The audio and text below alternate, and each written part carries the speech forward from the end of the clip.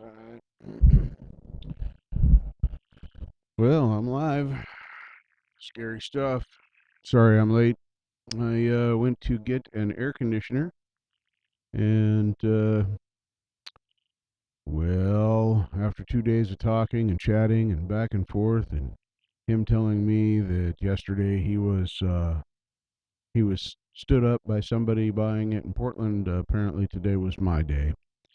Um, I drove 20 miles to Jansen Beach and sat there for 2 hours while he told me multiple excuses as to why he could not get there yet. First, he didn't have any money, and then his girlfriend was going to. Yeah, we're chalking that up to done. Oh my goodness. So I got to pop my pop. I got to pop my chat. Pop there. That's better. Put that down there just a little bit so we don't get the. Rody, what's up? Just about to pop my chat out. Pop out chat. There it is. Oh my goodness. Yeah, I'm late. Not terribly, but 45 minutes. Of course, I had to drive across town because, well, I was going to buy an air conditioner, and this dude just apparently didn't want to show up to sell it to me. I'll find one. Oh my goodness. Let's see here. Let's get something. I think I'm on the love me screen. Oh yeah. Yeah, yeah. Yeah. So I start off tonight with something kind of fun. Well, at least I think it's kind of fun. Marshall just dropped a video that's set up by Marshall, in case you didn't know who I'm talking about. On the Silvertone, he's already done some playing demos with this beautiful, beautiful guitar. Anyway, he put up his video for the Silvertone restoration. I presume it's over multiple days and through the whole process. So I thought maybe we'll go watch that and check that out. I don't think Marshall will mind if I show it. Oh my goodness. Oh, I got to get my guitar strapped on. Forgive me. I literally did just walk through the door like 5 minutes ago, brought up my stream, and started going. So I'm a little out of sorts and not at all prepared. Oh,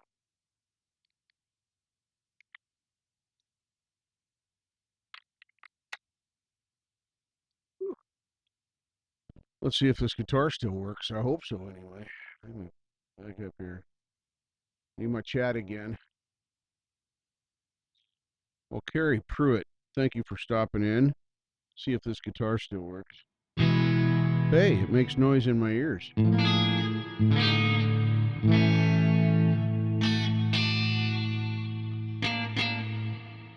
Oh, my goodness. Well, hope everybody's having fun. Hope everybody's had a good day. I'm uh I'm having a good evening. I don't know about day. I've had a rough week. My back's been out for a week and a half. Yesterday I could barely walk. Um, Today is much improved. Why? I don't know, but it is. So that's cool. I'm glad that that is at least coming to an end, or slowing down at least. Because yeah, I don't like it when my back's messed up.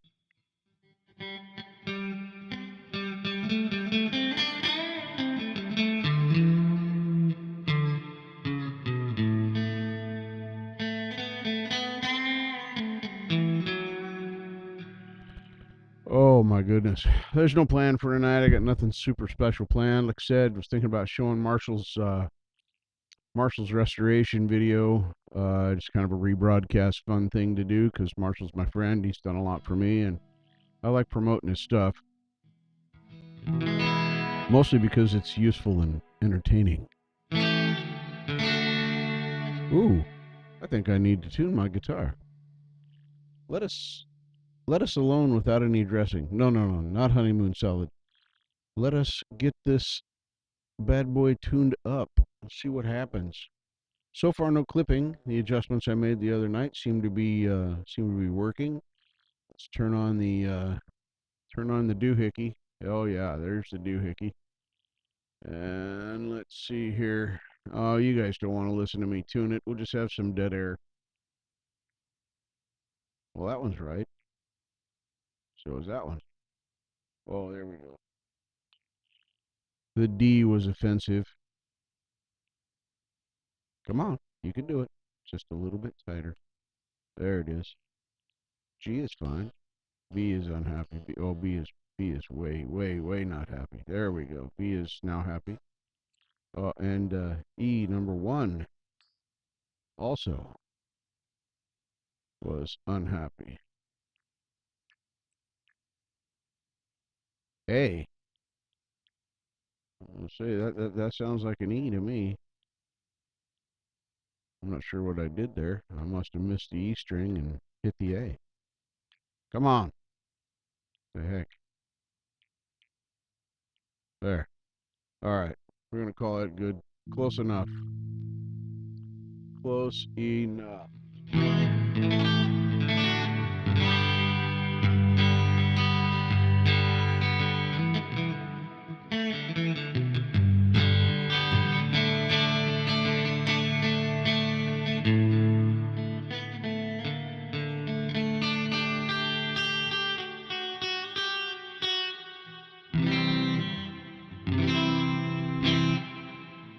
D is always offensive.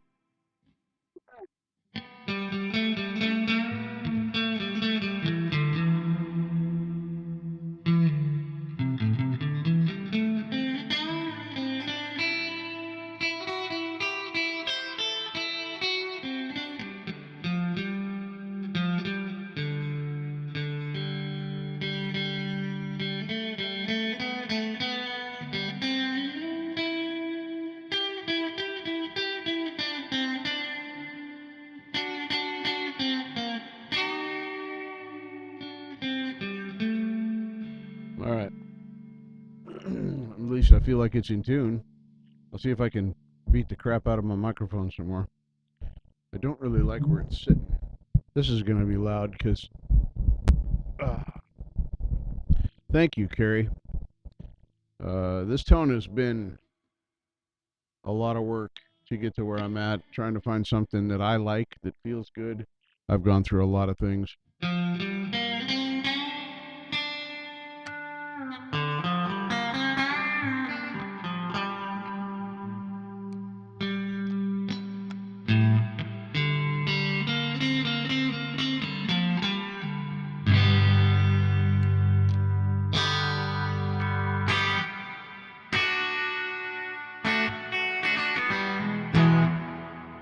Well, that's more better.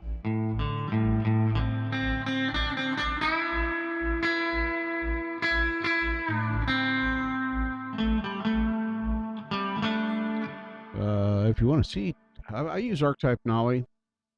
It's the amp sim that I own. I do have a Mustang 2 amplifier, but I don't. It's a pain in the butt. Like that. Yep, you were only like 50 miles. You could have fondled her with a phone call, but I never got a phone call. So, by the way, good evening, Mr. Marshall. Yeah, me too. It always changes. My taste changes. What I'm playing changes. What I'm doing changes. So the tone has to change. Hey, I was thinking about a little bit later, Marshall, of throwing up your Silvertone U1 restoration and maybe rebroadcasting on my live just for the fun of it. If that's all right with you. Since you're here, I'll ask you. I was going to send you a text or a message on Messenger and ask you, but I was hoping that might be all right with you if I showed that here. I think it's interesting. I've only watched the first 15, 10 minutes of it. So I haven't seen the whole thing. Just saw the typical Marshall gonna make it right. So this, if I can show this. Come on.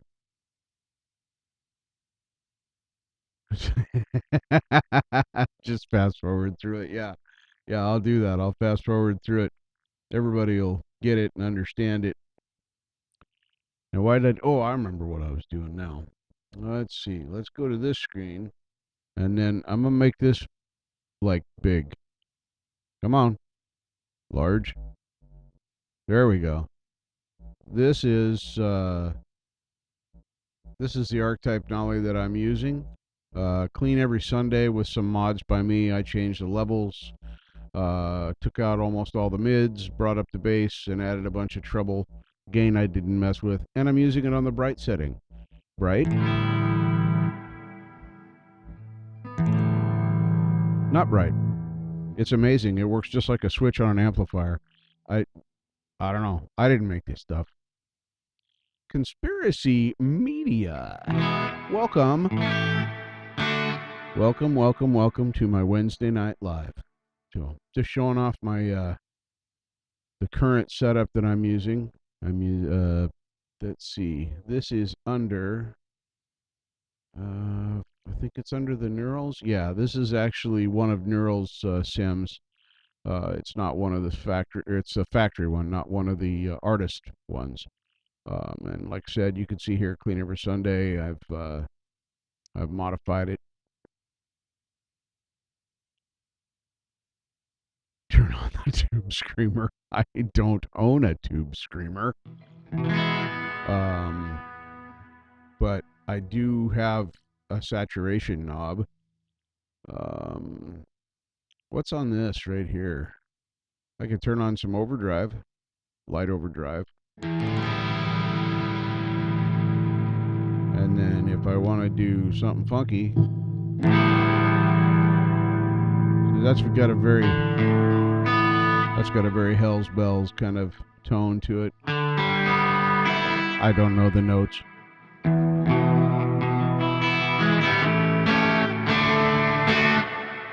Interesting. Anyway, that's not what we're going for tonight. But anyway, that's as close as it gets to a tube screamer. I'm using no delay and a little bit of reverb. That's 808 screamer, the green one. This one right here. That's a tube screamer.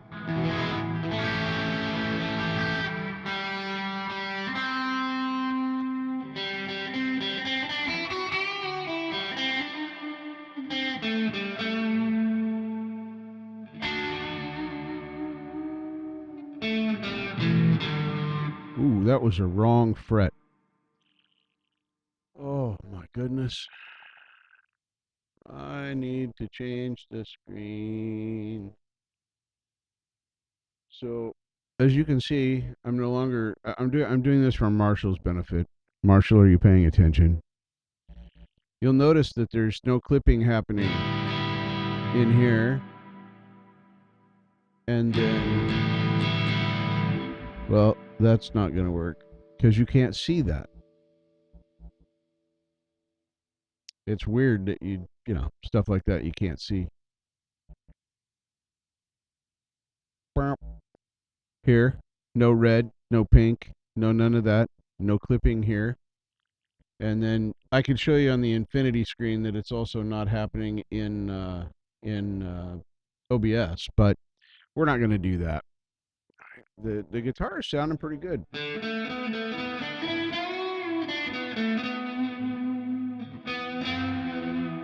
I think I'm getting the strings broke in.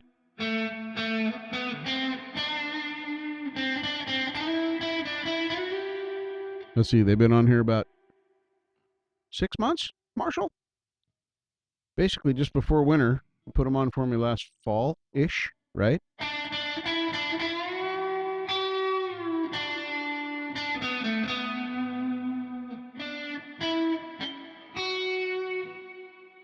Oh yeah, you can't have the mystery guitar. That's my free Douglas Spud that seems to have been customized by someone. You're talking about, hang on. Are you talking about, or were you talking about the Silvertone that I've got Marshall's page up? that was showing in the background. I thought maybe you were talking about this one. Where's the other screen? That one right there. It doesn't look like that. Well, it still has all the 5150 Van EVH stuff on it, but it's together now. I got it not working and in pieces, and Marshall made it go. And I got to get out there to pick it up so I can make it go. Now I'm going to change this back over to the good screen. There, now you all can look at me. Somebody stole my chat. Hang on.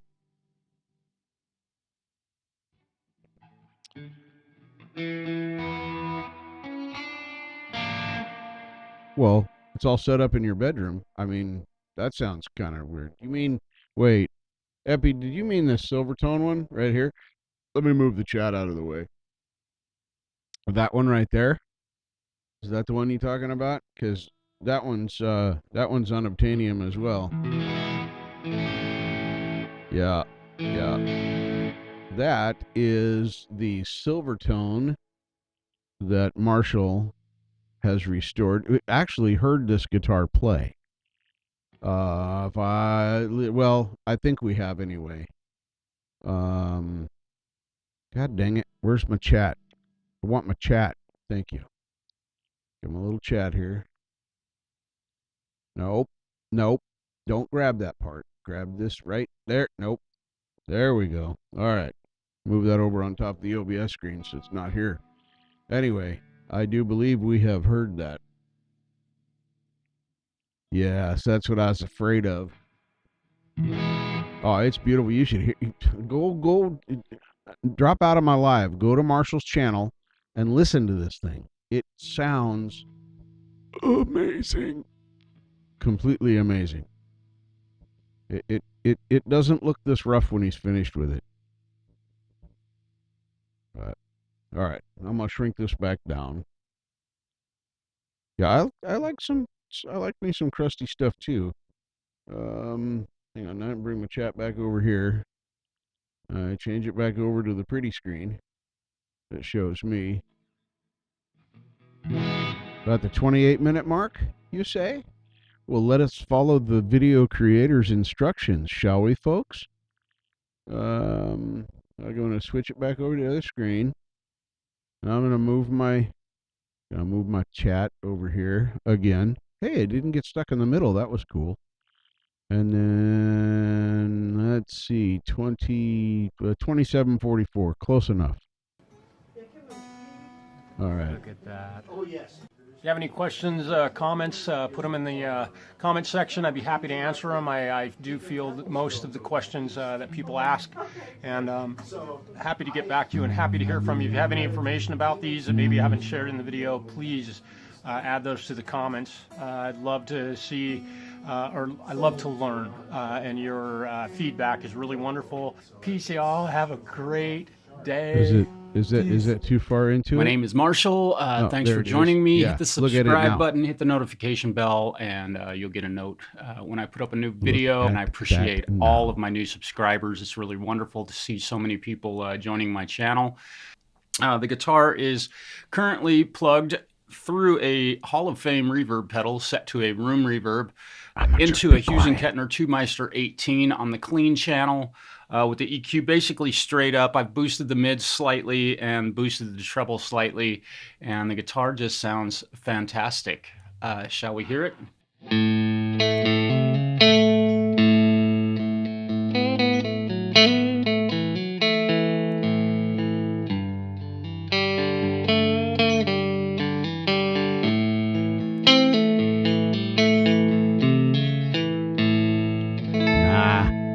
If you roll the tone all the way back, you'll get a really dull, kind of bassy tone. Here it is. And if you want to deactivate that knob, so the knob does nothing. So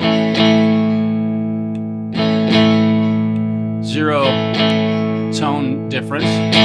And if you move it to the up position, it's a 3-position switch, it activates a resistor that creates some very small tonal differences. I'm rolling the knob all the way off.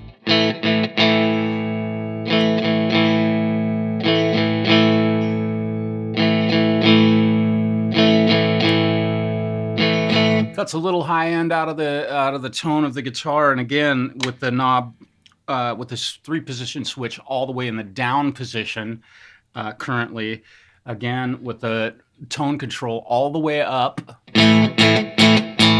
and we'll roll it back about halfway. A little bit of top end loses, and now we start to really hear it. The second half on the rolling off portion of this control really flattens it out a lot.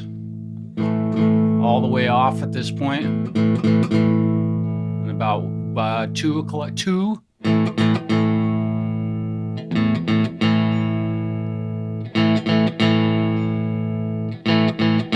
The brightness starts to come back. I'm just rolling it, very small movements.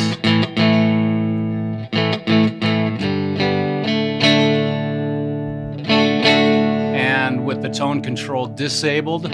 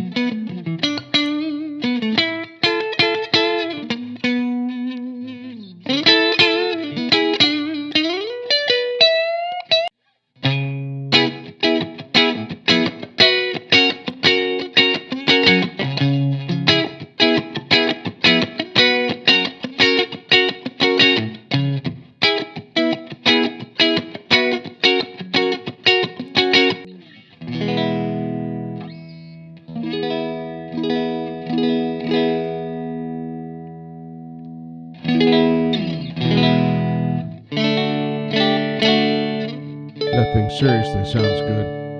I mean, it just sounds fantastic.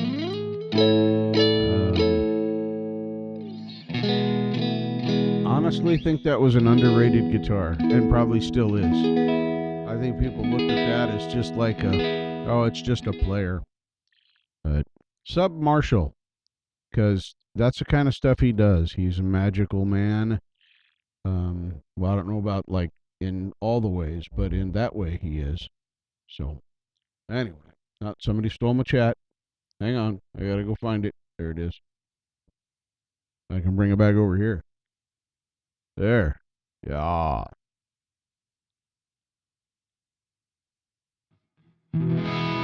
Ruby's intonation is perfect. Well, at least to me it is. Maybe not to Marshall. I don't know. I never asked you. You just kind of, I brought it and showed it to you, and that's what I brought it for. I said, hey, Marshall, look at my guitar. Isn't it really cool? I spent a lot of money for it. And he said, well, let me see that thing. And he did some of this crazy stuff like that. And he goes, oh, we can fix that and make it better. And then he proceeded to pull out a table and some tools and set up my guitar. Better than it was. Better than it was. Yes, indeed. All right. I'm going to try an experiment here. I have never tried this before. Did I do... No, not that one. Turn that one on. Yes, I want that muted. Hang on a minute. Don't get too excited yet, because I can still screw this up. All right. Let's see what happens here.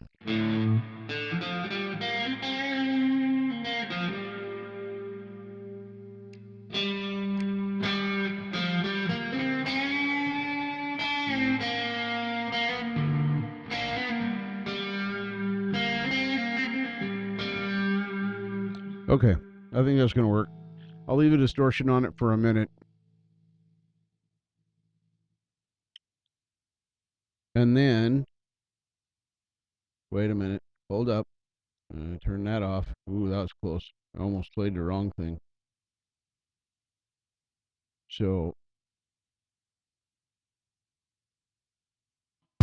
I'm hopeful that you can hear this. I don't know. Maybe you can hear that.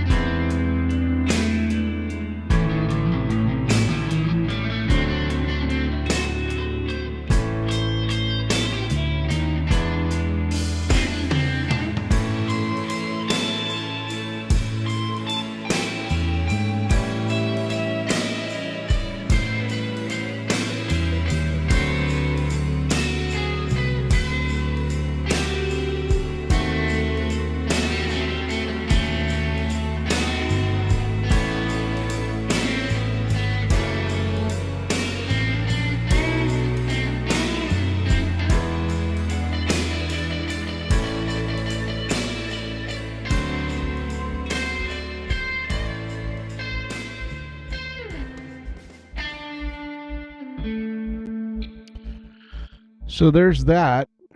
Hang on, let me make sure it's not on repeat. Okay, it's not. Good. So, yeah, that happened. I've been playing that particular backing track. Should we burn down the chat? No, please don't. But yeah, well, I'm only doing that because you showed me that particular key. The backing track's in G. I'm playing it here. I don't know if that's G, but it sounds right. So I just I just quit trying to figure out what key it was. Um, but yeah, this thing is everything's clicking, everything's working good. I still struggle learning the fretboard, learning the notes, learning just the chords in the different scales. I can do a couple of scales, but not on demand. I have to think about them. Um, but yeah, I know that the backing track's in G, uh, but I don't know where I'm playing. I just played around till it sounded good, and the first time I got it right, I'm not gonna lie, I cried, absolutely cried. Almost did again.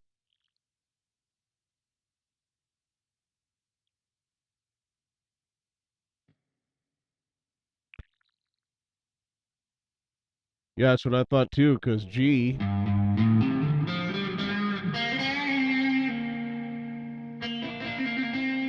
is somewhere in that vicinity down there. So that's what I thought. So the backing track that I'm using is, where is it at? Hang on a second. Let me find it. I'll show it to you. Because the maker of it is something Sebastian or Sebastian Zuino. That's his name. I actually bought this backing track because it made me cry. But I saved this to a list. I don't know what screen you're looking at now. If you're looking at me, well, hallelujah. If you're looking at what I'm doing, well, yeah, you can do that too. Let's see here. Where is it at?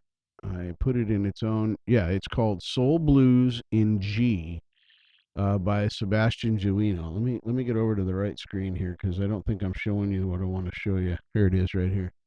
So you heard it played through right there. I bought the track from him. I dragged it over into Reaper, and I was playing that through Reaper. So this is through the desktop, but Soul Blues backing track in G.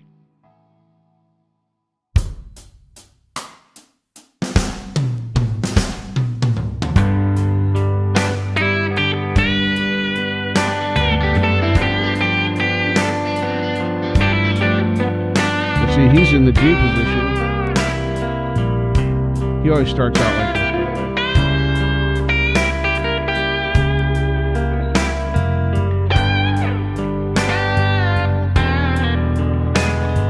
See, he's playing in the right position. I'm not. Wait till it starts up here. Let's see what happens. He's almost done showing off.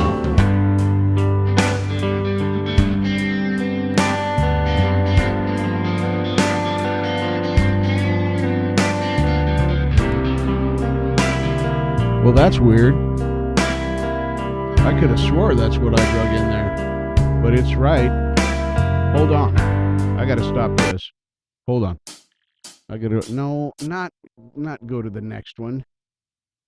Oh, I hate it. There. Now, just pause. Thank you. All right. Now I go back over here to my tracks that I bought. Right. Yeah.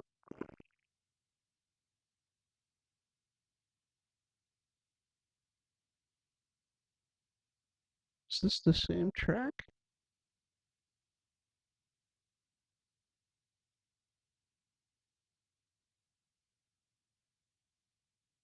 Hang on, I'm playing a Reaper again.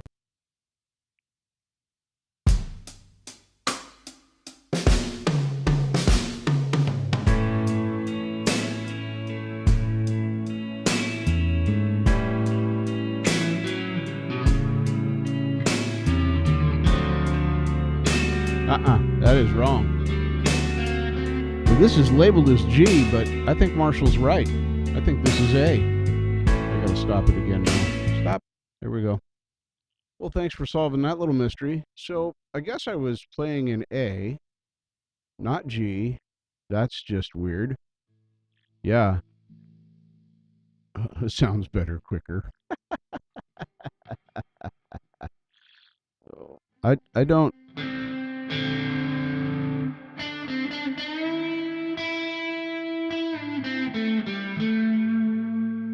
That's interesting. Perhaps I bought a mislabeled track, one that he labeled as in G, but is actually not in G, but is in A. Anyway, that was fun. I enjoyed that, and I want to do it more.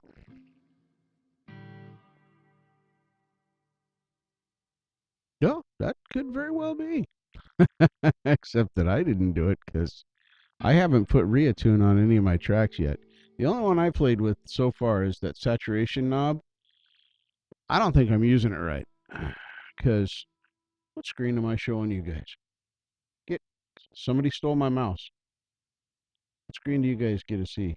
Okay, you guys are seeing this. All right, so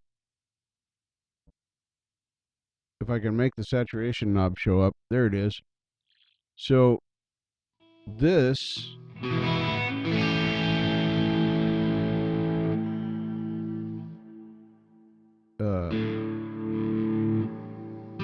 that's full on, and this doesn't seem to work the same way that it did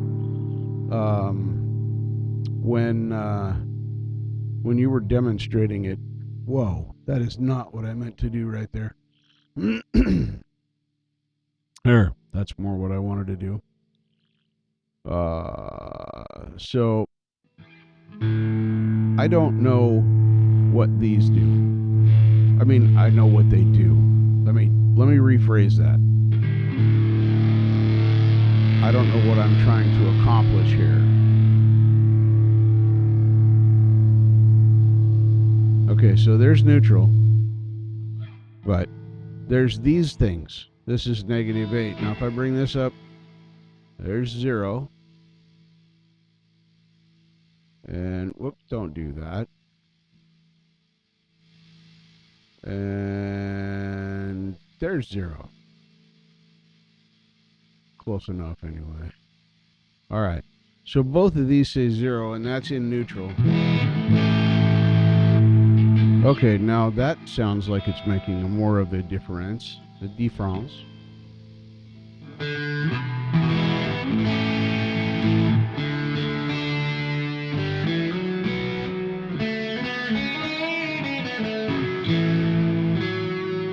So no Reatune, but I've been trying to play with this. But clearly, Marshall's made me sound better with this on than at any point when I was trying to play with it. So clearly I don't know what I'm doing. So yeah, these things are set the knob to 11 o'clock as in their 11 o'clock.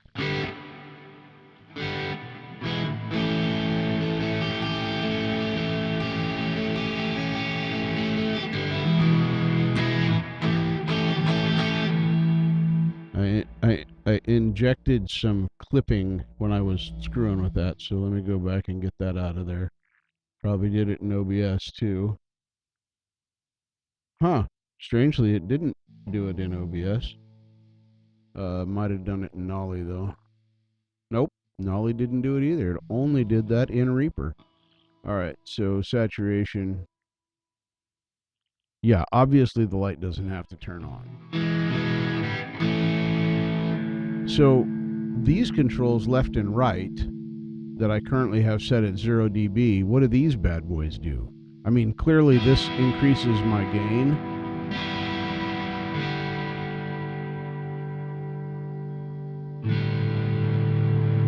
But I don't know the gain diff. I don't know what that means.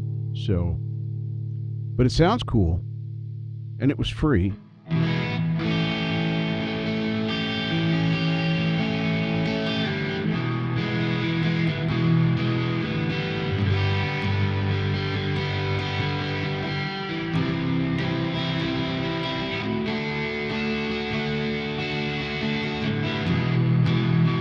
You just leave it in neutral and put it on 11 o'clock. You don't have to put on a red light. Roxanne!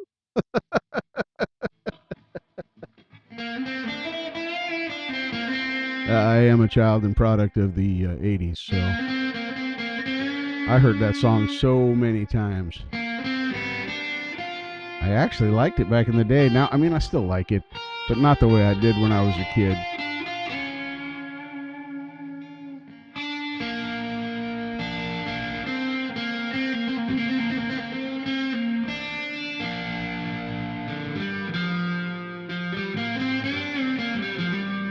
Well, okay, so now I can play with the saturation from SoftTube, which is a free plugin that you too can go get.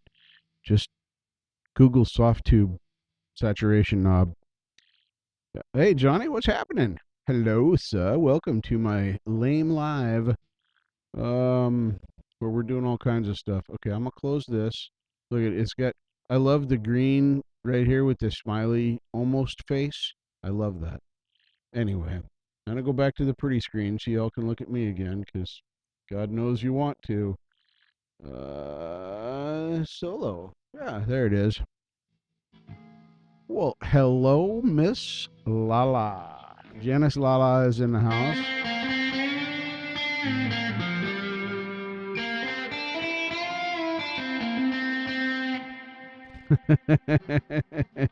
You have to put the SoftTube brand name in front of it, or you're gonna end up on Pornhub and you'll be stuck there for hours. Sorry. Don't ask me how I know.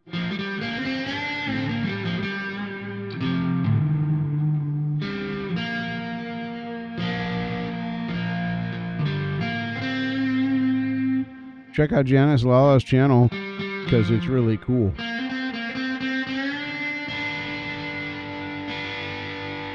Doesn't that just sound good?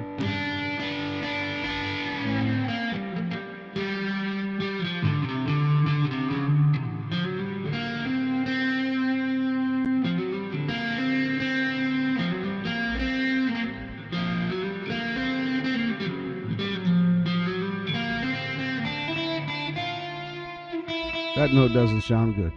That note sounds good.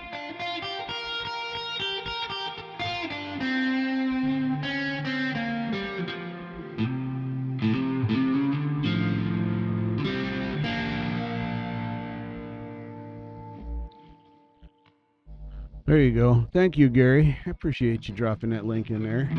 So does Janice Lala. She left me a very nice comment. Said she was going to save one of my things and listen to it later. You know how awesome that is?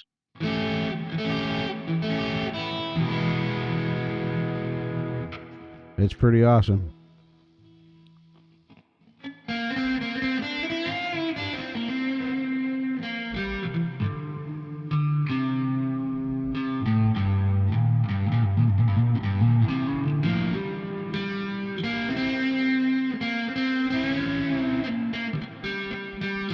Ooh, look, I'm live. It says so right here on YouTube. It says Wednesday Night Live with the Falcro. Scary, scary stuff. So, I don't know if any of you know or have heard me mention it in any of my little doohickeys. All right, Gary, go take care of the kiddos. See you when you get back.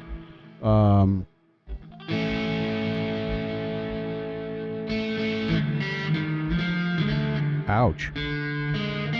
Well, hello, Bobby Lopes.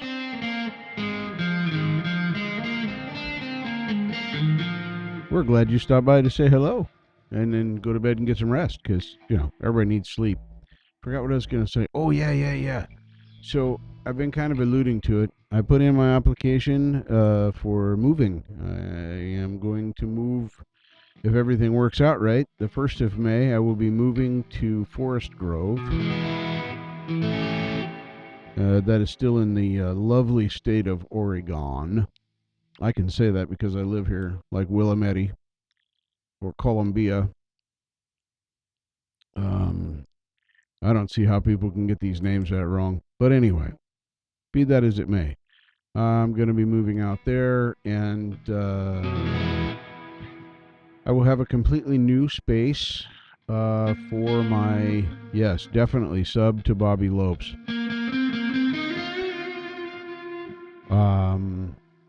I'll have a completely new setup for my studio.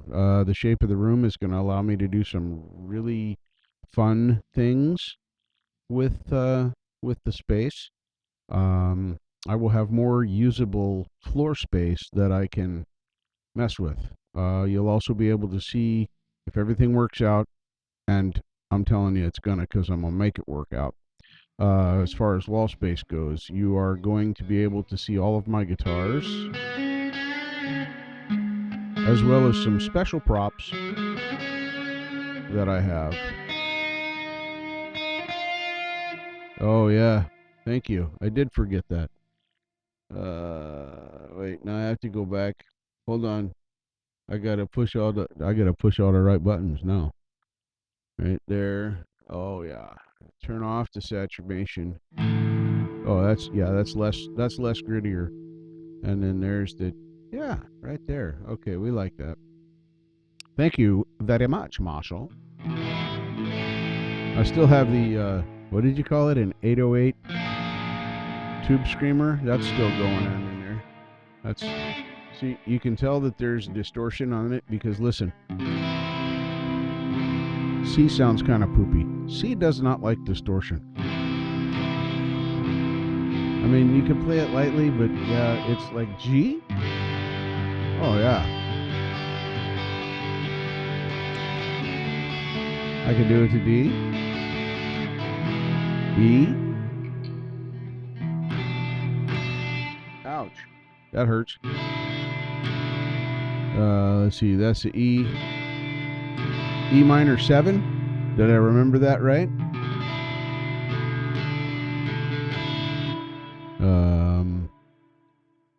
And persuade the saturation. Now, should I have left the saturation on but turned off of the 808 TS9 thingamabobber? Because I did just the opposite. See, now there's the overdrives off. Now we're all back to the very clean. See, now C will sound okay.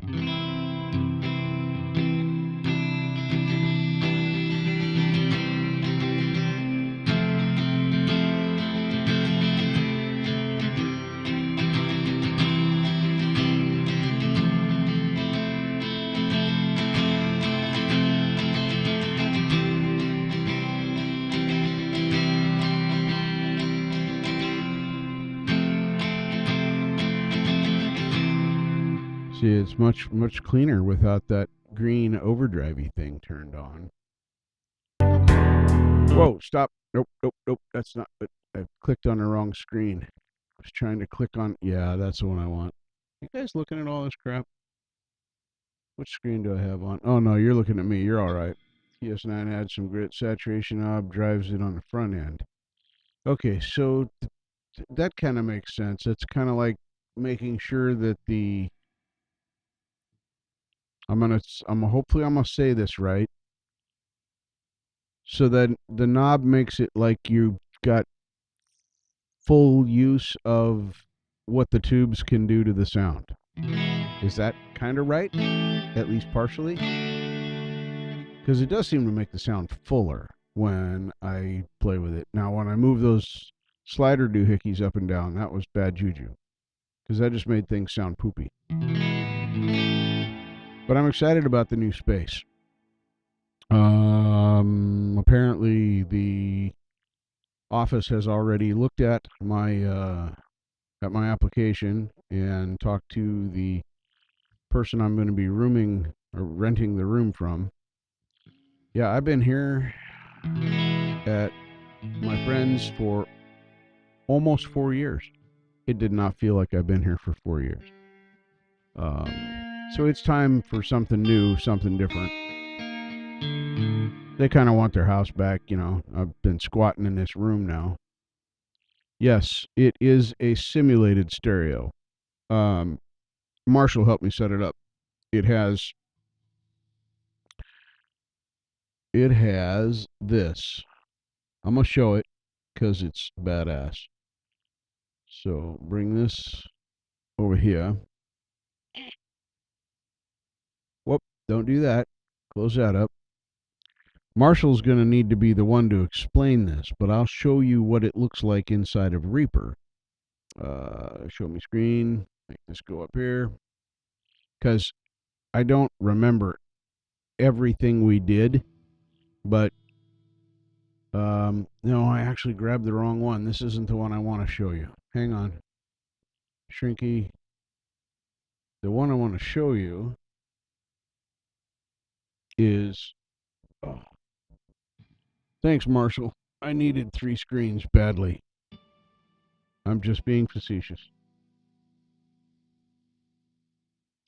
So here's my mixer strip. Yes, Marshall is the man. Marshall, would you get me a beer while you're up? I haven't got any beers, so yeah, if you could just spot me one, it'd be great. So here we have, as you can see, this says, see if I can make this go full screen. I think I can. I think I can. I think I can. Nope, it doesn't want to. There it goes. All right. So on this strip, this is my original strip that I put in, whatever you want to call it. I call them strips. That has the saturation knob and archetype nollie on it. Saturation knob is turned off currently, so that's why it's in orange. Then I inserted another track, also using this redelay, however you say it. That's all. That's the only effect that's on there. And then I drug. It's hard to see. There's an extra line here. You can see how the mouse changes from effects. These are all the sends. So we made a send. I drug it over here, and then we put redelay on there and made it go just about 18. Let me open up redelay and I'll tell you exactly. 18.5 milliseconds different between the left and right, because one is panned all the way left. The main one is all the way left, and I'm going to call it the repeat strip, the stereo strip, is panned all the way right. So it is simulated stereo, but it sounds amazing. Absolutely love this. So that's the quick down and dirty overview. I'm going to go back to me now. So many things. Solo screen. There we go. So yeah, he was going to make a video while he was helping me set that up so that we could do it, but then we forgot to do that part. We just got excited and started doing it. But yeah, that's how that's happening. And I can increase that. It's super wide. Hello, Jack Flash. I didn't see you back there 3 comments ago. Chat is complicated.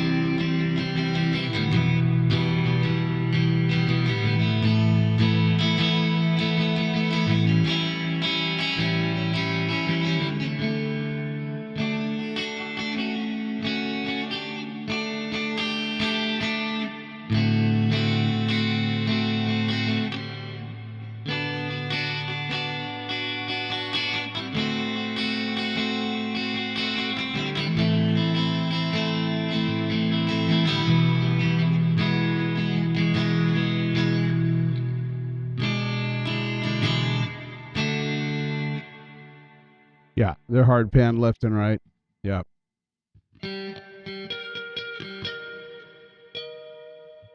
Yeah, I played around with it trying to make it sound different, and yeah, you can do some funky stuff by changing the hard pan of it. But yeah, it was a fun experiment, and I could probably recreate it if I had to, but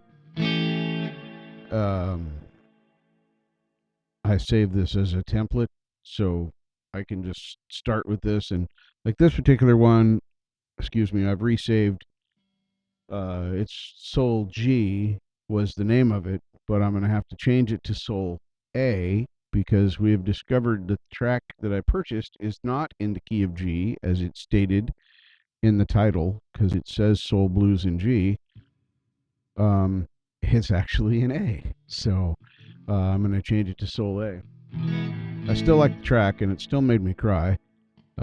First time I've ever played along to a backing track that felt so amazing that it actually changed it.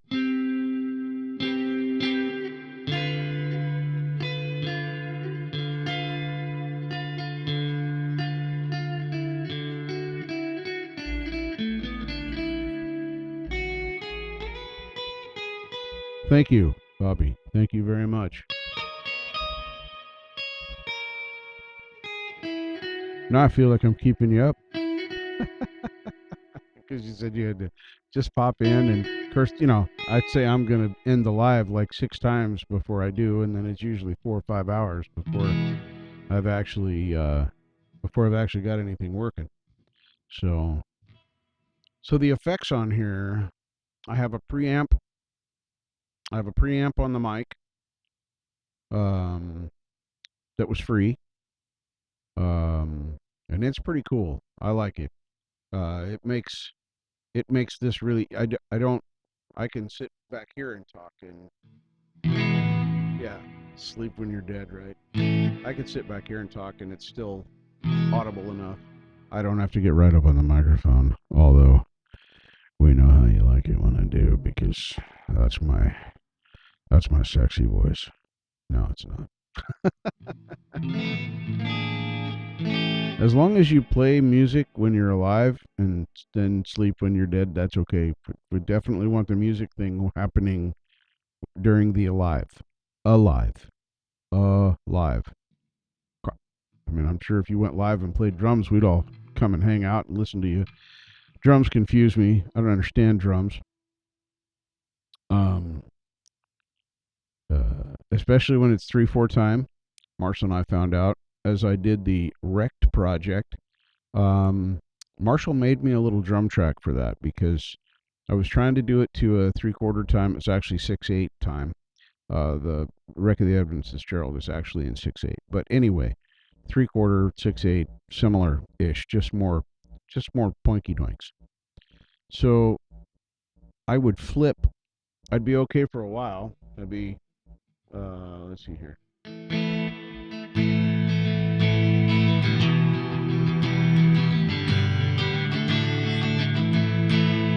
So I would start out right.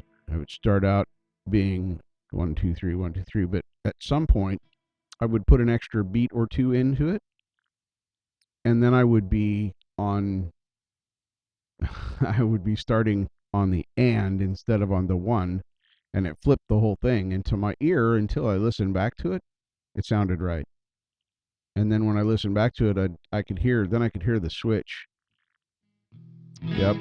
Yeah, I played piano for years, but it's a different ball game for me. Playing piano, playing a keyboard, and playing this, entirely different, because I played a lot of waltz. I studied Chopin, Tchaikovsky, Beethoven. That's what I did.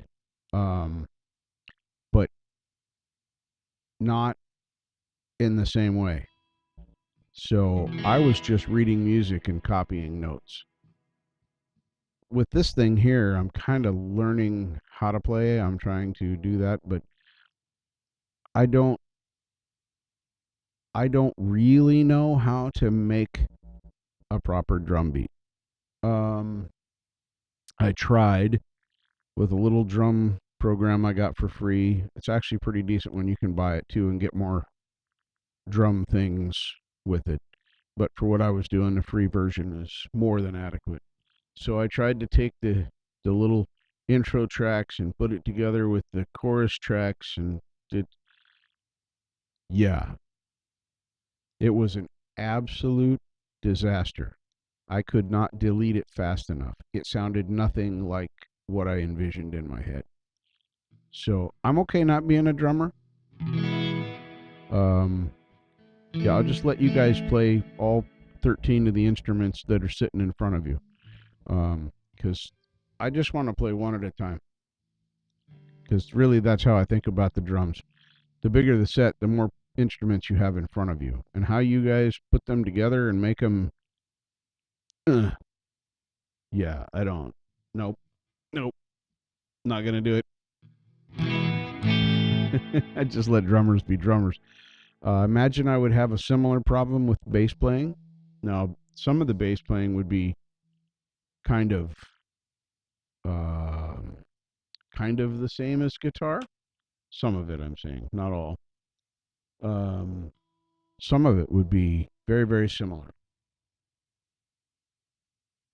But then there's that whole heartbeat of the song thing. Bobby, don't get mad at me.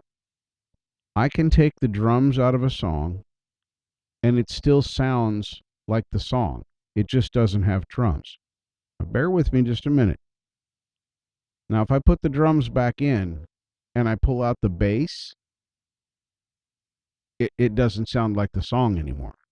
It completely changes what my ear hears in the song. So I'm not taking anything away from drummers by saying that, but it seems to me, at least in my world, that the bass makes a bigger difference to the beat of the music and how it feels and sounds to me than the drums do.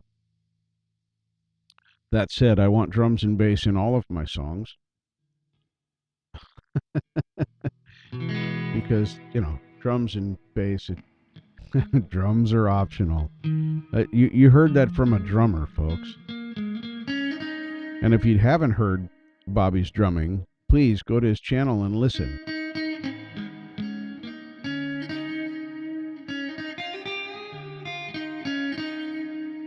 Yeah, I've never sat behind a drum kit ever. Not one time. Not even like at a friend's house and done the thing. I hit a kettle drum in a choir room one time for a joke because they left a big kettle drum on this, and I whacked that sucker hard. It was loud too. The director was not happy with me, but it was still fun. So yeah, I've never played any kind of drum at all. What? No, wait. I take that back. I take it back. I played the bongos when I was about 8 or 9. So that's 2 drums. I did that. Tonka, Tinky, little monkey. Except he's got sticks. I just use my hand. I didn't use drumsticks with the bongos. And then one day I got out of bed and I stepped on my bongos. And I didn't have a bongo. Well, I had a bongo. I didn't have bongos anymore. So I went back to playing piano. Actually, I never stopped, but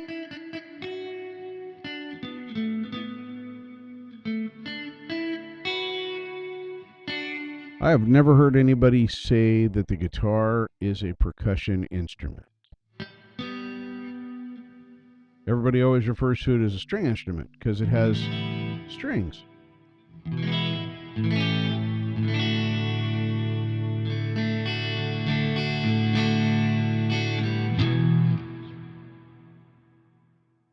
That's interesting. I never thought about that, but it is percussive, the way that you pluck the strings.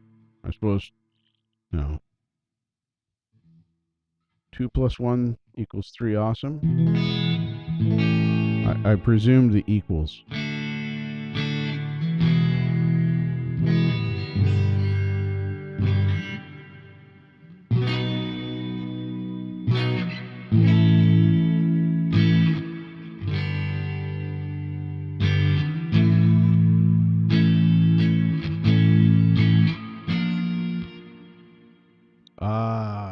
Rhythm.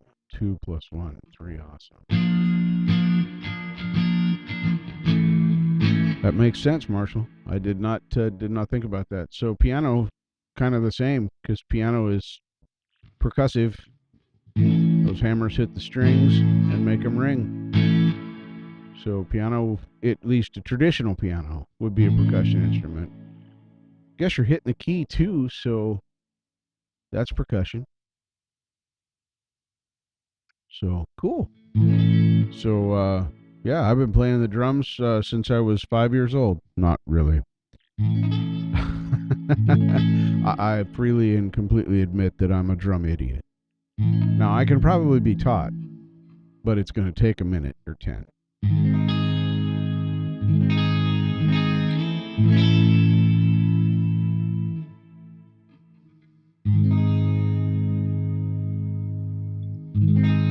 So string drums. String drums.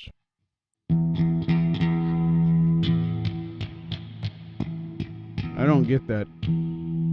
I can catch it with my thumb, but trying to hit it, I don't understand the whole bass thing. Are they catching it and plucking it? Is that what's actually happening? Or are they making sound? I don't know. Asking musical questions that I don't understand. And then being taught by professionals. That's pretty cool.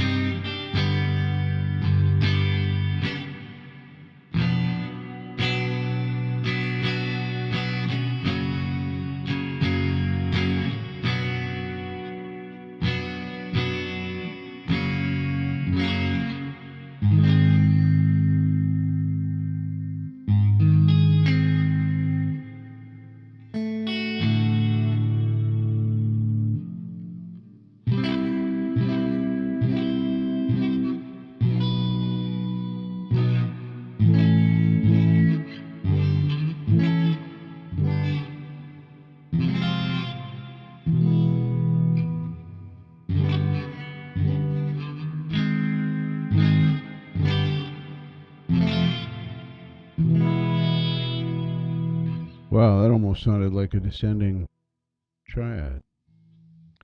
Anyway, so you know I'm moving. Well, I'm going to presume they're going to. I have a perfect rental history. Terrible credit because I don't need credit. Don't want credit. Um, but I don't miss rent. Rent gets paid first. I have a house or a place to live. Saying house is in an abode. Um, I have a house and starve to death in it. I want a roof over my head, so I pay my rent first. Then we can get some food later.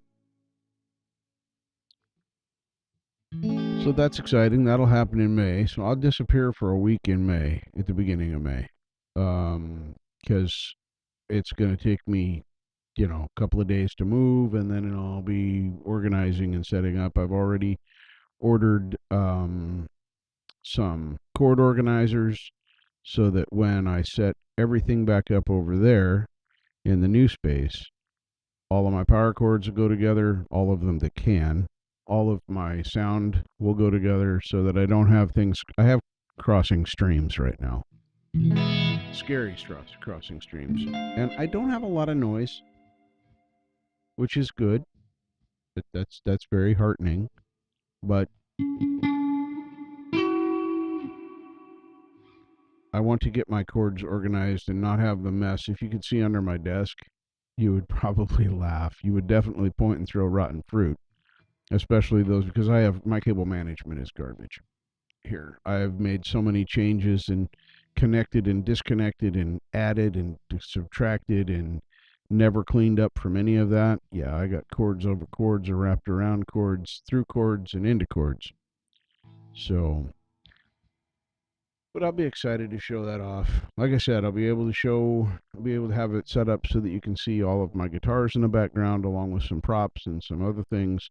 And I'll be able to get some different angles. I'll have more room to play because literally in here, I don't have much room at all. In the space that I'm sitting in right here, um, 2 feet to the wall there, the microphone here has two sections, 1 foot long, and that ends up at the wall in the holder. I have a shelf here about 18 inches back, a shelf here about 18 inches back, and those hold my speakers. They'll still hold my speakers at the new place. Um, and then if I were to turn like this with my guitar, it is almost sweeping the speaker off of off of the shelf. I have to be careful when I turn. Usually you'll see me do this, which means I'm going to turn. Yeah, scary stuff. We don't want that to happen.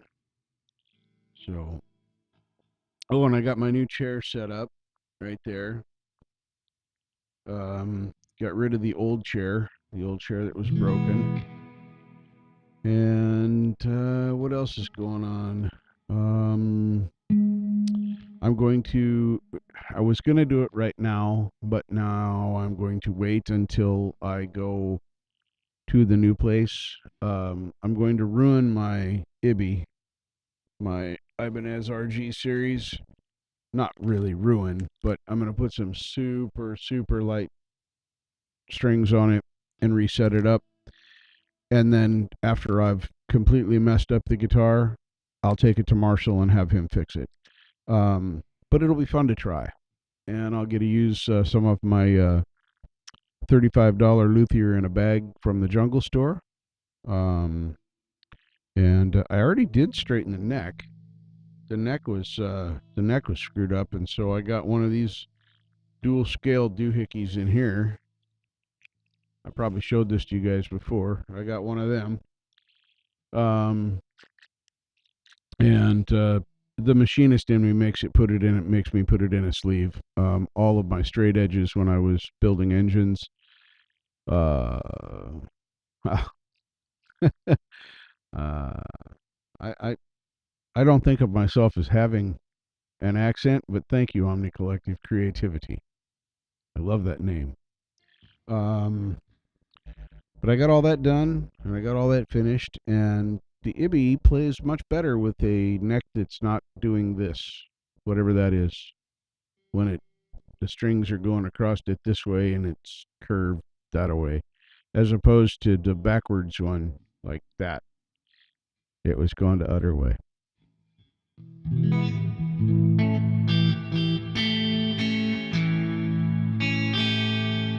Good night, Bobby. Thank you for coming by and hanging out for a little bit, laughing at me. There's no such thing as a great move, Bobby, but we'll hope that it goes smoothly. I hate moving. Let me say that in my outside voice. I hate moving.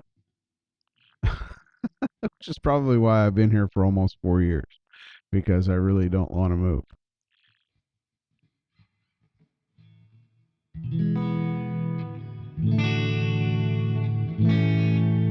Ooh, Gary's back. He must have got done beating the children.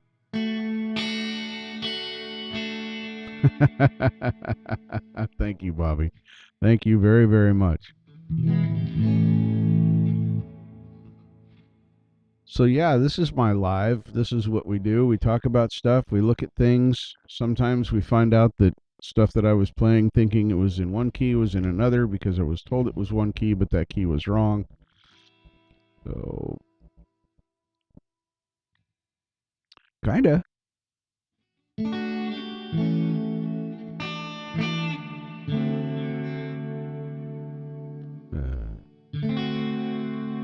That's a D7.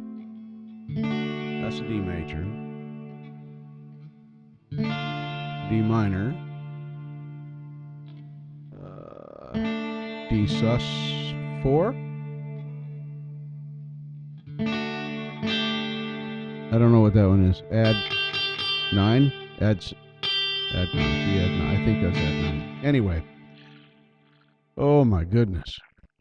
So got that going for us now. Let's see here.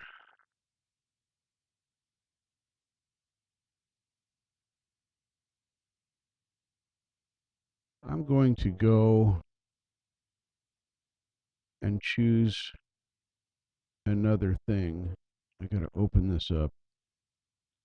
Let's see here if I can do this.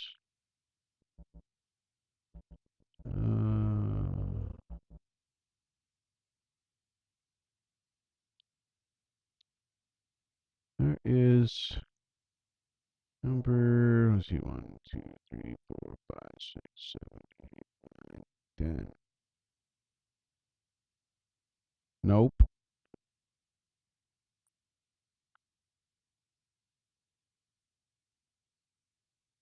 I thought there was one here in.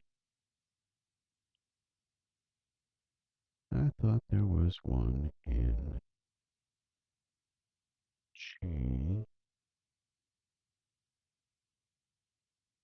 Let me see if this plays.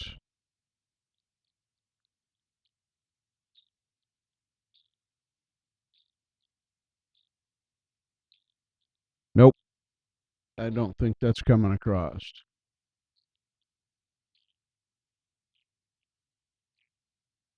Let me stop that.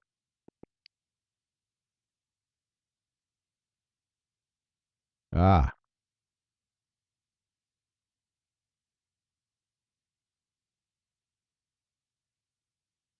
Let's see here. Can I put this into.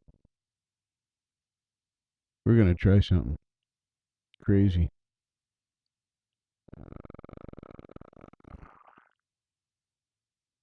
Let me see if I can make this work.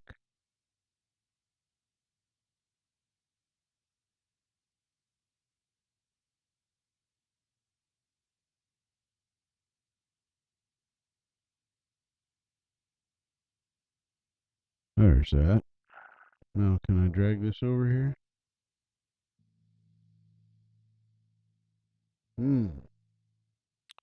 That's interesting. This, why?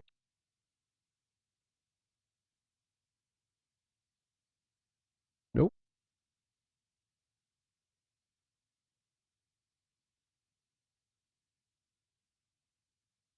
Interesting. Why won't that work from there? I wonder.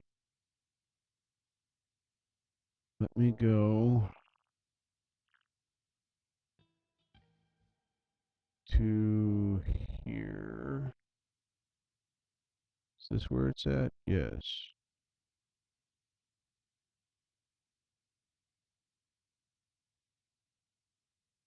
Right. Not that one. Not that one. Well, hello, Charlie. Welcome to the live. My lame live. No. That's not the right one. I gotta find it. I hate that songs are listed differently in one file system as opposed to another. It would be so nice, if it would just be the same list wherever you looked at. Same order, same alphabet, whatever they use. But of course, that doesn't happen. That's not it. That's not it. That's not it.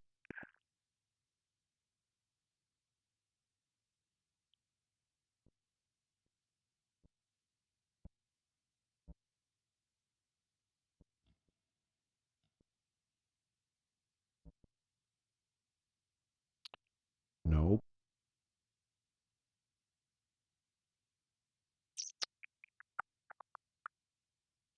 See if this one works.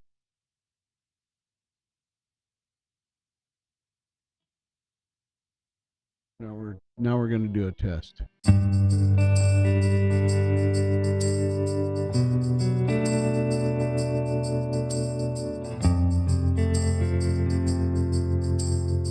Whoa, that's funky.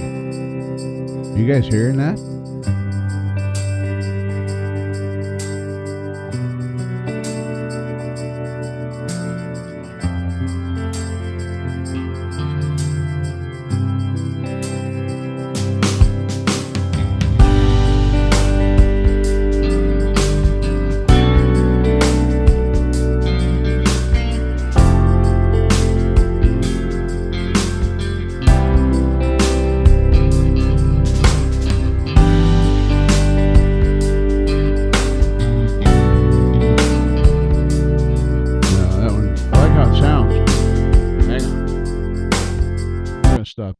That's really loud anyway. Make me freak out? No. Good. Still no clipping. We like that. All right. Yeah, that was pretty fun. I'm gonna have to play with that one. I just drug it into my Reaper project, so I'll play with that later on. I know it's G,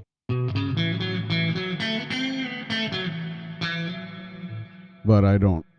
I got to find the right place because, as everybody here knows, if you didn't, Omni Collective, I am learning.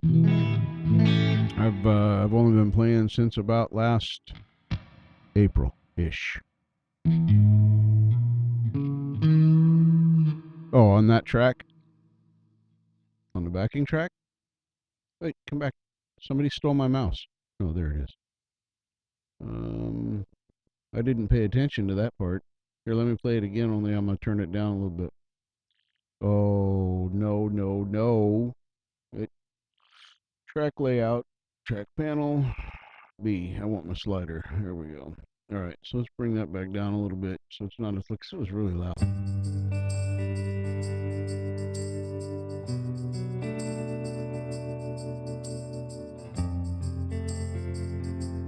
I can bring that back up a little bit.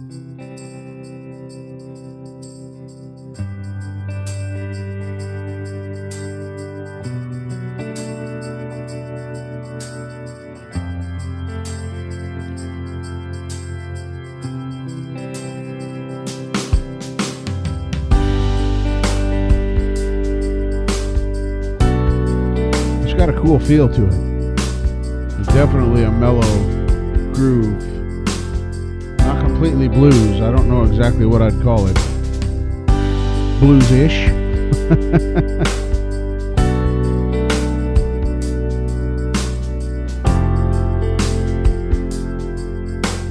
Yeah, see, I don't know what you know what the drum sounds are that you're hearing.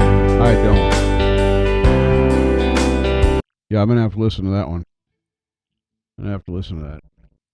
Yeah, it does kind of remind me of that. Yes, easy like Sunday morning. Yeah, yeah.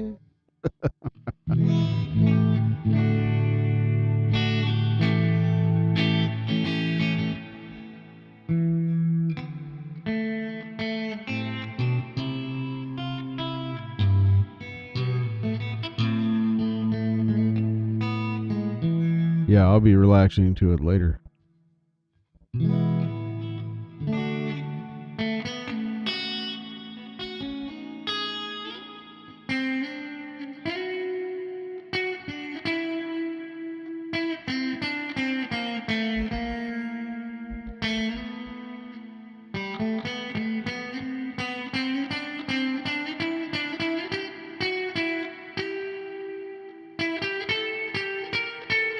Uh-uh.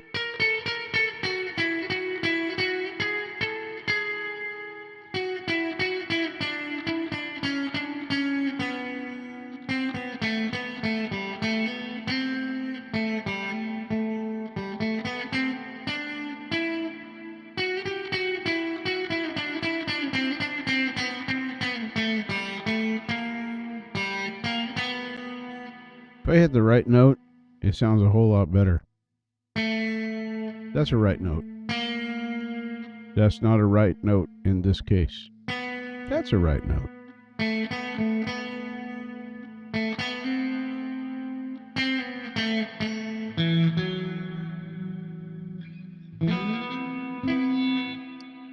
Yeah, everything for me is a learning curve. So,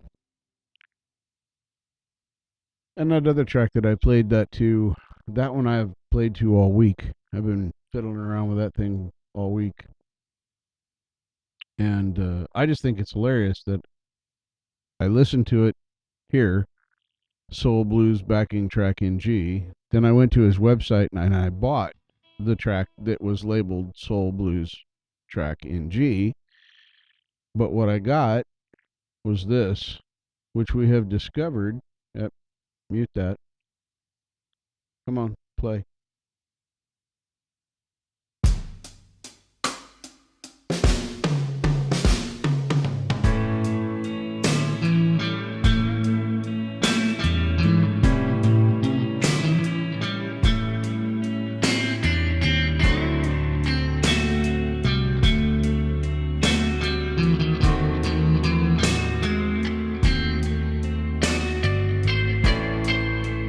is A,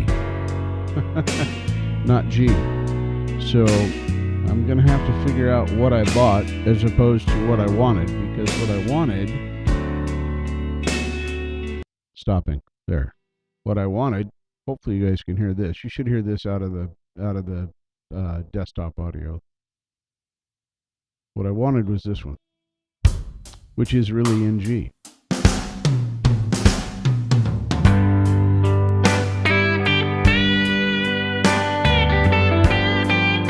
Except that's not me. There. I don't. His little demonstration thing at the beginning is.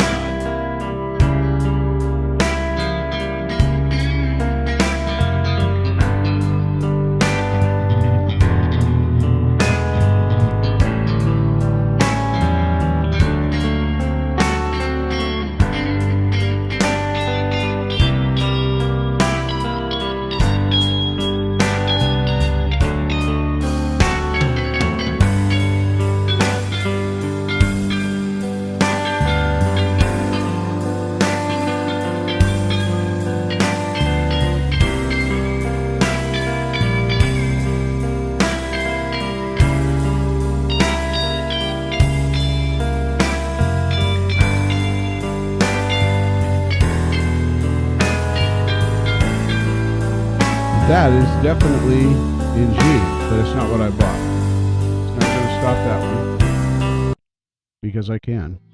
So, oh, did I make things geek out and clip again? I hope not. Let's go back to Reaper and then go to OBS. There we go. Nope. Good. No clipping. I'm happy.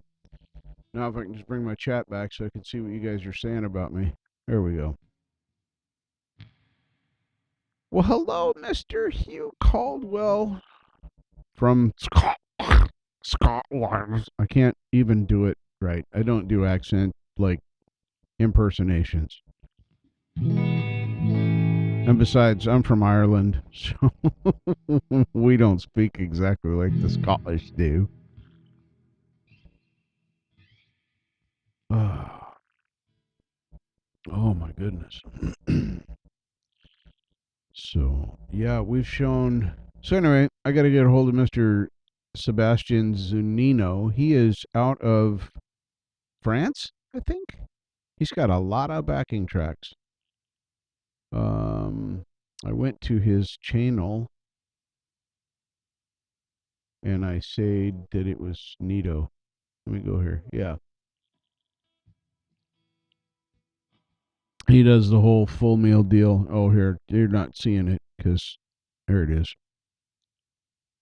So it's this one. No.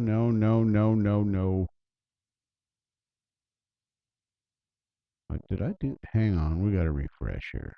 If something went wrong. Yeah, there, that's better. I added something. So if we copy that, and then we go to the stolen chat, and I do this, paste. That's the link to his channel. And he's got a ton of stuff on there. Probably the only thing I don't like about his videos is his little thing at the beginning. He starts out by doing some soloing. I kind of don't want that. I kind of want to do Preston Smith's music. Hello, Preston. Welcome to the Lame Live tonight. Anyway, I just like to figure it out myself. If somebody shows me where I'm at on the fretboard, then I can't do it by ear. I like figuring it out by ear. That's how I played piano for years.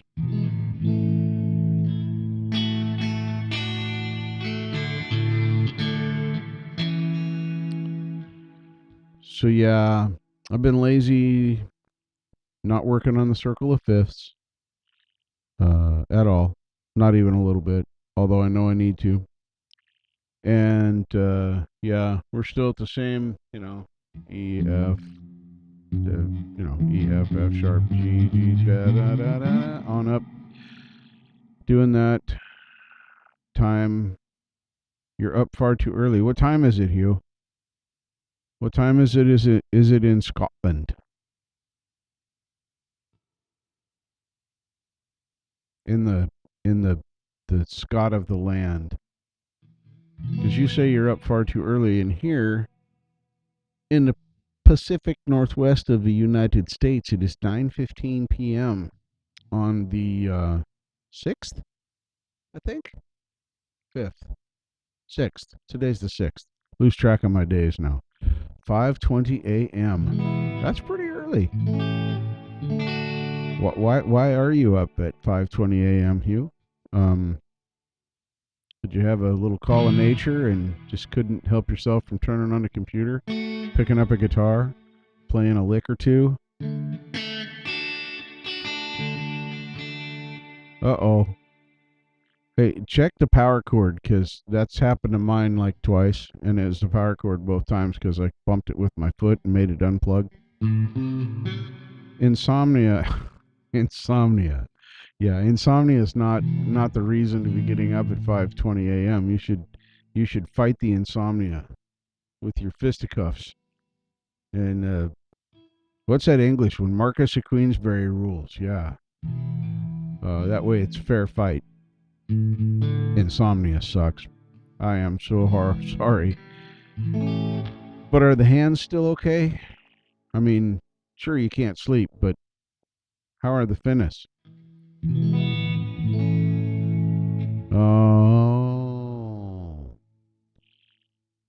So, Preston, when you get your sound set up, I have a question for you. So go ahead and do what you need to do and fix your sound, and then let me know when you got that fixed up.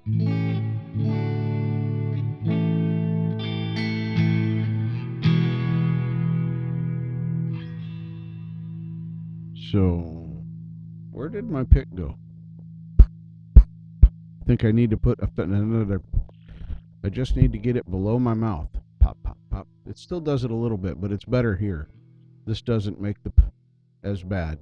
Still gets it a little bit. I have a pop filter that I can put on, so I'm back here, and then I stop eating the microphone. But anyway, check out Sebastian Zunino's stuff. He's got some really cool stuff there. Some good lessons. I was going to go to his about. That's right. He says, "Hello, I am Sebastian Zunino, guitarist composer from France. I'm making backing tracks and lessons to practice improvisation." And yeah, he does. He's got a lot. Has 118,000 subscribers. So, yep, look at this. Just track after, and you can see I've listened to I've listened to a bit of his stuff. He's got some really unique stuff. God, I love this green guitar right here. That green guitar and the acid blues backing track in D minor. Oh, I like that color. I am a sucker for bright greens. Pink is my favorite color. Matter of fact, Vince Ginella's wife's guitar is Ibby. Can't remember what series it is. Anyway, it's a Steve Vai signature, I think. Anyway, it's beautiful pink, dusky rose color. I love it. But yeah, he has tons and tons and tons and tons of videos. It just goes on and on and on. That was just 6 pages. Kind of this color pink, but better. The If you look it up, see, I like this pink too on this Sunshine Groove backing. This pale pink. I just like pink. It's my favorite color. Hot pink, dusty pink, rose gold. Rose gold is dark pink, kind of dirty, but it's still a dark pink. But anyway, I digress. So I was using his stuff, so I wanted to plug him a little bit. That green quilted maple, I got to go look at it again. Ah, hey. See, this is cool, this turquoise, but this green right here, this is cool too. I don't know what this. It's telly-ish. It's almost like a hollow body telly with humbuckers, almost. I don't know my guitars very well. I just know the ones I have. So now I gotta get the chat back up here. There we go. Hey, Jeff! What is happening?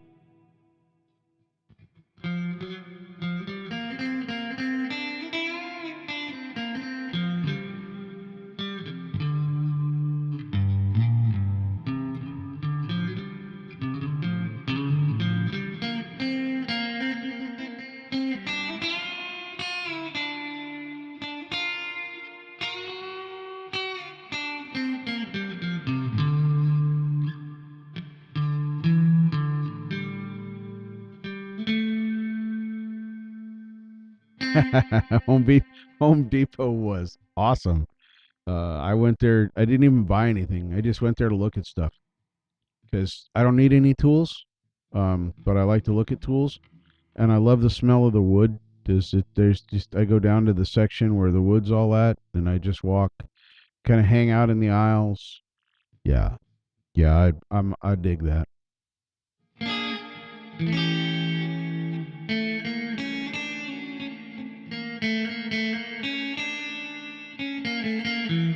All right, Omni Collective Creativity. Blah, blah, blah, blah, blah, blah, blah, blah.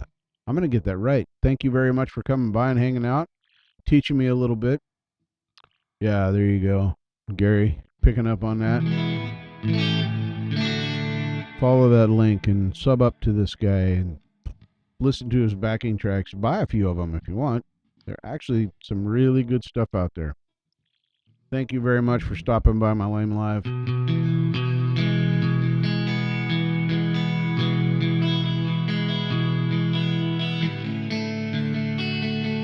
Yeah, it was hilarious. We were both sitting in the parking lot listening to Valerie play the beautiful songs, and we were both in front of a home improvement store.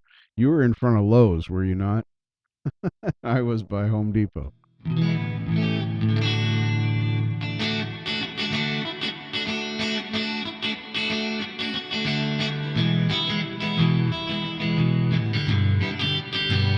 Yeah. Did I see in the chat right? You picked yourself up a pressure washer and some other apparatus. Pressure washer and I can't remember what the other thing was. I could go back and look at her chat.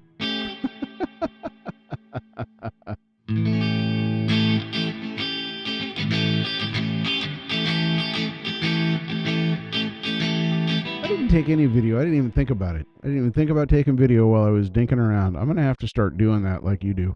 You know, because Hippie's a man.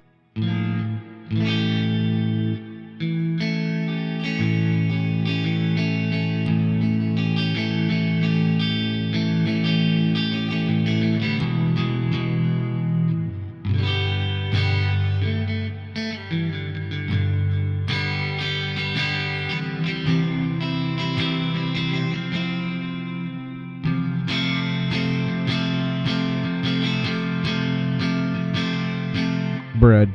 Definitely bread. I love cookies, and I love to smell cookies baking. But bread. Oh, bread makes me weak. Very weak. California Jam Day. 48th anniversary of the California Jam Day. All right. Doc, if you're pulling my leg, I'm going to say bad things about you. Wait, I already say bad things about you. No, I don't.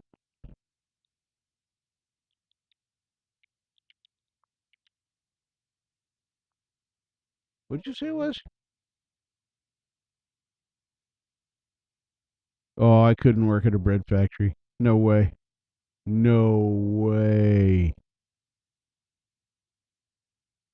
Woofage. Definitely. California Jam Day. I don't know why I couldn't remember that for like 30 seconds. California Jam Day. Let's see here. April 6th, 1974. See if I can. Come on. Bring up the. Where's that? I want that picture. There we go. That's what I want. No. Bigger. Why is it not cooperating? Wow. So hold on to your hats, folks. There's the magnified version. Let's go back because it's subtle, very subtle. Watch closely. Boom. I know I stole your word, hippie, but it just fit too well there. Yeah, it's exactly the same except the different position on the screen. Somebody that did this did not understand the concept of enlarging the image. It looks like a really cool image that I wanted to bring. Maybe this one would be bigger.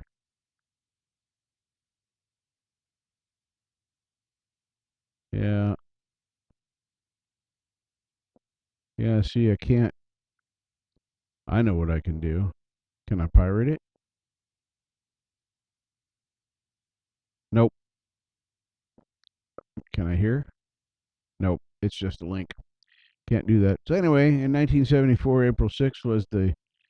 I wanted to bring this up so you could read it. Deep Purple, Emerson, Lake and Palmer, Black Sabbath, Seals and Crofts, Black Oak, Arkansas, Eagles, Earth, Wind and Fire, and Rare Earth, all played there. The same day? Did that all happen on the same day, Doc? Or was that like a weekend? Right, Charlie? It was fantastic.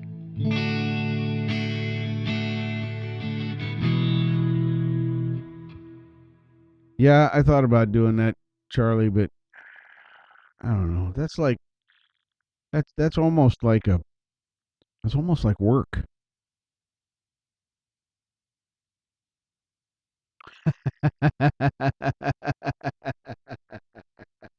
You never miss a beat, Doc. I love that about you. Never miss a beat. I take notes when you talk. I hope you know that because your comedy is my kind of comedy, and I want to steal some of yours to make me funnier.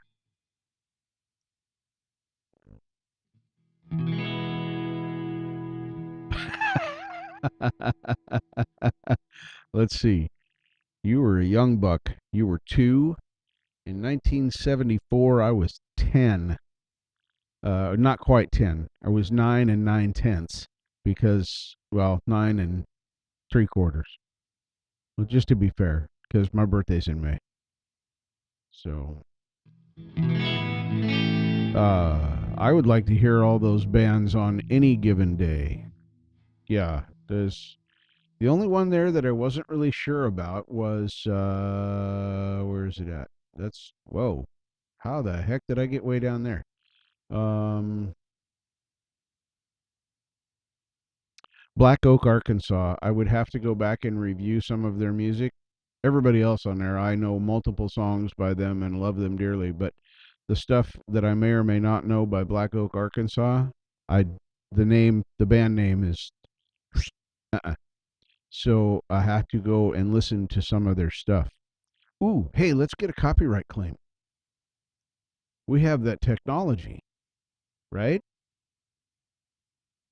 We have the technology to get copyright strikes. There we go. Black Oak, Arkansas. We go here. How about Jim Dandy? Let's listen to Jim Dandy live, shall we? What the hell Hold on.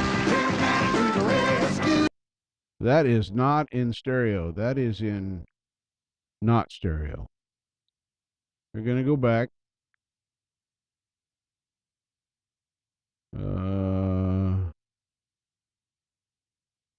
Let's see here. The full album playlist. Okay, this one's in stereo. I like the beginning.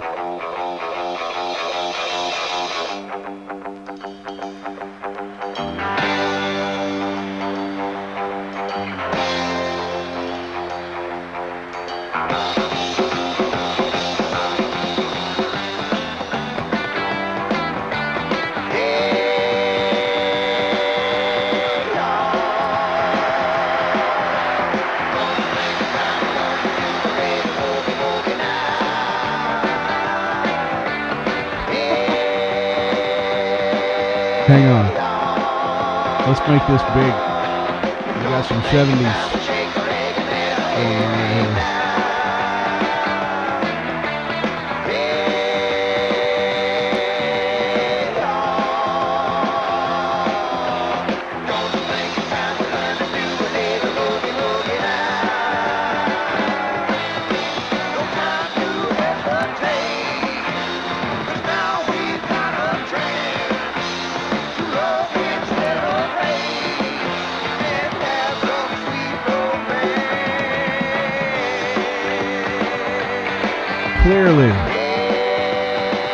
Clearly this song was recorded in a studio, not live.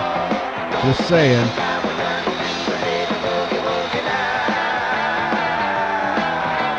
You see the number of people that are here? There's no way you're not hearing the crowd.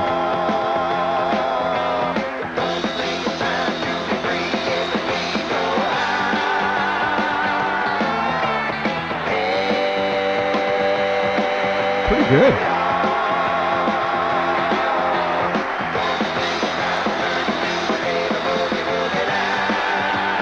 This would be awesome, copyright strike. Wow. That was one tight little shirt on him. Holy mackerel.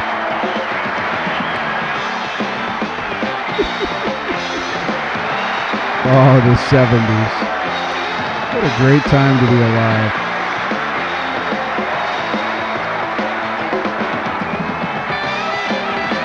Look at those heels. Ooh, yeah. Platform soles. Yeah, bell bottom.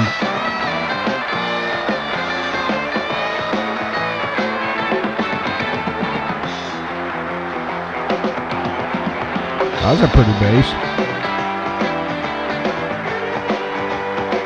235, really. Yeah, they sound good. Up. Little moonshine out the jug.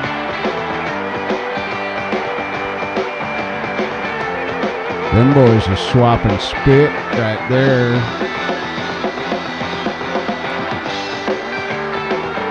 Wow, he's like, he has hair only in that one spot on his chest. Now, I ain't got no chest hair that you can see.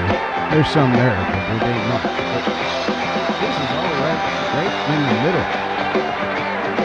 That's weird. But I wonder if he shaved it right there. Where's my chat now? I can't even see what you guys are saying.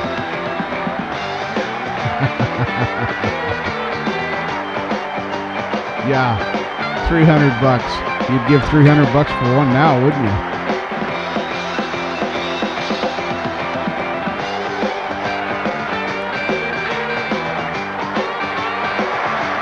Oh, little panty shot right there. You see a little peekaboo right there? No tramp stamp though, because it was 1974 and they hadn't invented those yet. All right, that's enough of that. That was fun. Hey, look, I'm live right there. It says so. Anyway, holy wow. All right, let's get this on. Now, that should be enough for my copyright strike. But then I was talking over it. We're having commentary, so I'll be able to argue that because that was for educational purposes. I'm sure you would all agree that we were educated by that. What am I clicking? Oh, I don't want to listen to my own live, Gary. You can click on it. It's because it's going to be icky. I'll have to mute it, and it's going to be out of time. Nah. You can click on it. Let's go back to the main of the use. See right there? Look, I'm the first one right there. Lou Reality is with that one stick. I'm saying that right? Anyway, going to have a premiere tomorrow at 4 p.m. So I'm going to set that reminder right now. And then I'm going to do this. This right here. There's that. I'm going to copy it. And then I come over here. Somebody stole my chat. And then we're going to do the pasting. So there's the link to Lou Reality's release tomorrow of Cold Chaos. And I hope I'm saying I'm not familiar with the collab artist Stat One Stick, and Lou Reality. Yeah. Anyway, that's tomorrow at 4 p.m. premiere. Check that out. Lou Reality is awesome. Serious beard envy. She has a yarn beard that puts mine to shame. Oh, for Christ's sake. Thanks for being smart, Gary. Statistic. I'm very literal. I feel really stupid right now. Statistic. Yeah, that would be statistic. Yep, indeed. I'm super literal. I'm not the guy. Don't tell me to go chop down the cherry tree as a joke, because I'm going to go chop down the cherry tree. I like the spelling now that my brain has engaged. Dominic Terragrossa. Right there. No, that's all right. We all get a laugh and point. That's what it. Only Dominic said he loves tomatoes, so he won't throw tomatoes. He won't waste them. He won't waste them. So just regular stuff. So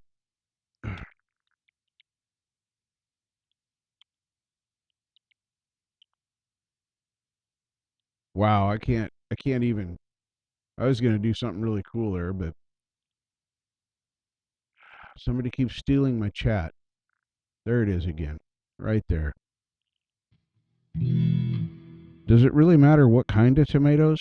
I eat them all.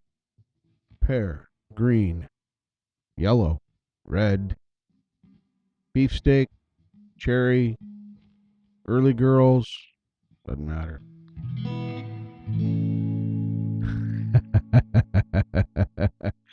Yes, Dominic, you definitely need to find things to throw at. Throw at me. Oh.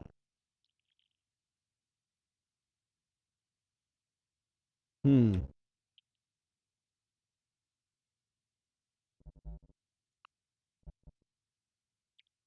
I just searched your channel earlier today. Why is it not coming up in the beginning of my searches? I don't understand. Yeah, I'm spelling it right.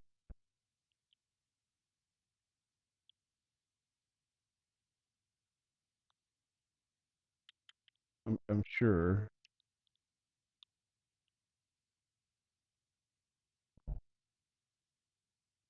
Wow. Your name is incredibly difficult.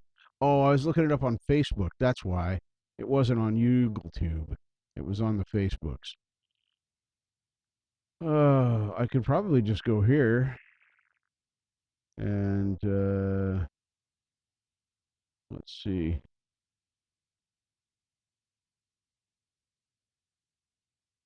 Wow, I'm subscribed to a lot of people. Look at all these people. Wow. That's a lot of subscriptions.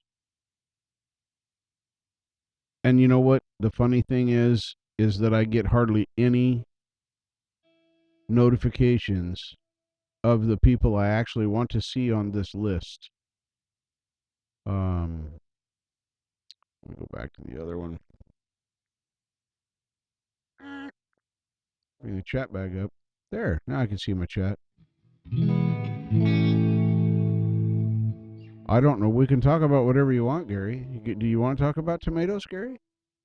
Dominic and I were talking about tomatoes earlier because he mentioned in a comment that I'm left-handed. I'm always logged into my left-hand account. The only things I do right-handed are play guitar. I am right-eye dominant, so I shoot right-handed. And, ooh, look at here. Uh-huh. Oh, yeah. All right. So we're going to close that and we go over here. It should be the top one. It is. Right there. Look at this. Now, I don't want to spoil all the fun. So, oh, man. Right there. Pasty. There's Metalhead Hippie's latest video right there. Go check it out. While he's gone to Lowe's and done some fun stuff.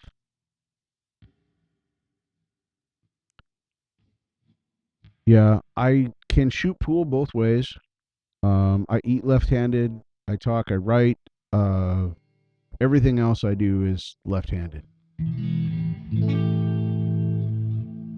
Doc, you're not supposed to look at that. You'll put your eye out.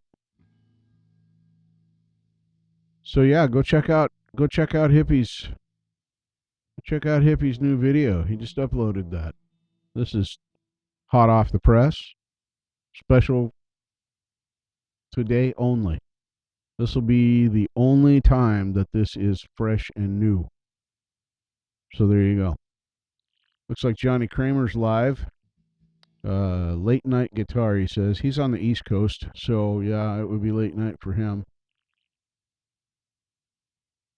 Crazy stuff. I'm going to close. I got a lot of windows open. Look at all that. We don't need to look at that no more.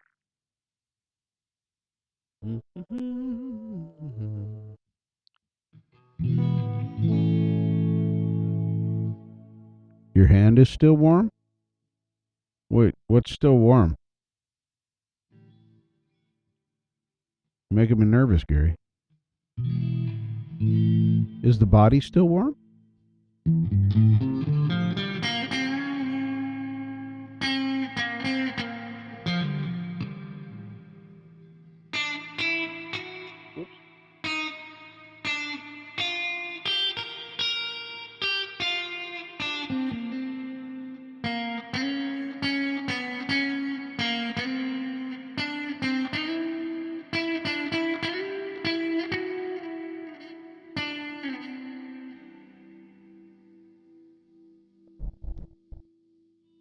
Yay! Preston fixed his adapter. Hooray! So now you have sound coming out both your.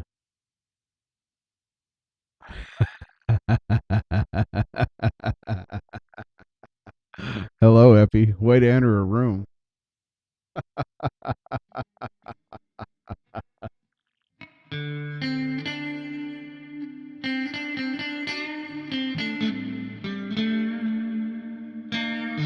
Ouch. Not really ouch, but.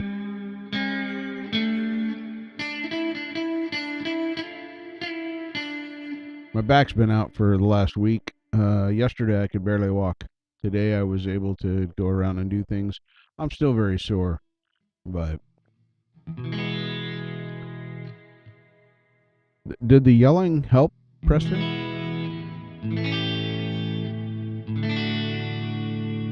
Oh, so yeah, let me see if I can make this work.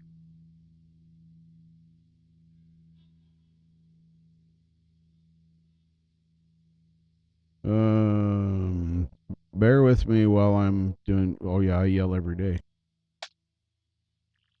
Feels good to yell. Cleanses me on deep, deep levels.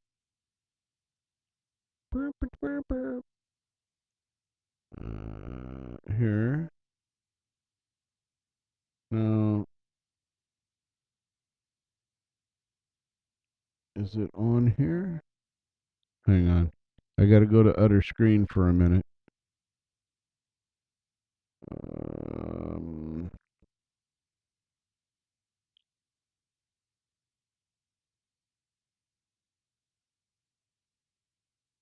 Yeah. Okay, cool. This is going to work. Yeah, I know it's a funky, funky deal. Hang on. Why is this the wrong? I want it the other way. Back camera. There. Oh, look, there's my footstool. And look, you get here. This will make you sad. I told you my cable management was shit because of how many times I have connected and reconnected and changed and added and taken away. Yeah, I wasn't kidding.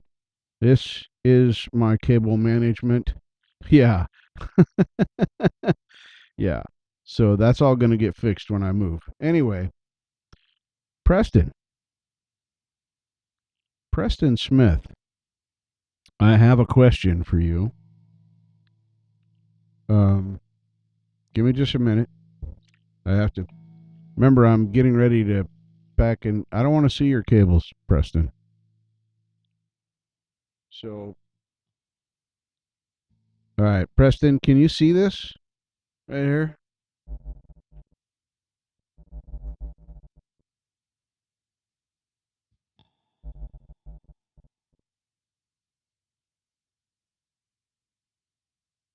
You do? Okay, cool. Now, hang on. We're gonna turn off this camera because I don't need it now.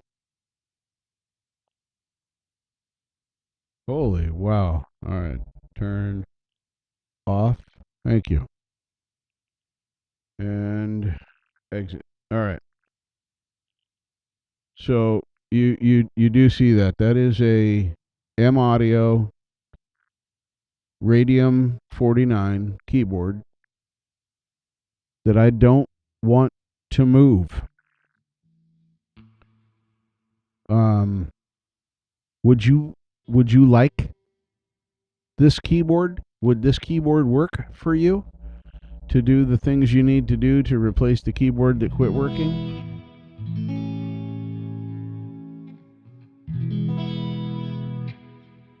Okay, I have your address. I was just going to randomly send it to you. And I thought maybe you'd think it was a bomb or something. Let me find a box and get it packed properly. And as Dominic, have a good night. Thank you for stopping by. And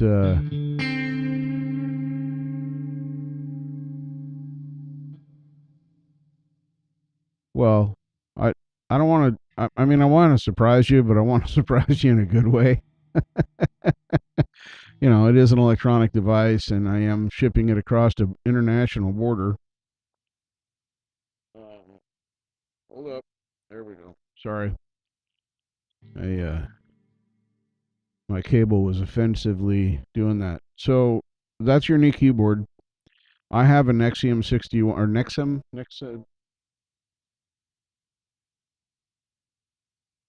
I don't know. I got a 61 key keyboard that I'm replacing it with. Next, why can't I remember the name of it? Hold on.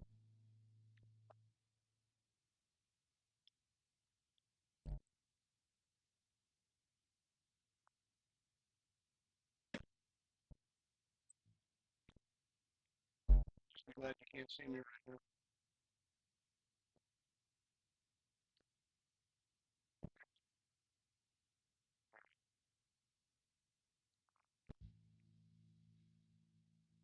Whee! All right.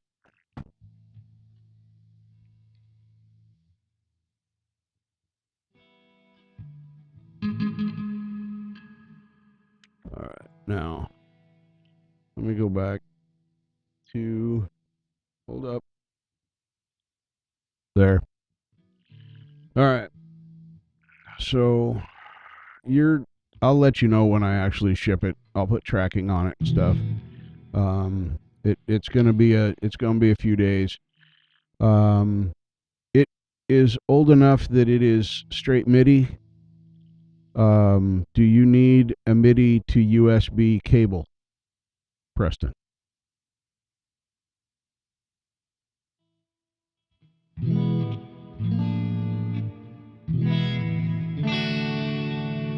Because it doesn't have USB MIDI. It has MIDI out, and then that needs to go to USB. I have that cable. If you need that cable, I will send the cable with it.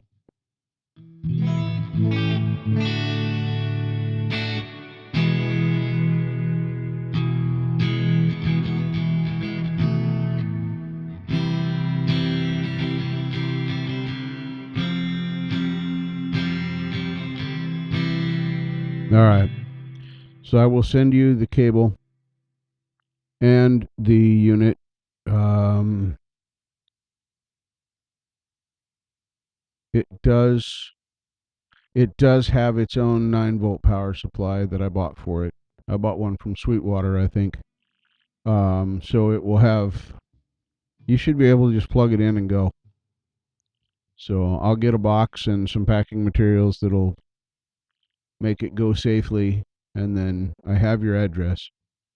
Pretty sure I still, yeah, it's on the package with the painting. I still have to get the, that's going to go up in the new house, or well, it's not a new house, it's a new apartment with a new room that I'll be in a few weeks. Hopefully I'll be moving the first week of May, and then I'll be gone for I probably won't be on much at all for that whole week at all.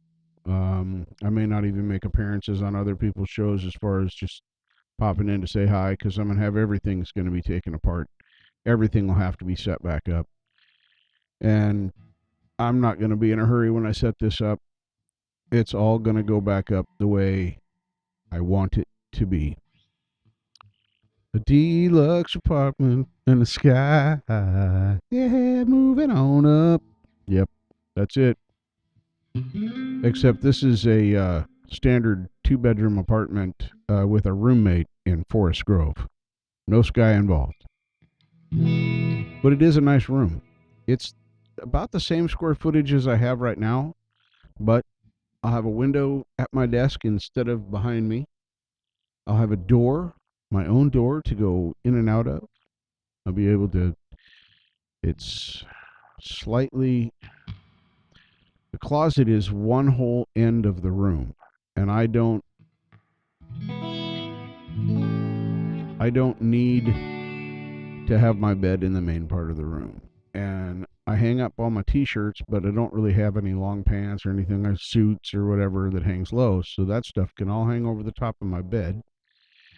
I shove my bed back to the closet, and that gives me extra floor space. And then I'll be able to have my desk coming out like it is here. Kind of the bed's going to be perpendicular to the way it is now. But it'll leave most of my actual room floor space open.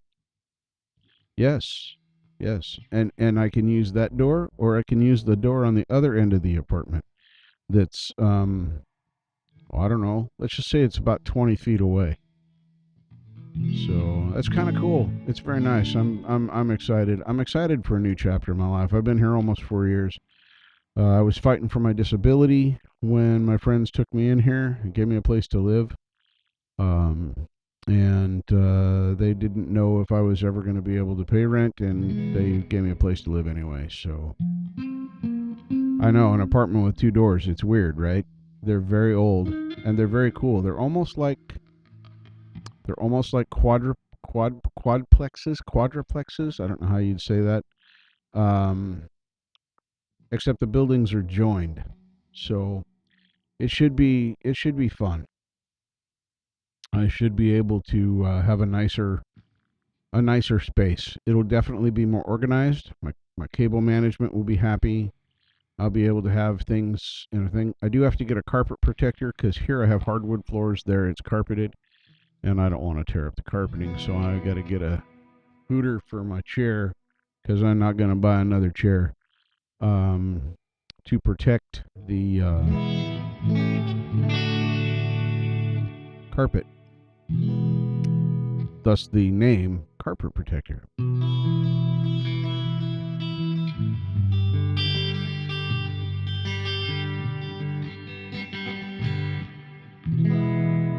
So yeah, everything about this MIDI works. There is absolutely nothing wrong with it. It's just too small for me. And I'd rather give it to you than sell it. This right here is using the Key Zone Classic MIDI plugin and the Yamaha Grand Piano.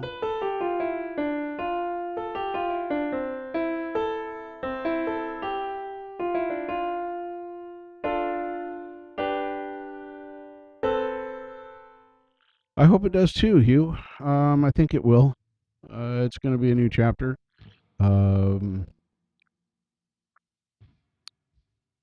I will feel almost like I'm moving out on my own again. Only I'm on my own here. I pay rent, I pay bills, I do all the same stuff. But here never felt exactly the same. So hopefully it's going to be a new and fun chapter in my life. The woman I'm rooming with, you will meet her eventually. There's no romance. It's not like that at all. We truly are just going to be roommates. That's all we plan for. But we do hang out together. We've gone to a few metal concerts. She does metal on a budget, which is something I'll be talking about in the future. Um, she finds these bands that are not quite widely known. Now, the music setup is going to be amazing compared to what I have here. It's really going to be much better. I'll have more room for my microphones. I'll have more room for me. I'll actually be able to stand up and play if I want. Be able to walk around without worrying about what my guitar is going to hit, which is typically what I do now. Um, every time I go to move, and I don't know if you guys saw me trying to get over to look at the Nectar board, but yeah, pretty fun. I'm very, very cramped here. Well, I am, I am 5'6", and my arms are shorter than my height, so I'm atypical. Most people, when they outstretch their arms, you measure fingertip to fingertip, it's the same as their vertical height. Mine is not. Mine is shorter. And I am touching both of my auxiliary screens right now. So yeah, I don't have no room here. I have almost knocked the screen over that's over there. I've almost knocked it over by punching it in the center of the viewing area with the end of Ruby's neck on the headstock. Very fun. Yes, wingspan deficiency. You are correct, sir. Except I have no.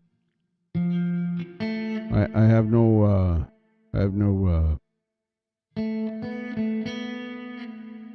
I have no personal issues with being wingspan deficient.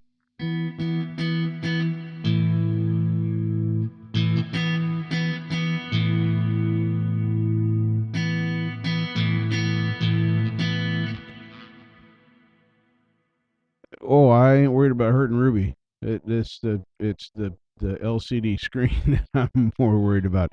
But I won't have that issue in the new one.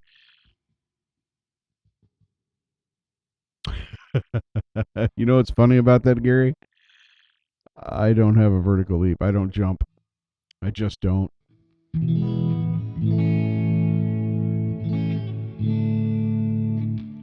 Well, there's nothing wrong with an old desk. Now, I bought a corner desk because I was trying to conserve space. You'll all see it when I set up the new one because I will definitely do some kind of a time lapse of me setting up the studio and the desk and the room so you kind of get an idea of what it's about. It'll give me some content to throw up. But yeah, I'm very excited about that part because even though it's not more square footage, the the the square footage that I'll be able to use is incredibly more. Well, hello, Lori. I'm so glad you could stop by and see me. I've been missing you. That's a Tom Waite joke.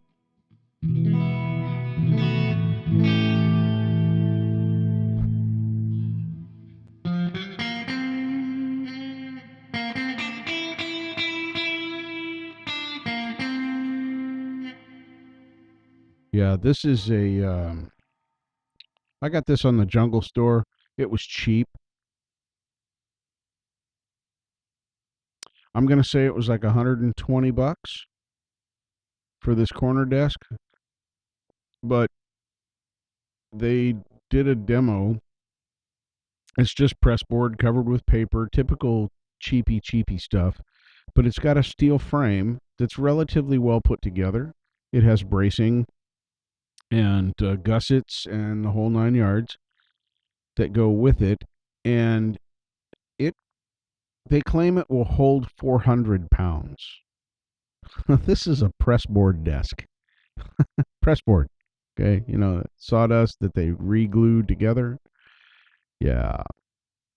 But it was relatively inexpensive. And then it was $120, and then Amazon warehouse had, um, I'm going to call it a scratch and dent. Um, I'm going to call it a scratch and dent. But all that was wrong, literally all that was wrong, was the corner of the box had gotten caught, like maybe on a forklift tip or something, and it tore it. There was no damage to anything, nor was anything missing from the kit. So I got it from the Amazon warehouse as scratched and dent, yeah, blemished. There isn't a blemish on it. There's lots of blemishes on it now because I use this thing every day. Um, but it had no blemishes, brand new, and it was $74 shipped to my door for free. So yeah, I got a smoking deal on this desk, and it's sturdy. It's pretty good.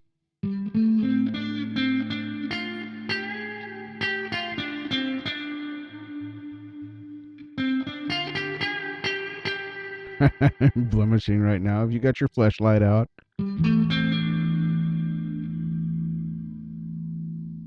So, when are we going to see the footage from the jazz band concert at the high school? With, of course, the underage children's faces all blotted out so that, nobody can see their identities to make it, safe for people to hear the jazz concert that happened there.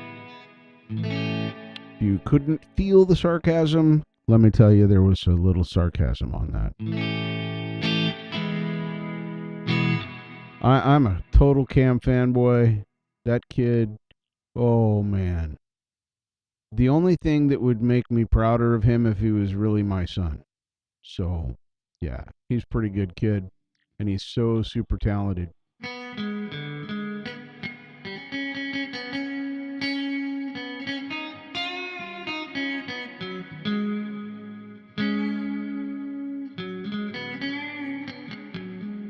Oh man, is the audio okay though, Lori? Just audio is okay. I mean, we all know what Cam looks like. Oh, Cam is a professional musician in training right now. He's already a professional musician. Um, he just doesn't have the paper, which he doesn't need. What he does in college is just going to make him better. Yeah, I'll take 10% of Cam's talent. That's all I need.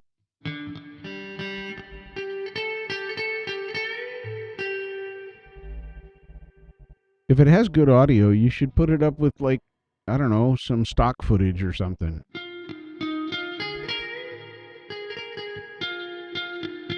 Where is he going, Lori? I forgot. You made the announcement, and now I forgot.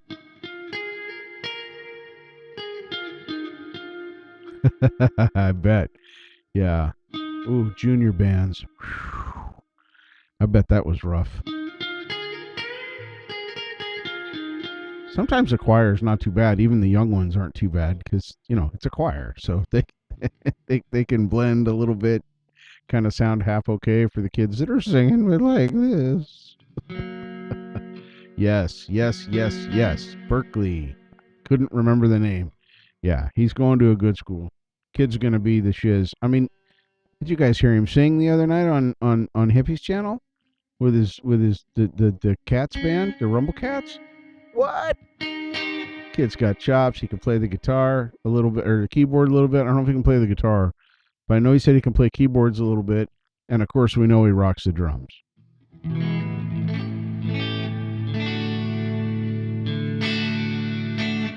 Ouch.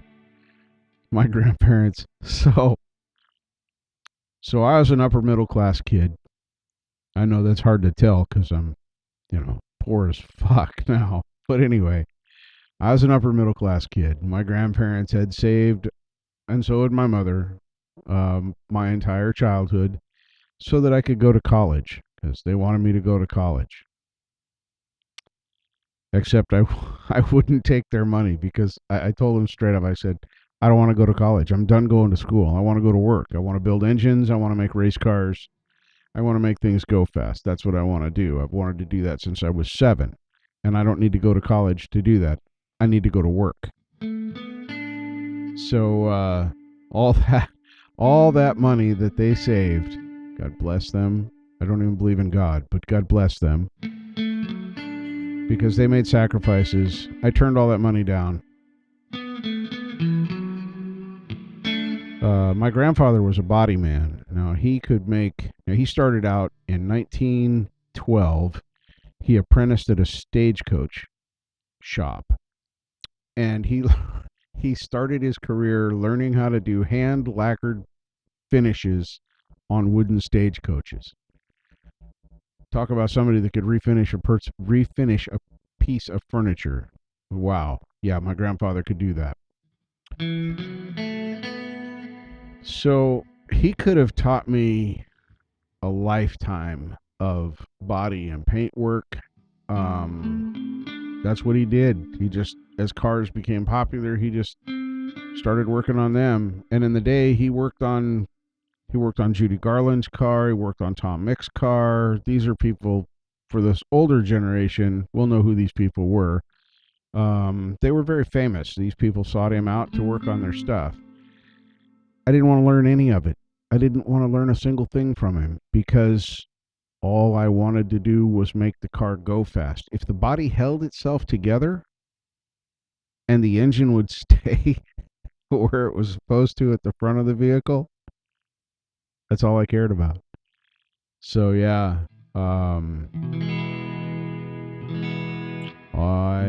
I did make cars go fast. I built engines for about 7 or 8 years. Started out in the get ready shop, doing all the grunt work, and worked my way up. I learned how to cut flywheels and then do step flywheels, and then of course drums and rotors, and I learned how to use the tools, and I did all the prep for Dave, who was the actual machinist.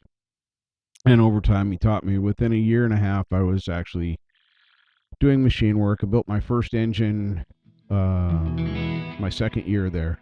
From start to finish, I did the whole thing. Well, yeah, that's probably true, but I wasn't listening to music in either one of those years.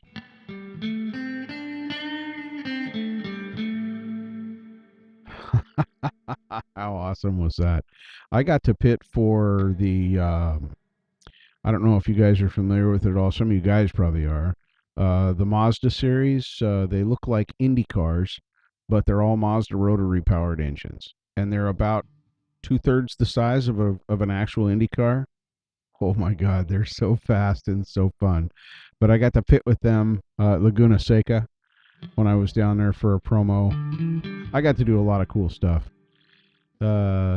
Sadly, in '91, had a little V6 bear block. I took it out of the cleanup room, and I was carrying it across the shop floor. It was a bolt or something.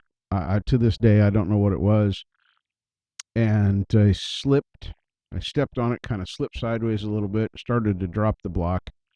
And instead of dropping it, I held on to it, and I blew out 2 discs in my lower back.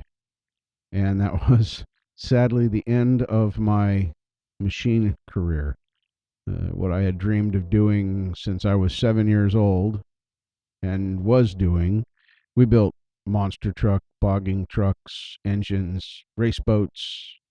We built the go fast stuff. Anyway, that was 1991, and I didn't know what to do, so I had to do something that was related to automotive. That's what I knew. So I went into automotive parts, and I spent the rest of my career helping people fix their stuff.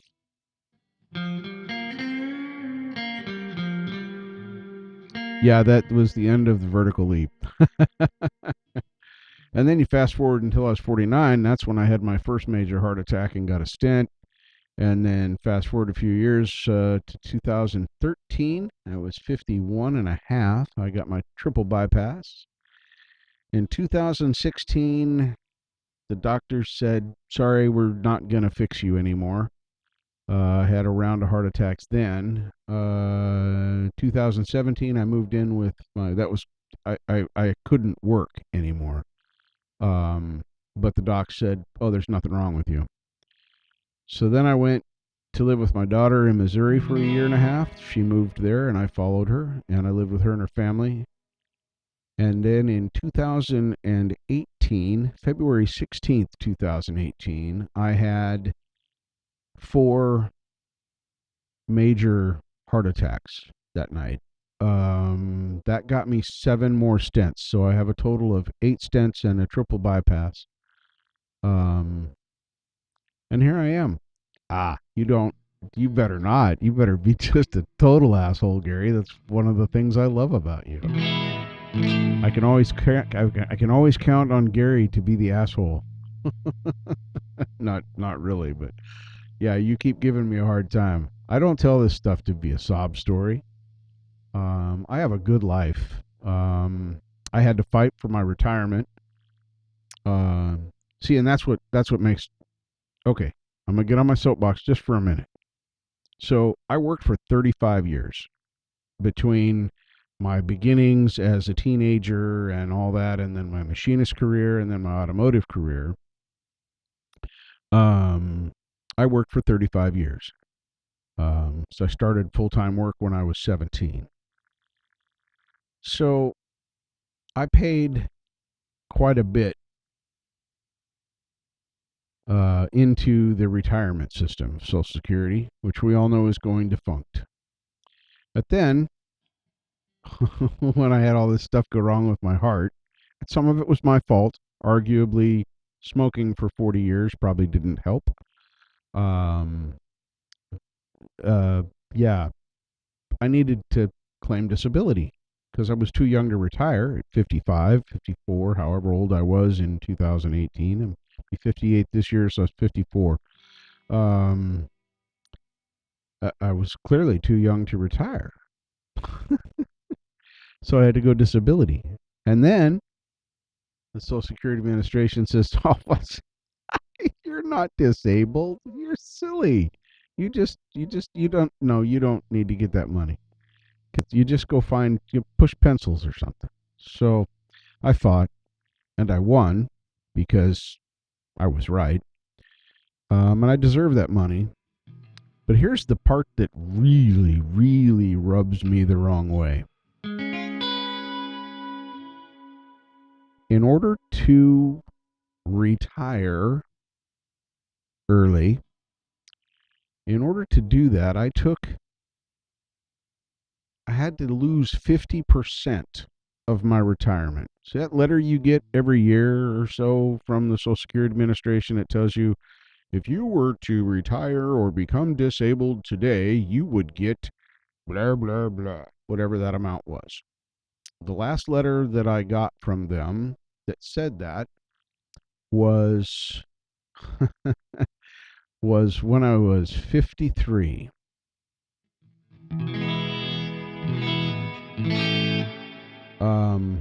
And it said that if I retire or became disabled today, I would get $2,400 a month. It ain't. I made more money than that, but that sounded all right. I could probably retire on that and be okay. No, I took a $900 cut on my own money because I'm disabled and had to claim my money before I was 63 or 62, whatever it was. I'm the last year that can do it at 62 or whatever the original was. Everybody else now is at 67. Yeah, scary stuff. And it makes me mad because I can never afford to live independently again. I'm not crying in my beer here. It just makes me mad. I should be able to.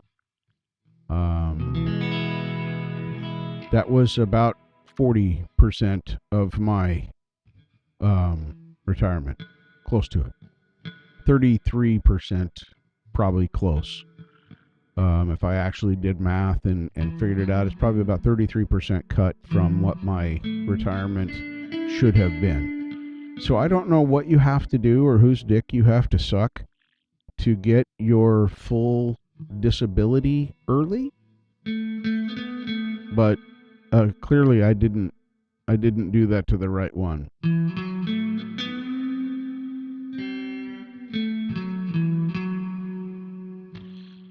Yeah, yeah. Without friends and people to help me out, I would be too. Like Chuck and Angela here. Um, yeah, they were lifesavers. My daughter decided that she was going to cut bait. Her and her husband and their family. She's going to cut bait, run, kind of go back home. She would come back to Oregon. I found out about that 2 weeks before they were leaving. And so I called Angela. She's been a friend of mine. We used to date many long times ago, 20-ish years. I called her and said, "Hey, do you know anybody that's got a room that I can stay in for just a short amount of time while I figure this out? Because I got to move back from Missouri." And she said, "Yeah, you're going to move in here." And they had a room. This room that I'm in right now was full of their Halloween and Christmas stuff, and they moved all that out and have inconvenienced themselves for the last 4 years with it all stored now in their bedroom. And they'll be able to store it back in this room now, and I'm kind of glad about that.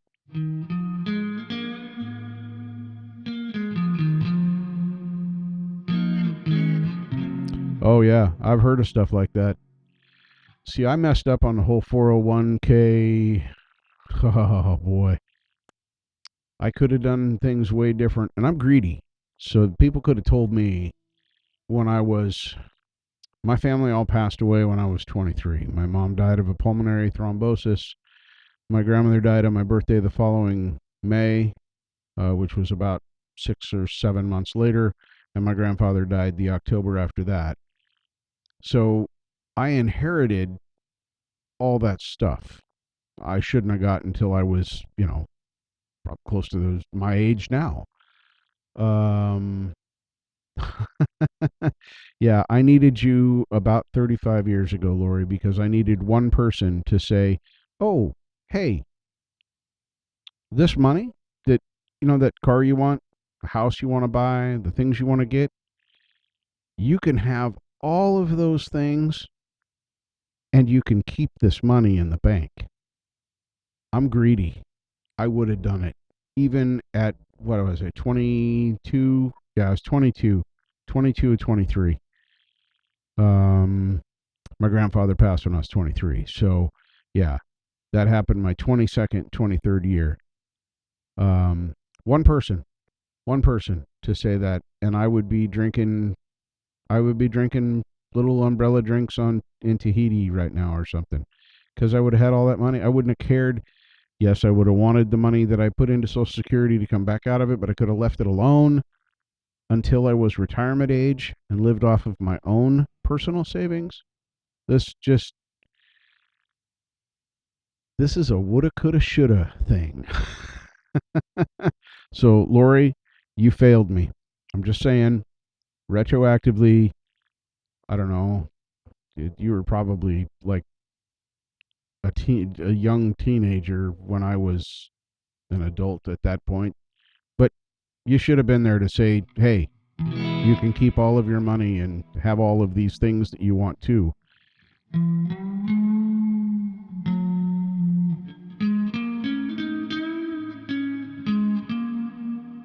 Am I taking calls tonight?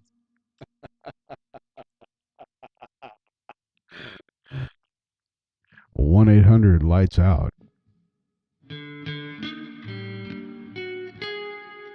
There are some good things about getting old. Um, I happen to be around a pretty good bunch of young people in the area that I'm in right here. They're not too spoiled and stupid. Um, we get along pretty good. They actually come to me for advice and they learn things from me. People talk to me about car stuff all the time, engine building. I can't do the work anymore, but it's all still up here. I still know how to do it all. Um, so I can help with that.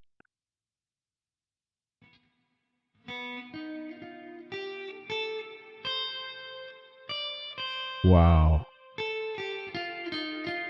I don't know why you didn't go postal, Doc. Yeah. Yeah, because that's a pittance compared.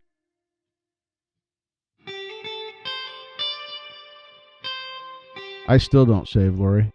I am currently working on creating a savings account, very small. I have a little over $100 in it right now. Um, and next month I'm going to put another 200 into it. Bear with me for just a minute. I'm going to go through my little mental process here. So I put 100 in it. The next month I'm going to put 200 in it. And a month after that I'm going to put 300 in it. And then I'm going to go back to 100. This will take some of the pressure off of the ever increasing amount to go into savings, but it doesn't cut into my living expenses. So I can have that nest egg put away.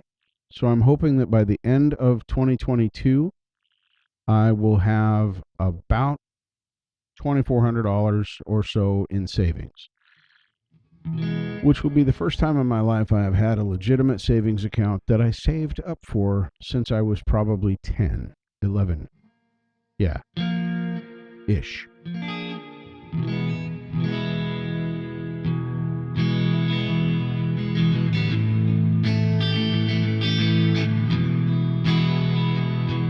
One of my favorite things about getting old, I just need to put this out there. One of my favorite things about getting old, or getting older, because I'm not technically old yet. My body's probably 70, but be that as it may, is the fact that I get to I get to know more stuff.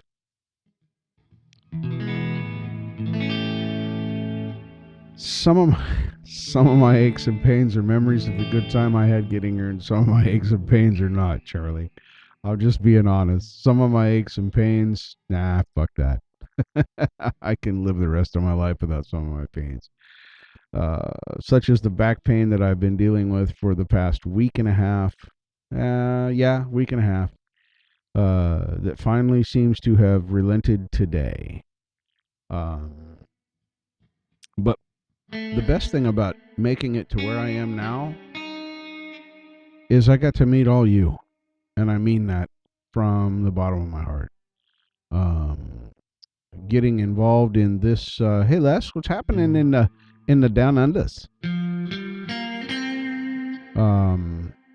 I have had some of the best times of my life in the 6-7 months since I got involved in this community. So I discovered Metalhead Hippie, Jeff over there. Because here's how my circumventuous route. I was thinking about this the other day. So I was in Metalhead Hippie show. It popped up on my feed as a suggestion. I went, huh, oh cool. I like this guy's name. Says he listens to metal. Let's hear this. So I click on it and I listened to it, and it was awesome. I heard some great music, and of course, Jeff's hilarious and does the show like he does it. In the show that night was Dave Levine. And I found out that Dave Levine did Dave's Guitar Talk. So I went over. I had just bought the Gibsophone. And at this point in my guitar career, I still thought that a Les Paul anything was a Gibson. Didn't matter if it said Epiphone or whatever on it. Mine says Epiphone clearly on it. So I go into Dave's channel on one of his guitar talks, and I start asking questions about my guitar. Gave the serial number, and everybody's trying to find it on the Gibson stuff, and nobody could find it. Enter Mark Tanner, who was also in Dave Levine's guitar chat that night. And he said, "Are you sure it's a Gibson?" I said, "I don't know." He said, "Could it be an Epiphone?" I said, "Well, it says Epiphone on it." So I suppose it is. So so he looked it up and found out that it's a 2012 Les Paul Standard made in Indonesia. It's actually a nice guitar. I only gave $200 for it.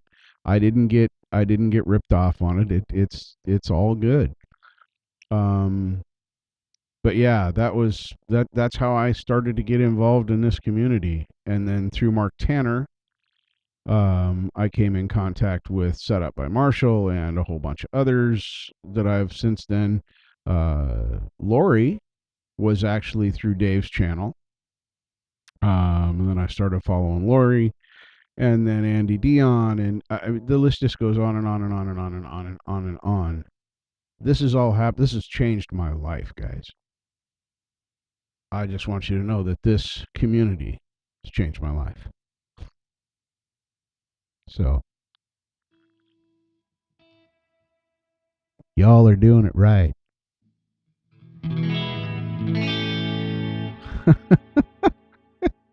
Lori, you are a ton more fun than Dave is, but Dave teaches me a lot more about guitar. But you're right. You are way more fun than Dave. Dave is funny sometimes.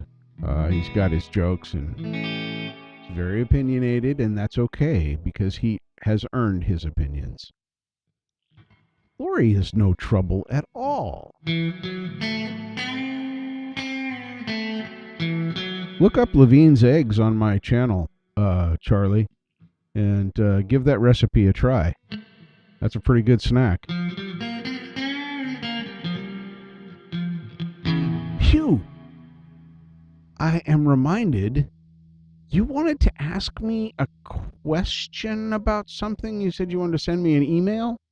Do you still need my email address? I have not seen an email from you yet, sir. And I dearly want to answer your question. And that beer better be a Guinness, by the way.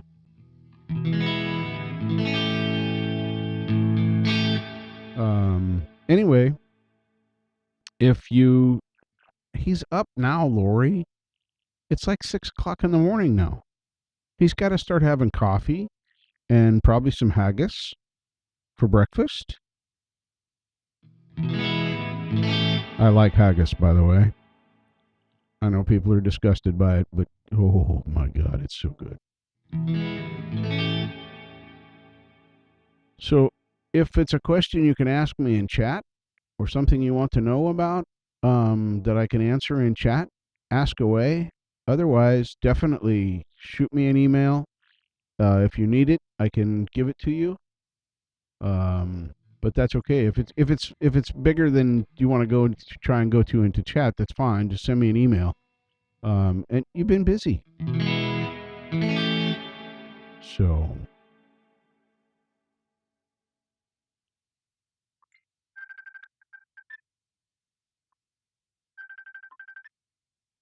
hold on.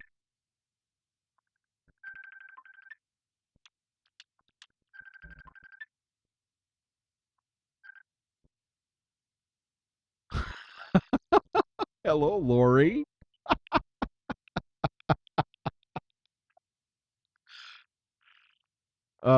You should have a screen and screen.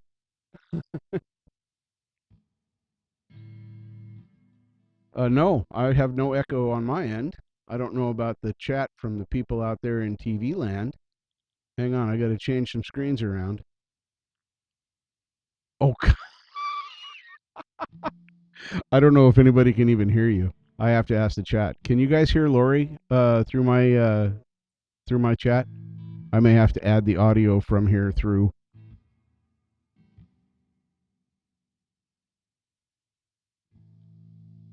It's okay. Hugh's going to email me.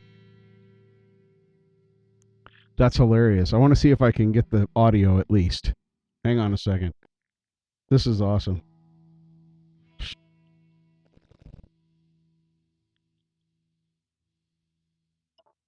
Sound. If I go to here and I add, come on. Yeah, media source. New.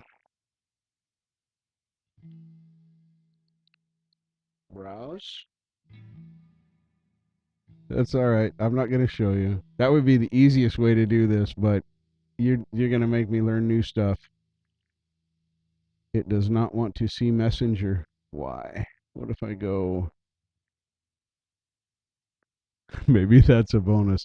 I can hear Lori fantastically. You guys all want to hear Lori, trust me. She won't let me show you. I tried to. Let's see. Okay. Oh, you look fine. I'm not even looking at you, and I can say that. Let's see. I try to browse for Messenger. Yeah, it's not coming up like my other ones did. Dang it. Why is that? I should be. I could.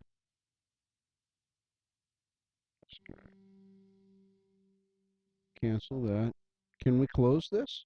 Yes, yes, we can close that. So let me see here. This might create an echo.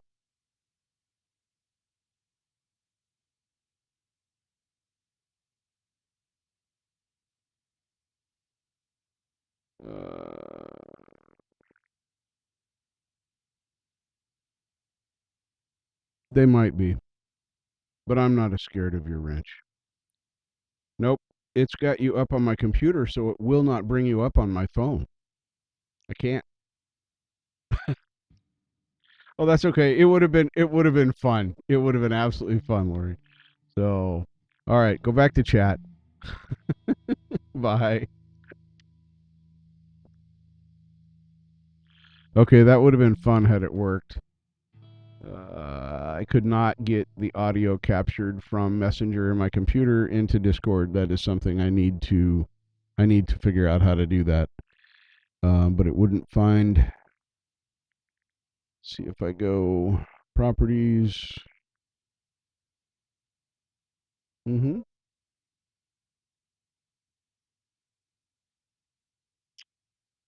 Yeah, see, it doesn't even bring up Messenger. That's weird. It should. It should have done it.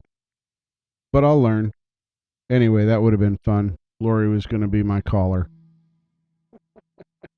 That would have been absolutely hilarious. I would have loved that for sure. I liked the phone call anyway. The video chat was fun. I don't get many video chats.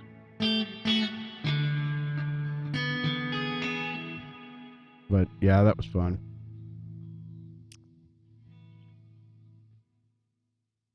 She's a lady. That's what she is, Doc. She's a lady. Yeah, we'll figure that out.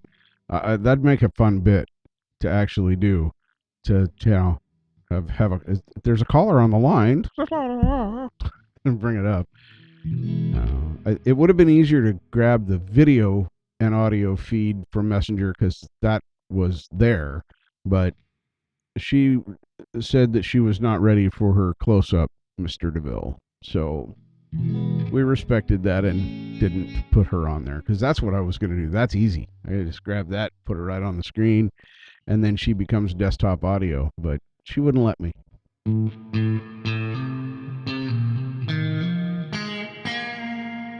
Yeah, that was kind of a disaster. There was too much delay. Now, in that conversation for me, there was zero delay there in the messenger. And I didn't have any echo. Had it picked it up on the phone and I tried to put that into the mic, then we might have had an echo. Might have had an echo problem there. But everything's pretty isolated here, and I can also adjust volume independently from the computer to my cans to the microphone. All that is completely separate now the way this is set up.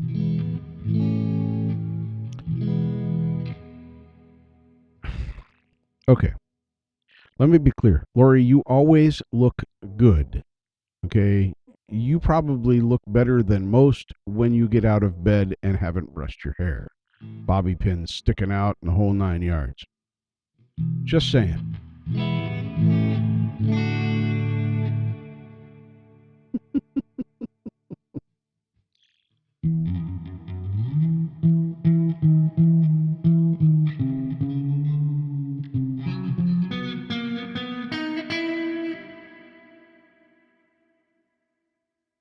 getting close to 1 o'clock in the morning there, aren't you, Lori?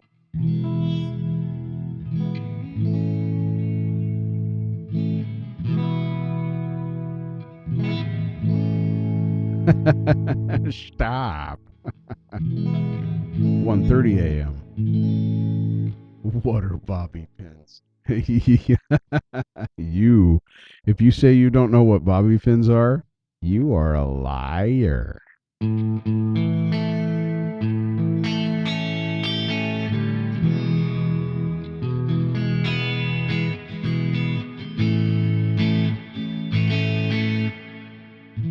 My mother had so many bobby pins. Every night, except on weekends when she wasn't going out. Those are pins named Bobby, right? Every night, my mother sat watching TV, putting her hair in pin curls with bobby pins. Like, I don't know, let's just be generous and conservative at the same time and say 40 of them or so.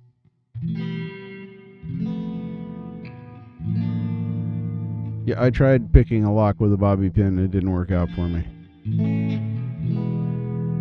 Robert pins?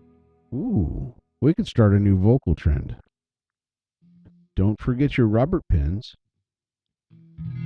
The pins of Robert sounds a little pompous. Too much of ourselves in there. But yes, my mother had so many bobby pins.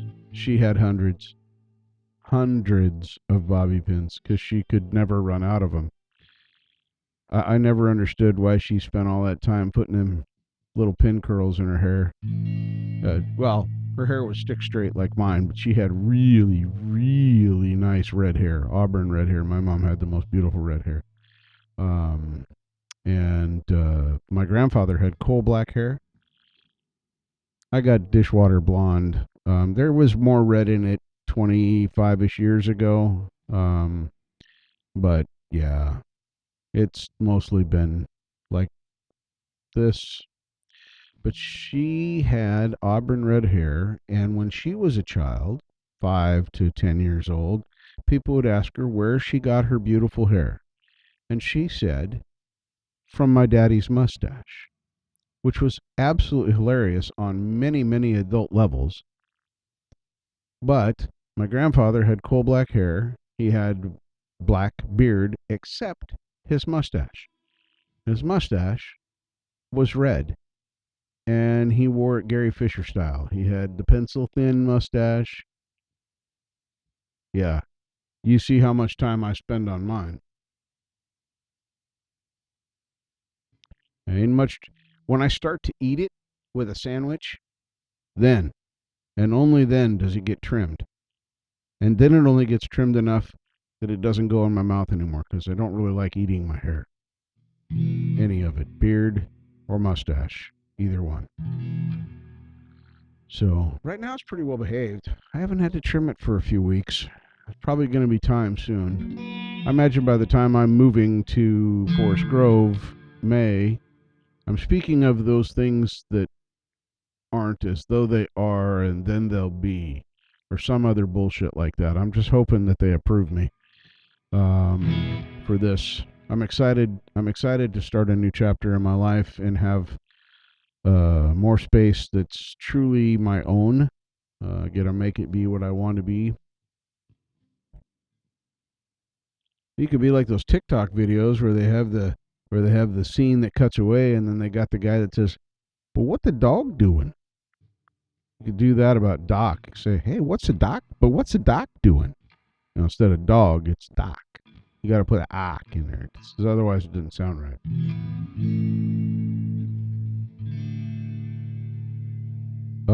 No, Charlie. Yeah, the whole point of the hair on my face is that I brush it once or twice a day, whether it needs it or not. Uh, I did make Lori happy though. I did, and how I did that was buying shampoo. I bought I bought a bottle of shampoo. So now I have body soap to wash my body with and shampoo to wash my hair with. I don't really understand the point, but I have two bottles of stuff now. And my hair looks exactly the same as it did when I did it with the S side, but well, it's suave, coconut something another. Because I really like the smell of coconut. Um, yeah, it's suave. So yeah, it's real shampoo, and it has conditioners in it. I think there's some emollients in there so that you know it makes my ears lay down flatter or something. I don't know. Lori, you weren't happy when I was washing my hair with my body wash, and now you're not happy that I wash my hair with shampoo. How do I make Lori happy?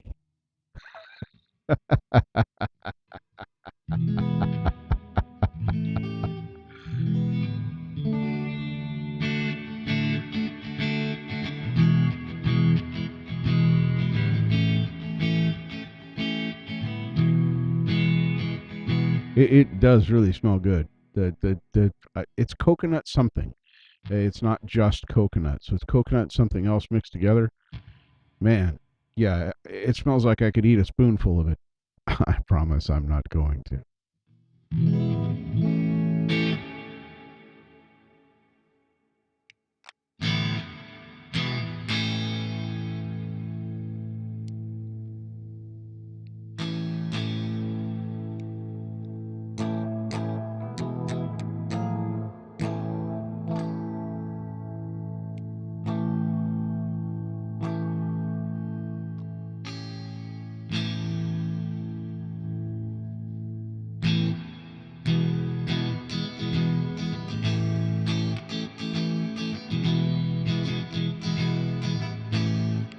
I have hair, just it's just not very thick. It's a little stringy and wispy. It's very, very fine. For a good portion of my adult life, I wore my hair in a flat top, which my hair is a really, really good natural flat top. It stands up on its own. I don't need to use product on it, but it's very, very soft, even when it's short. Let's say number two on the top. I'd usually get a one or a two on the top, zero on the sides because it was just easier and it lasted longer. Um, when I was really feeling spry, I did a zero and a one. But even at a zero and a one, I would have a little bit of a bald-ish looking spot because of the crown of my head. But even the hair that was super short there was soft. So, yeah. Yep, he come grooving up slowly.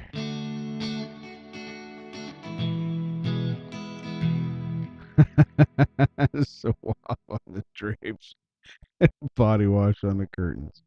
I like that, Lori. Have a great night. Thanks for coming in. Thanks for trying to have that awesome fun with me. That would have been a great bit, and I'm going to figure out how to make that work. We'll have to do that sometime when I've just got my live running on a private thing, and then we can fiddle around with it and get it to work, find out if it's got echoes and such. So,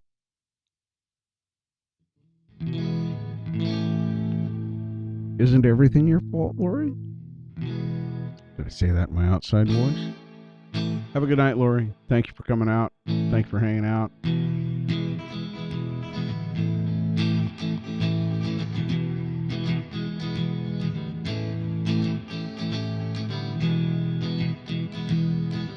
Yeah, I know how to do a private live now, so I didn't when we talked about that many moons ago, 6 months ago. Yeah, flowers to you too. Throw up them posies. Good night, Lori. Rest well. Wait, stay smooth. I got to get my lawnmower endorsement. I got to get that. I got to get the lawnmower. Yeah, I think that's hilarious. They want to show lawnmower commercials on my channel. That'd be absolutely hilarious. Uh, clearly, clearly there's no lawnmower, and I know it's supposed to be an intimate shaver for guys. Um, yeah, I don't shave that. Mm-mm. I did that one time at a request. Whew. Shaving wasn't bad. Shaving was not bad. But the growing back part, when that stuff starts coming back in down in the down unders, uh-uh. Oh, hell no. That will never happen again. The universe means for that to be there, and so it's going to stay. No shaving for me. I'm not going to get a lawnmower. But yeah, I see the advertisements on other people's channels, and it cracks me up. Yeah, grooming is fine. Absolutely. I get zero problems with the grooming. Yeah, I don't have anything really to speak of in the way of back hair. There might be a few stray follicles back there, but I barely have any chest hair. So I got a decent beard and some okay hair on my head, and that's enough. See, even my arms aren't really hairy. You can see there's a little bit, but that's the redhead that did that. I got freckles instead of follicles. Ooh, that was the wrong one. That sounds better. This one sounds terrible. That one sounds pretty good.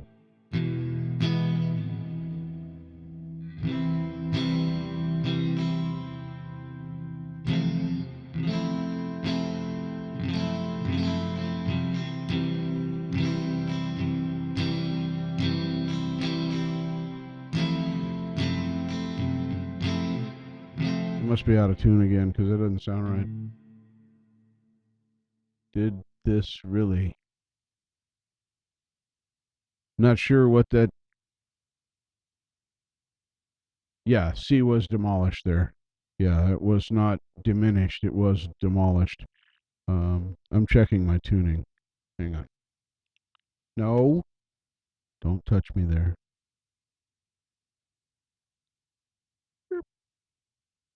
Oh, look, an amplifier.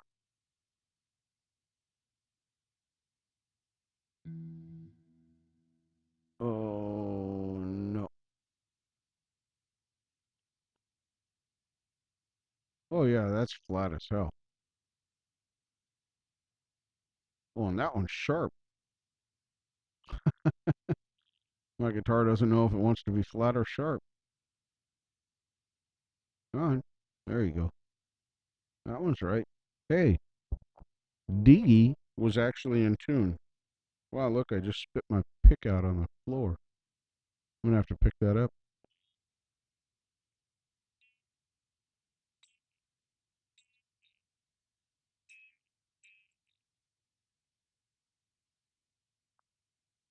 Flat as hell. All right, let's see if this sounds gooder now.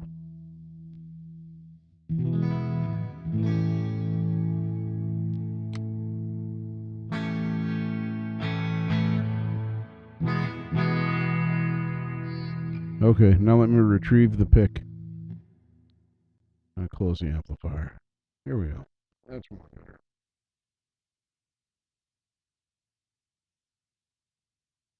I didn't say pick it up. I said retrieve my pick. Ha ha ha ha. I said I gotta pick that up. I did. You're right. Somebody has stolen my pick. I watched it fall to the floor as I dropped it, and now it's gone. I'm gonna back up. Nope, didn't go under my chair. Let's check under the wow pedal. That's this one. No pick under there. Let's look under the trim pedal. That's that pedal.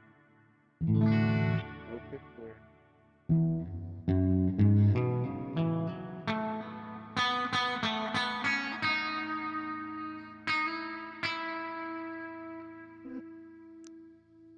Now you understand why I say people steal my picks.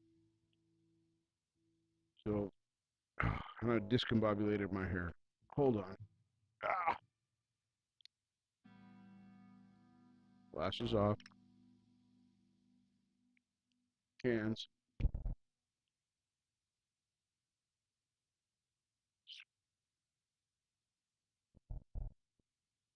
All right. Cans are back on. Oh, that's much more refreshing. Let's see, which pick should we use now? Let's use the Tim Roberts pick.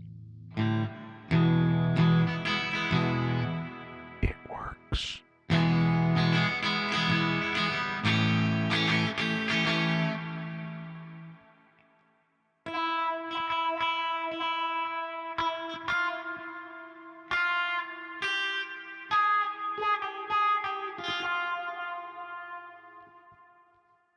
Yeah, Charlie, you won't be sorry. Substitute your favorite ingredients in there. The method's exactly the same regardless of what ingredients you're using.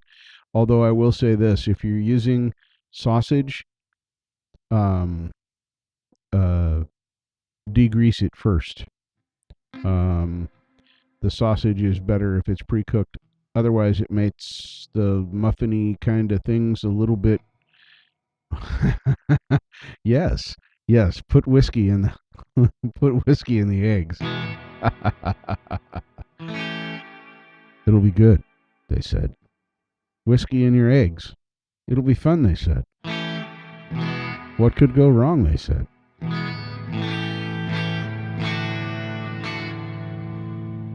All right. I am going to try something new. I go here.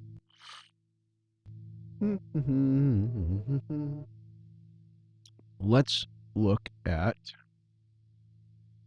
Oh, eggs and sausage, way good, but when they're mixed the way these eggs are mixed, you've seen Dave's eggs, haven't you, dog? I could have swore you were hanging around during that time when he was showing that recipe and he threw out the challenge, but maybe not. So, whoa, no, there we are. Okay, so we don't like that. I gotta go over here. We'll go to this screen. There we are. Okay, so I'm going to look at here. We'll look at some of Forrester Savell. I have no idea who these people are. Let's hear some of their custom signature amplifier setting sounds. So Forrester Savell has about 10 or 15 in here.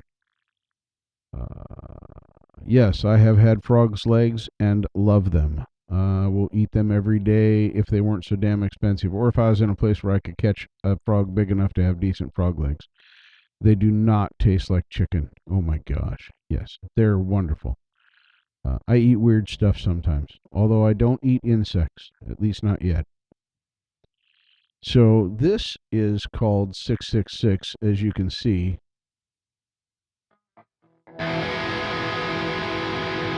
Whoa.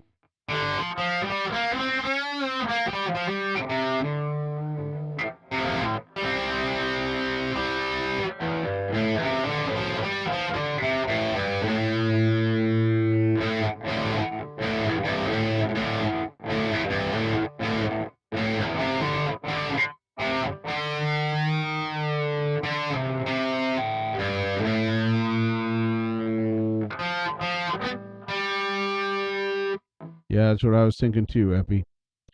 We're not changing any of the sets. Yes, that would be good for Chugs, but now let's look at the next one. We go down here to the Forrester Savell. His next one is called Churgas. All right.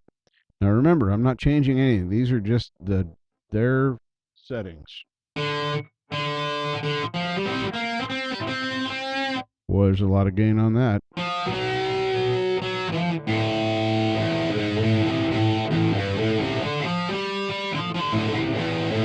Ow.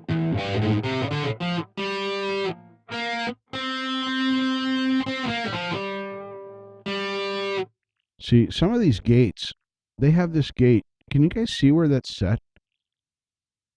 Look where that's set. It's almost at 50. It's almost at 50%.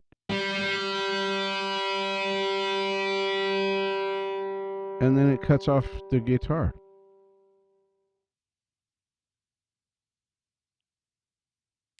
So let's see what happens when I turn the gate off. Just for grins. Just for grins.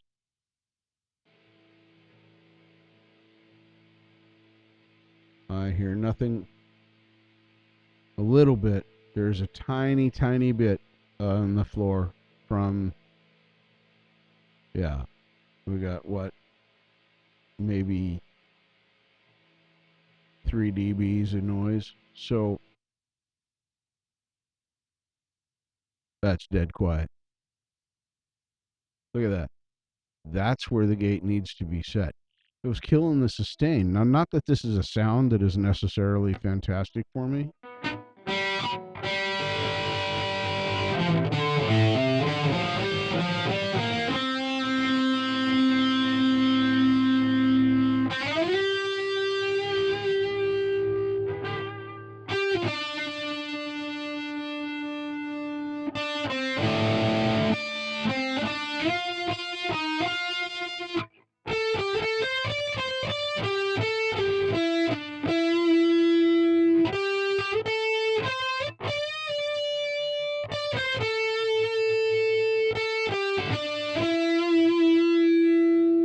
Well, at least I have the sustain back.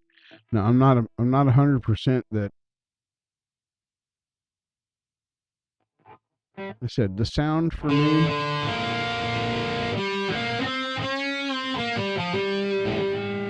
Hang on a second. There is a message here that I have to answer.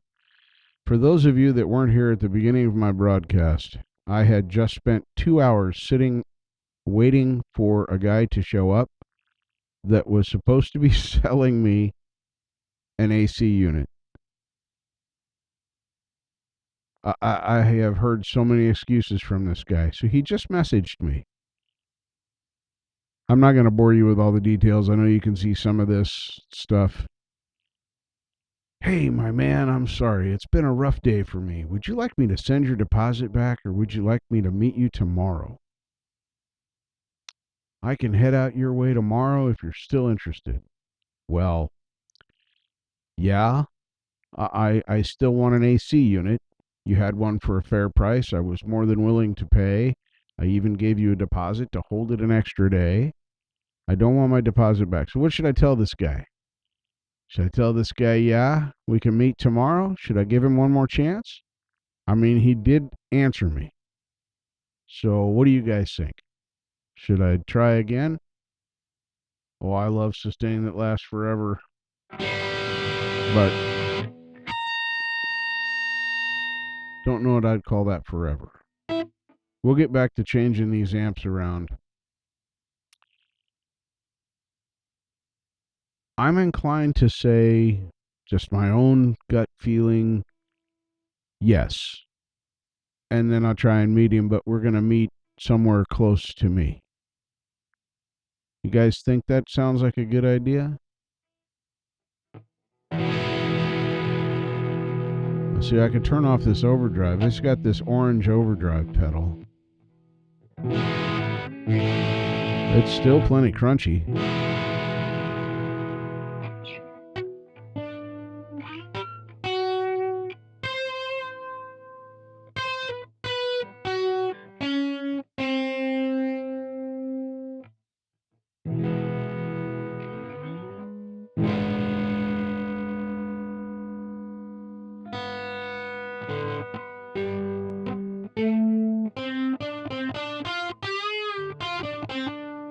Yeah, I'm not worried about that part. I can handle myself all right. I'm like a fucking spider monkey. It ain't no rules. If you piss me off and we're gonna stand toe to toe, it ain't gonna go down good. All right. So I'm gonna tell this guy, right? So I'm gonna tell him, yeah, we can meet tomorrow. So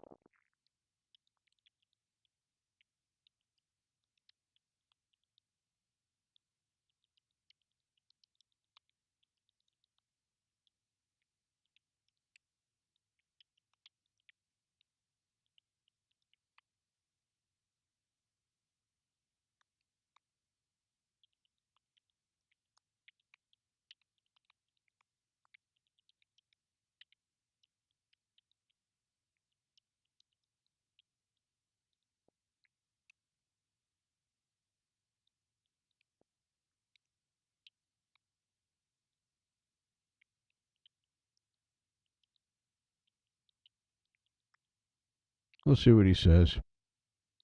If he even answers. I don't know. He keeps talking to me. Make it more tube-y. Well, I'm not in what I okay. What I kind of wanted to do was just go through these as they are. So we tried the 666 and the Churgas and didn't play those. The clean chords you've heard, basically, yeah, more mid probably would have helped that. We can try that. That sounds like something we can try. So let's look at the amp head and see where things are set. Come on. Yeah, the mids are pretty low. I don't even know how well you guys can see that. They're at about 1030-ish.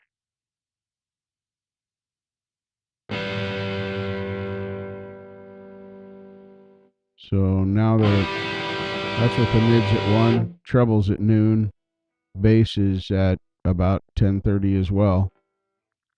Master is at noon, level is at 10:30, 10:20, and gain is at 11:30. See, what I typically will do is I'll add treble, I'll pull mids out, lower the master, and bring up the levels.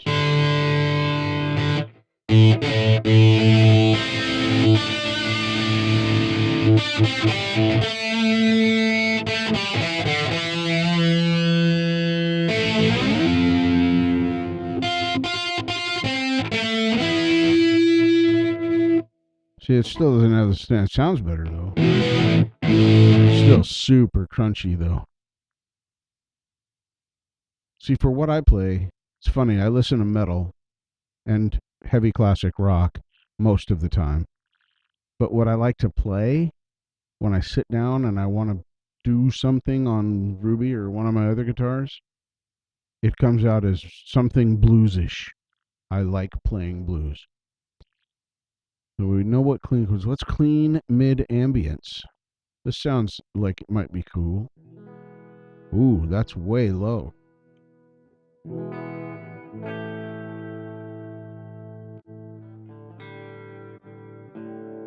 Once again, that gate's pretty high.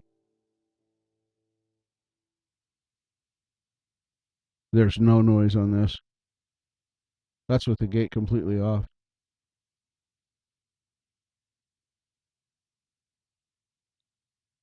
I can't hear anything in there. Hang on a second. This is going to be loud when I move my mic.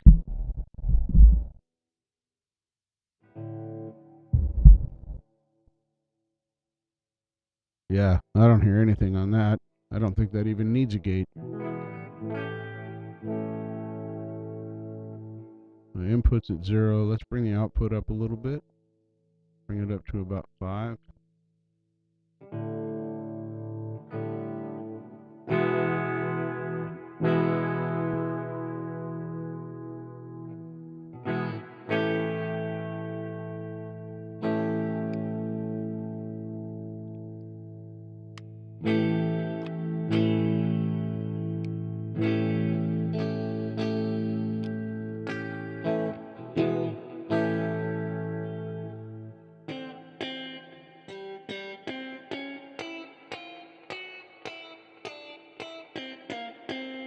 That pop's pretty good. I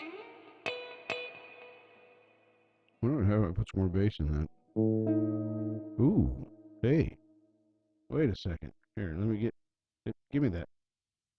It's my pick. Well, that's got kind of a far away-ish, almost like a poorly tuned radio station sound.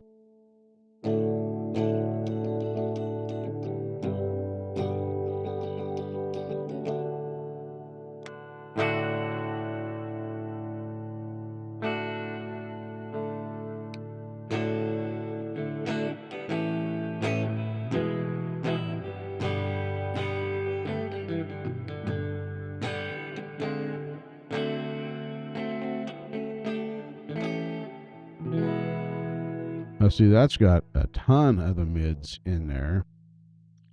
Master's about where I keep it. Treble's really low. I could probably make that brighter. Well, the bright's off too. This is bright off. Bright on. That doesn't make a very big difference on this particular amp. Very, very subtle. But let's bring the treble up and scoop the mids out.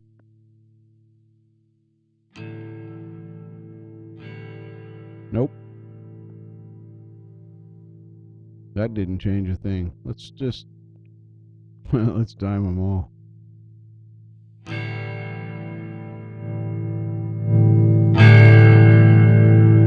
That got loud.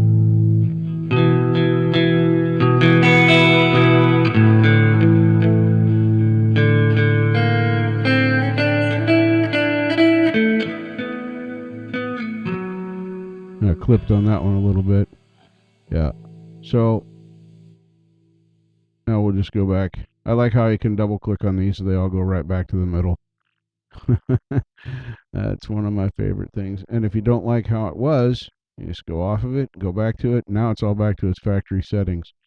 Hello, Marcus Cannell. Welcome. Welcome, welcome, welcome. Glad you could join me in my lame live. We're just playing around with archetype Nolly amplifiers. This has been clean mid ambience here. That one's got some potential. I think I could probably tweak that into something that I would like quite a bit. Let's go look at, well, here's one. Epi should like this. Crisp. It's called Crisp. Let's see if the gate needs to be on. Look where that gate's at.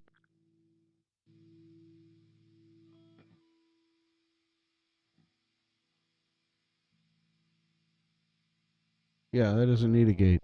I don't understand why there's gates on some of these, because they don't need it. So this is right out of the box, other than turning the gate off. Boy, that is crispy. That must have the green overdrive on. Nope, it's got the orange overdrive on. Compressor's up there, midway. They using a reverb? No reverb, no delay.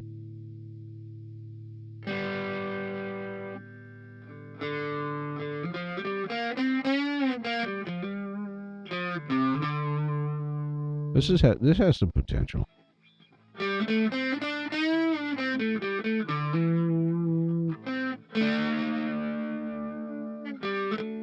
Let's try this with that backing track I was messing with earlier. Hang on a sec. This is Sebastian Zanino. We had a link to his doohickey earlier.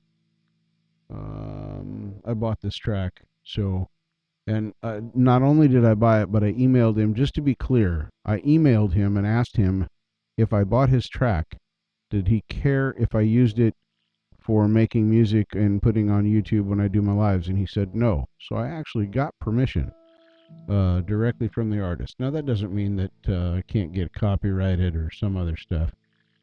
Anyway, okay, so I unmuted that. Let's see what this does. Or I could just crash my guitar head into the computer and see what happens. That might make some good sounds. Stop. That one. Go back to the beginning. I had two tracks playing at the same time there, sorry. Way gooder.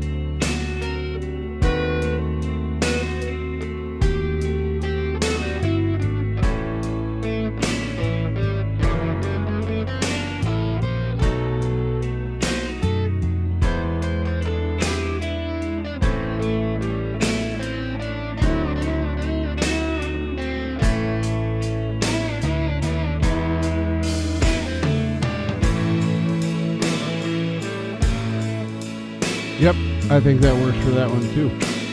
Sorry, I got lost there for a minute. Yeah, I do strange stuff.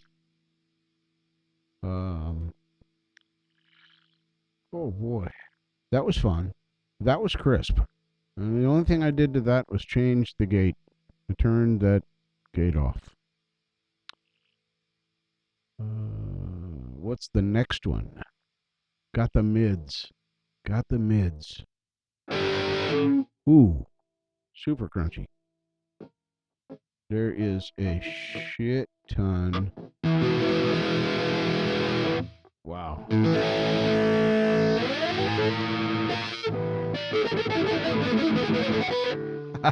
This is the tapping setting.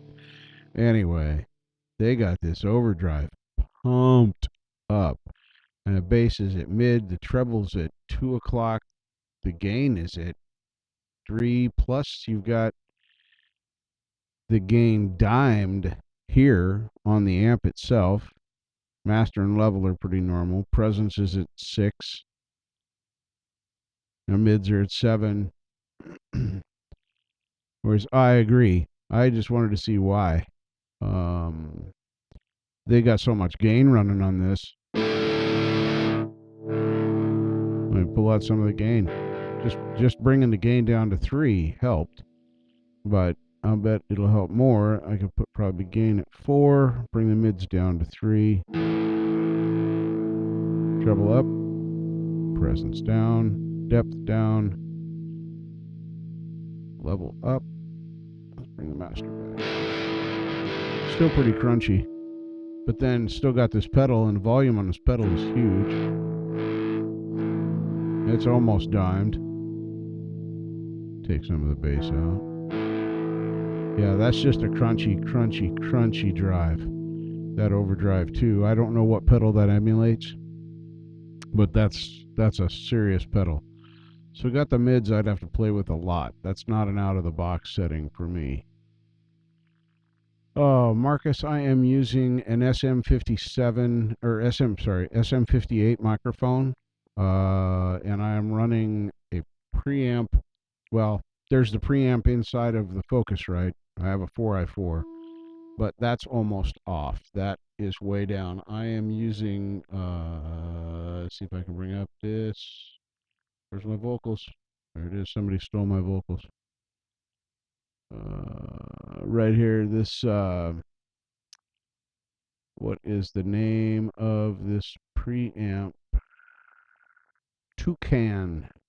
Tukan preamp is what I use for this. But the microphone is just an SM58, nothing spectacular. I have this incredibly expensive and wonderful sounding Rode NT1A. Let's see, is this still on the right one? No. There. That one right there. I can't use this microphone. I might be able to in my new space when I get moved in May, but here I can't use this. It's too sensitive.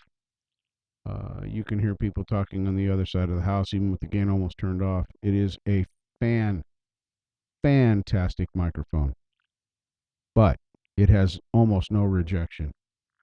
So we'll see what happens in the new space. But for now, the 58, and I'm going to get another 58, and I'm going to run it off of the second input channel on the front end of the Focusrite, and that will be for my acoustic guitar.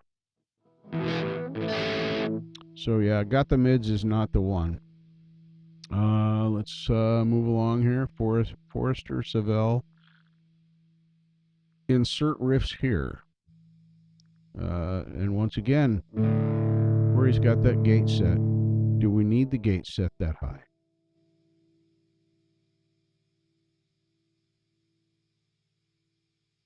Nope. Another dead quiet one.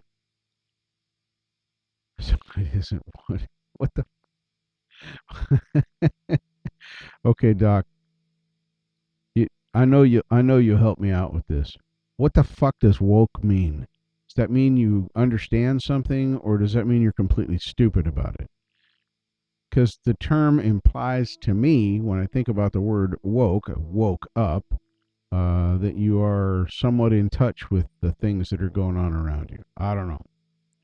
All these new sayings. I'm getting too damn old, I think.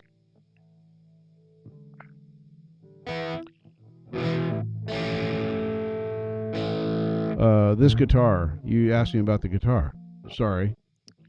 Ruby's mad at me right now. This is Ruby. This is a 2009 Stratocaster Deluxe. Woke means stupid. Great. All right, so I must be woke. Anyway, this is a highly modified 2009 Strat Deluxe. All of the electronics have been upgraded to different pots.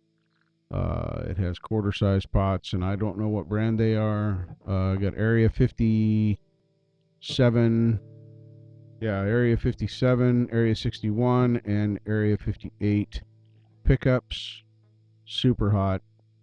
And then this switch right here, it's not a coil split. This changes. It won't do it on this one. I'll have to go back to my other one. Hang on a second. Let me go back to my clean every Sunday.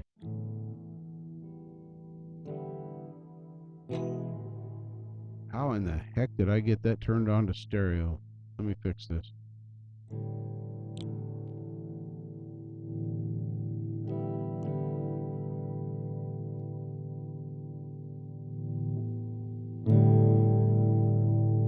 So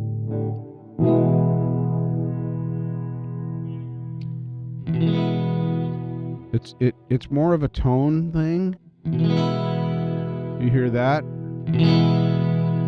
That's with the switch in. And it's brighter with the switch off. Out. There's that increased bass and mid. And then there's more treble. So that's what that does. Oh, where were we? We got the mids with Forrester Savell. No, we were doing insert riffs here, which I already didn't like, but we're gonna try it. Yeah, super crunchy.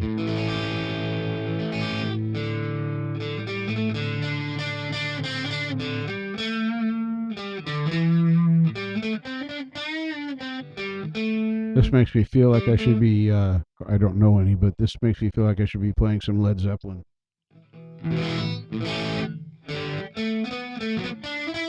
Or some mid-90s AC/DC.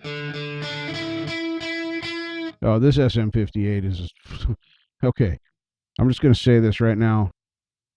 This is the fucking best microphone I've ever used. It's simple. It works. With the preamp, I can sit back here. Or if I want to, I can get right up in it and make you guys all wet your jeans. Whatever the fuck that means. But yeah, absolutely,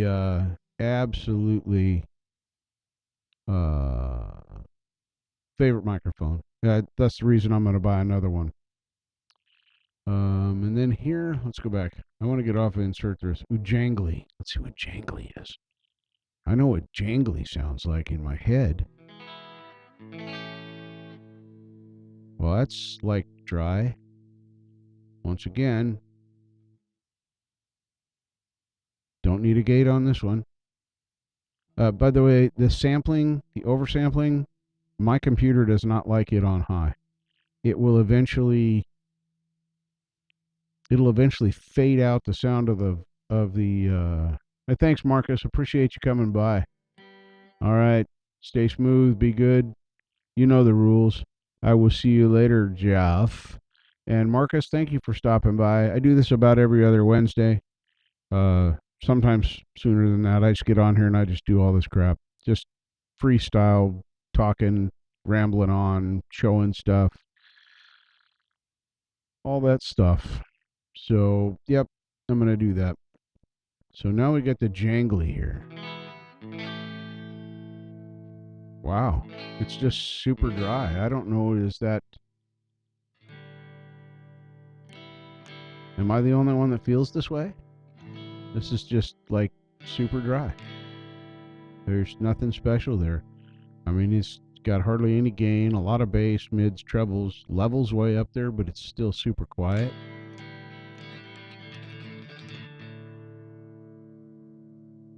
I'm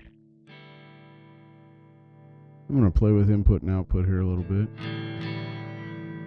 Nope. Changing the input didn't fix it much. So we'll put that back down to 0. Let's bring up the output. Nope. Presence should just thicken it a little bit. Yeah, that's just super not. Now that helped a lot, going a half a tick on the gain. That made a big difference. Sith Vasquez, welcome to my live, pretty lady. Let me throw you a posy, or 10 or 5 or however many times I just clicked on that. There you go. You think the mids need to come up? All right, let me put the gain back down to 2.5 where they had it. And then, see, that doesn't make a lot of difference for me. I mean, I can hear the difference in the tone, but not in the punch.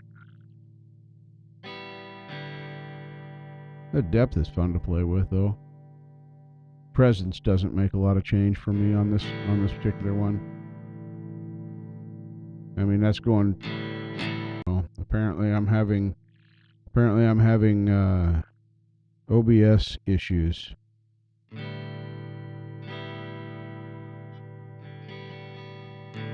I mean, I like the sound. I guess I could call that jangly, but trying to get sound out of it is a little bit of a challenge. It's not in the bright setting. Let's try putting it on a bright setting just to see, because on some of these amps, the bright makes a huge difference. So this is bright out. Oh, yeah, there you go. Yeah, it needed that bright. Ooh, that's getting... Oh, boy. Yeah, I'm doing that on purpose. Let's see what they got for pedals here. Compressor's on. Add a little bit more.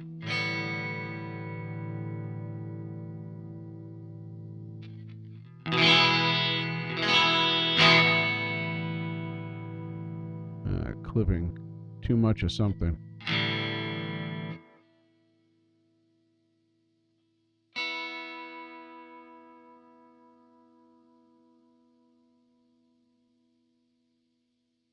Well, I like that. It just, OBS told me that it dropped out, whether or not it did. Now this has a delay on it. You said that and some reverb. Let's go. I'm going to leave the delay where it's at for now. Yeah, there's no reverb. So let's turn on the reverb. It's completely dry. Let's get this somewhere in the middle with add some decay. Okay.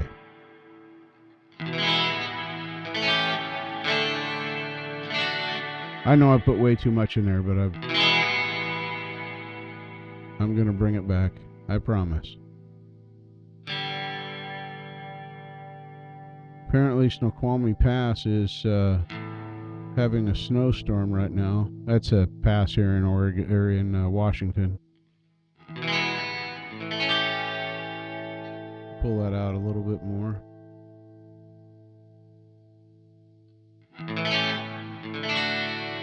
That's getting better.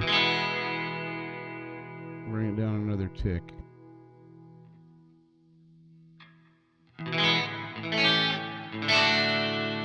Still too much.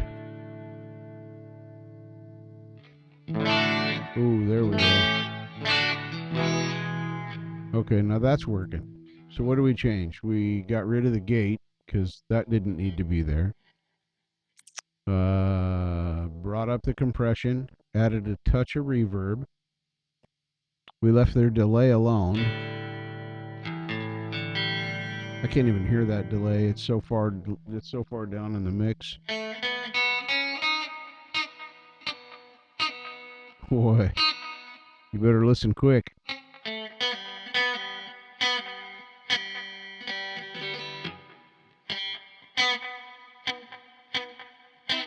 There it is. It's barely there. I'm not sure that delay is going to make a huge difference. Let's turn it off and see. Yeah, I could hear it, but yeah, it was better with it in there. I had to try it, Sith. Because remember, this is all new to me. I don't turn the knobs. Yeah, it's a lot better with that little bit of delay in there. Absolutely. Absolutely. Well, let me change to a... Here, let me change to the irritating pick, the one that makes all the clicks.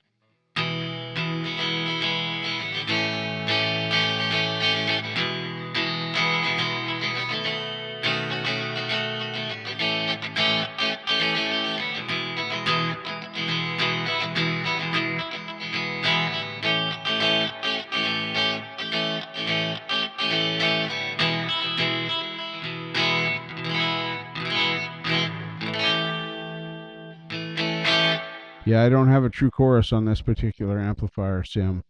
I'm considering buying an actual chorus pedal. I'm finding I like having physical pedals. Now, these are fun. I'm not ever going to be a purist. I'm not ever going to be a doc that says this amplifier in real life sounds better, because I can't hear the difference most of the time. So for what I do, these sims are great. But the pedals, now that's a whole different ballgame, because I tried using the auto wah and some other things in these. Nah, fuck auto wah. I'm sorry. Maybe some guys works for them, but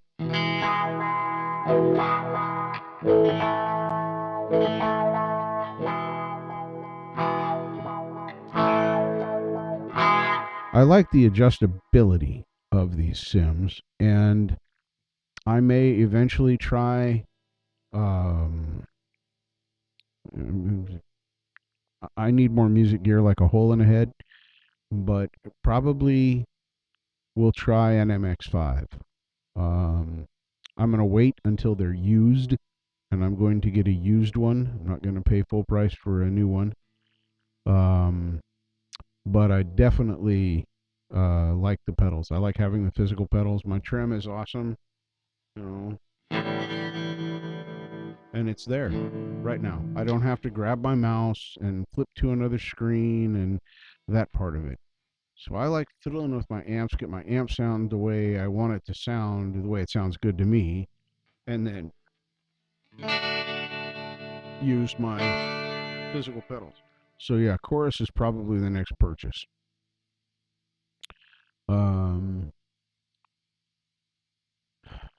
I have a Mackie 1402 Pro board, mixing board, that I can't use.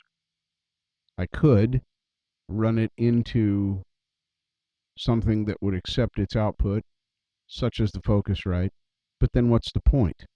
Because once I have the Focusrite into the computer, why do I need the mixing board anymore? Because now I have everything on my computer. Right. Well, okay. I'm inexperienced and new.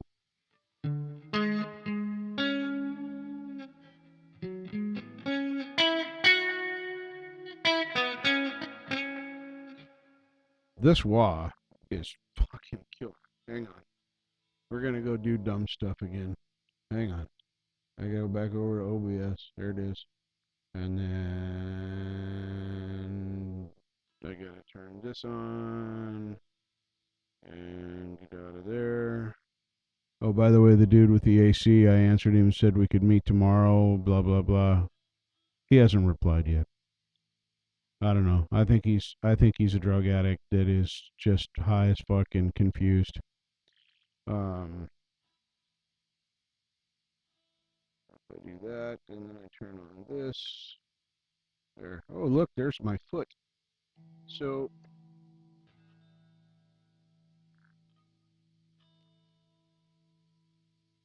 cancel that. All right. There's my wah. This is a Behringer. Ah, damn it. Wah Baby, I think it is called. Bebe. Um, and it has a huge. I know I don't have an actual board yet. That's coming. But I can adjust tone here. I can adjust depth here. It has a 10 dB gain here. Turns on that little light. Now, when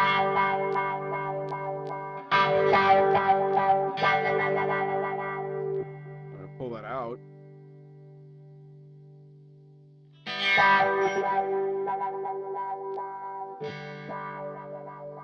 there it is. Now it's cut out of it. But yeah. So, like I said, the chorus is probably going to be next.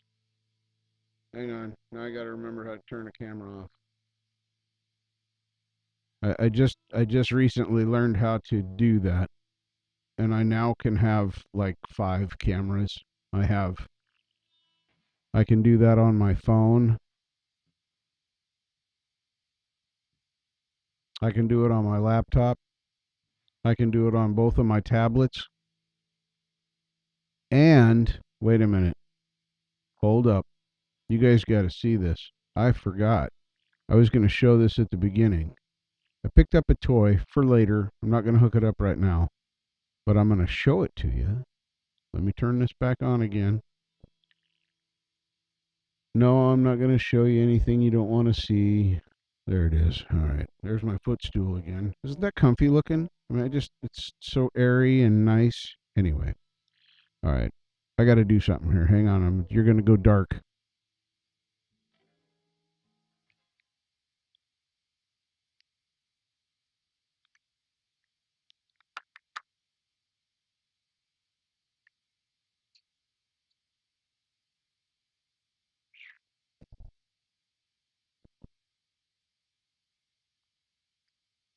Yeah, there is that. I will not argue that at all. I can't get unless unless I turn my monitor speakers on, I can't get feedback with this. So anyway, I got a toy for long term playing with to figure some stuff out. Most of you have known about my sound woes and all the work that Marshall has done to make my sound work. Well, now I think I got a pretty good handle on it.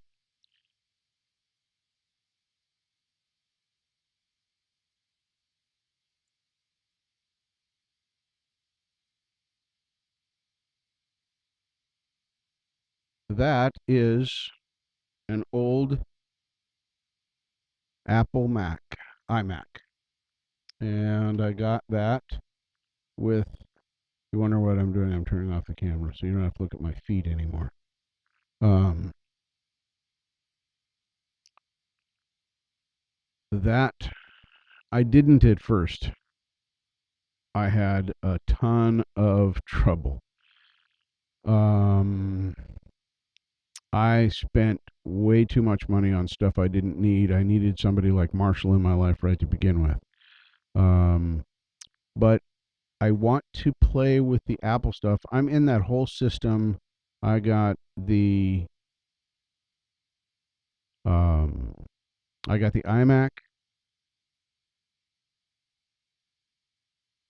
Magic Mouse and keyboard. This Magic Mouse looks fun. Now that I know what it does, yeah, this is going to be fun to play with. And then I also got Macaulay wired mouse and keyboard, and the computer 8. That one has 4 gigs of RAM. I can put up to 16 in it, which is super easy to do. It's a 2011 model. Yes, it will hook up to the App Store and it will run latest apps. Um, Yeah, agreed. Um, so anyway, I have another audio interface. It's a PreSonus USB 96 that I bought when I thought the Focus. Well, my first Focusrite did fail, and they warranted that. But then I got the new one, and I was still having problems, and I blamed it on the Focusrite. So I bought the PreSonus. I didn't need the PreSonus. So anyway, I'm going to see how true it is that you don't have to worry about drivers and other stuff with the Apple. Once I'm in the new space, like I said, I'm not going to do it right now. I just fell into the deal. The whole thing was $225 for everything. And just looking at the local marketplace, I could get 50 to 75 for the Magic Mouse and keyboard, and then another 20 or 30. So I'm half the way into the computer. I even got into that. So I want to see if it's truly as plug and play at the beginning as people claim it is. I'm going to turn the computer on and get it set so that it's mine, because right now it's just human user. He just put in a generic name. Get the Magic Mouse and keyboard hooked up to it because they're not synced with it yet. Although I synced them with my Windows computer and they synced up just fine. So they work. There's no problems there. The computer was running. He showed me the computer running, so I know everything functions. But I'm just going to plug it in and see if it works.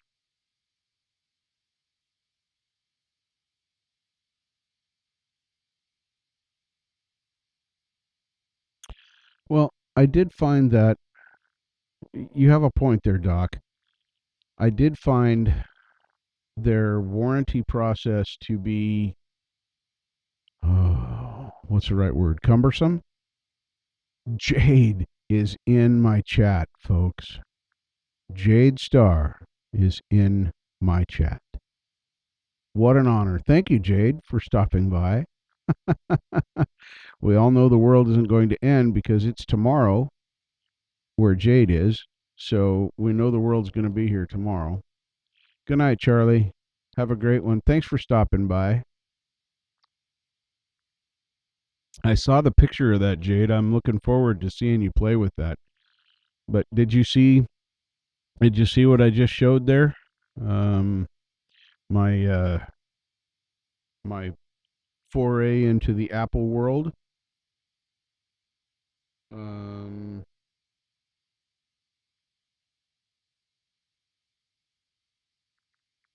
2011 Apple iMac, Magic keyboard and Magic mouse, and a wired McNally keyboard and mouse. So I have Apple equipment now that I'm going to play with. After I get moved, I am moving. Right now, we're presuming the 1st of May. Um, and I did verify that this computer, the Apple, meaning the Apple, will connect to the App Store, and I can do all the stuff with it, GarageBands and the stuff. It has GarageBand on it. Oh, yes, I actually can do 6 cameras. I forgot. This right here is the only other Apple device I have ever owned other than my iPod Classic, and that is my iPod Touch. It's the new version, and it has a camera in it too. So that means I could 1, 2, 3, 4. I could have 6 cameras set up in here. That's just it.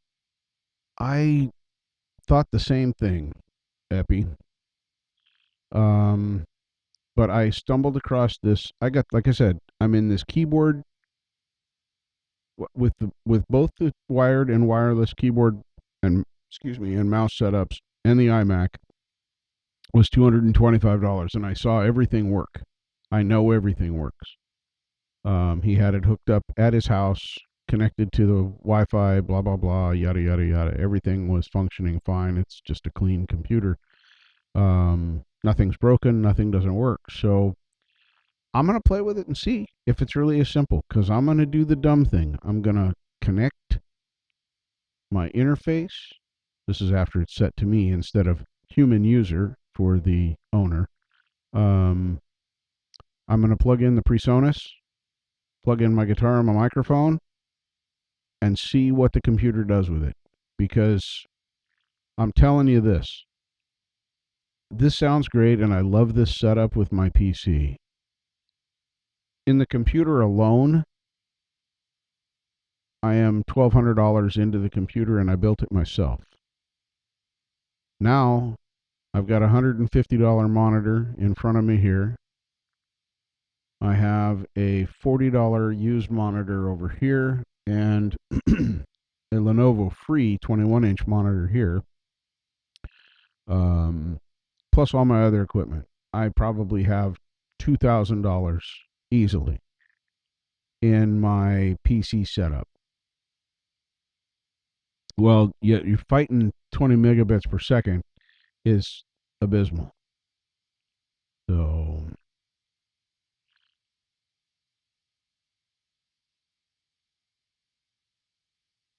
nice, Jade. Yeah, you're going to be doing all kinds of stuff on the on that new interface, aren't you? Aren't you? You'll be showing it off, playing some happy music through it, teaching us the ins and outs of how to connect it and adjust it, make it do things. I didn't understand your statement about the powered USB thing in your deal when you showed the picture of it. I'll just have to watch to find out what that means. So that's something else. Oh, Jade, you could tell me what this thing is and if I can even use it. This thing right here, it's a Sofrel.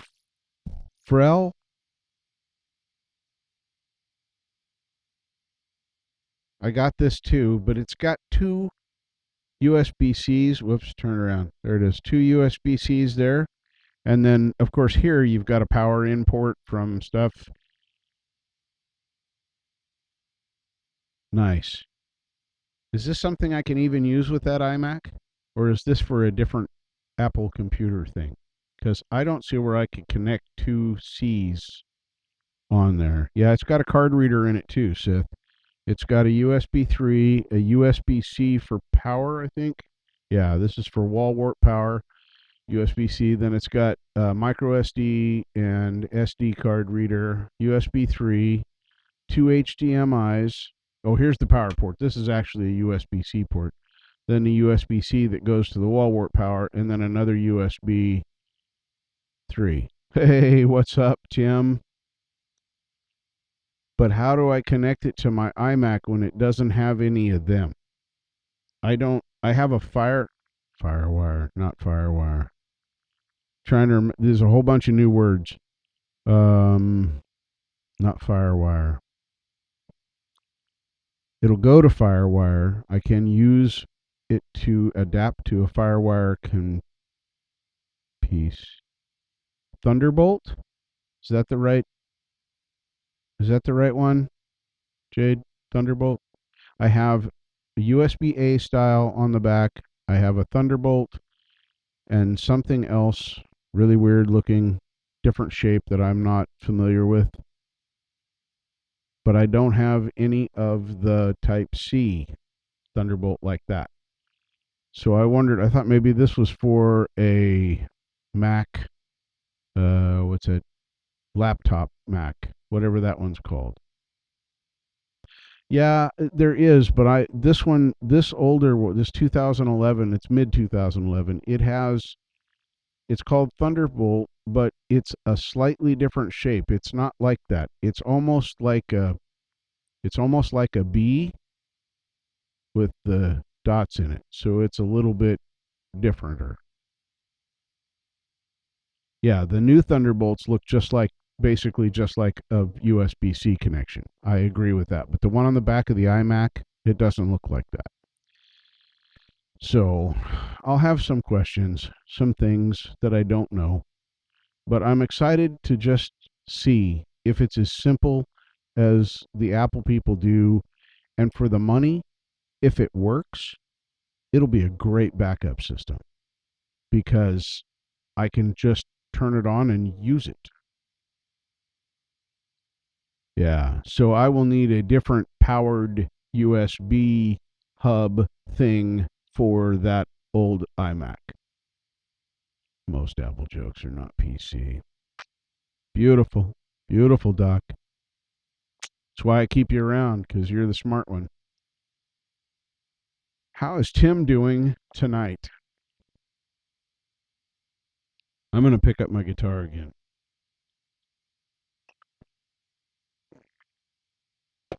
Oh, did you hear that? That was Ruby getting broke in on the arm of my chair.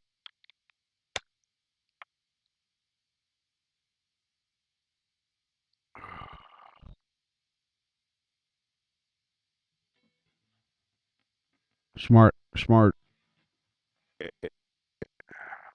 smart all? Smart and? I don't know those letters, Doc.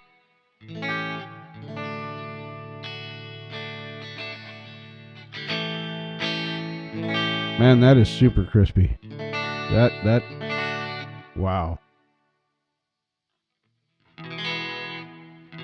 Jangly's definitely jangly. And those settings did help change that.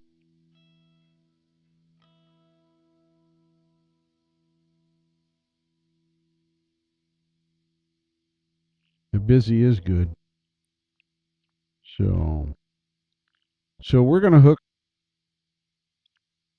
For those of you that don't know, Preston's going to get my Radium M Audio Radium 49 keyboard. I'm going to send it to him because his keyboard broke it, and he's trying to teach students and keep his family fed. And I just don't feel like dealing with this, and I don't want to take it with me because I got my Nectar 61, and that'll do everything I need to do. So yeah, the whole thing was.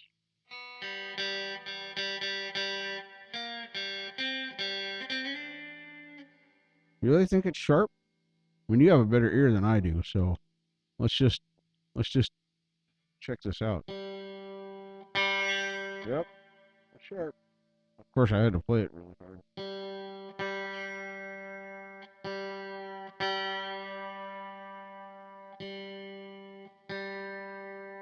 No, it's a proper G string.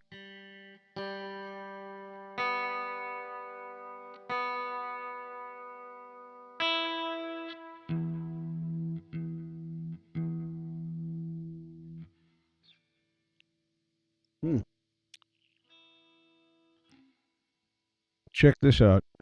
Look at this nice thing. Hang on here. Let me get this. Ouch.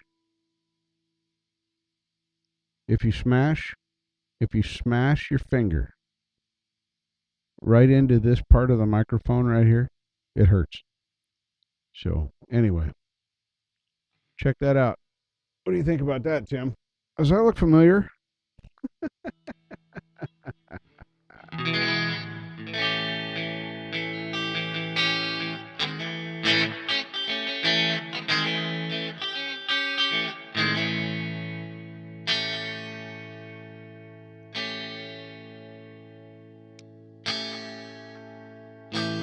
There we go.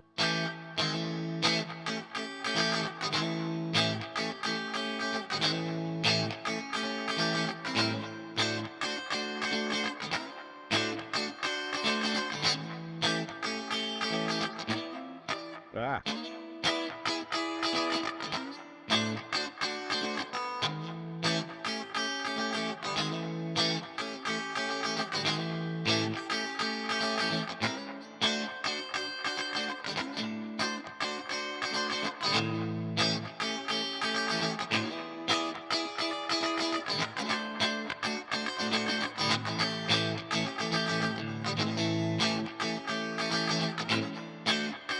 Anyway, it works. I kind of like jangly. I had to play with it a little bit. Let's save this. Let's save this one because I kind of like how that sounds. Dun, dun, dun, dun, dun. Fourths? I don't know what fourths are. Are you talking to me, Preston? Because the just standard, the tuning I'm trying to do is just standard tuning. Anyway, I'm going to save this user. No, stop that. Save. Let's call it something really super sneaky like my jangly. There it is. Now those settings are saved forever. That's another thing I like about amplifiers that are in my computer, because once I get them set, I can save them and then I can just go back to that word.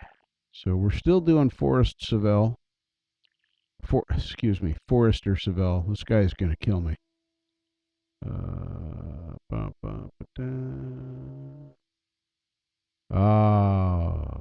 Well, I know some of my major scales, but not on here. I don't know any of those. So anyway, we're doing Forrester Savell, and we got to jangly. Next is whatever the hell that word is.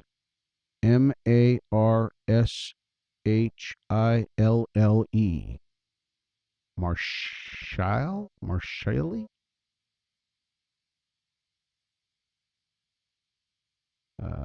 Hang on. I can't. Moving to Forest Grove, not very far away, about 15 miles, 20-ish miles from where I live right now. So I'm not moving far. Just a new space with new roommate. Um, I've not overstayed my welcome here, but this was never intended for me to be living long term. They did this to help me get my disability done and get on my feet, which happened 2 years ago. So I was just hanging out. So yeah.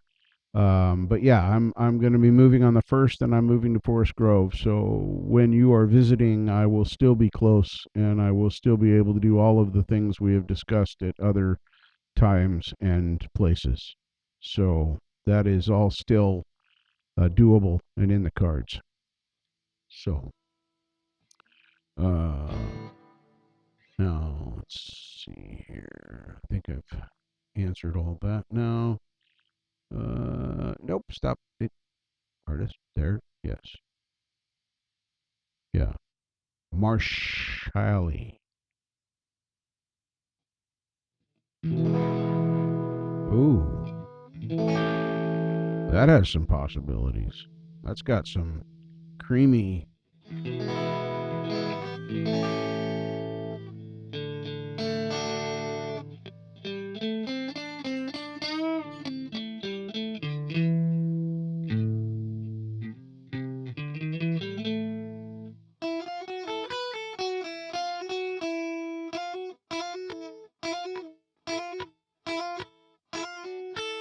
There it is.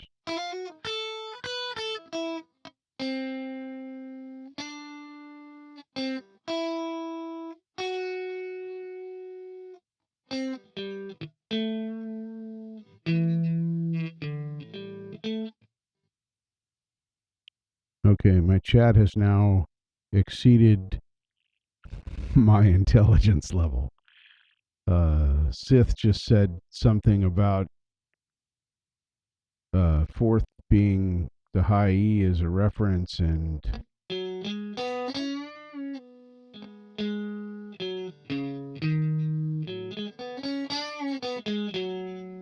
yeah. Well, I tell you, the climate here cannot be too much different than the overall climate in England. I think they may get slightly colder, but I'm basically, geographically, I'm Southwest Washington. I live in the greater Portland metropolitan area, and even when I moved to Forest Grove, it's a very small town, but it's surrounded by more farmland than most of the others around here.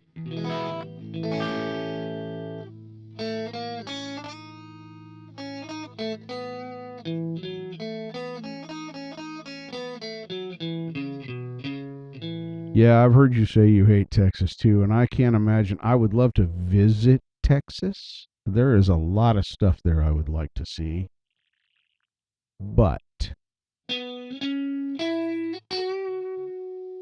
I don't think I'd like to live there. One of my best friends is from Beaumont, Texas. He's passed away now, I'm sure. Although, old catfish, you never know. Probably one of the best friends I've ever had in my entire life. He's the guy you want to take with you when you're going to a dark alley to have a chat with Guido about what's happening with your daughter.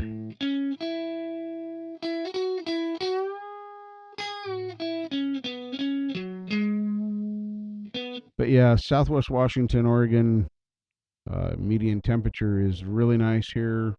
We're in the 40s in the wintertime most of the time. We do get below freezing from time to time, but for day to day stuff, we're probably in the upper 30s to low 40s most of the time.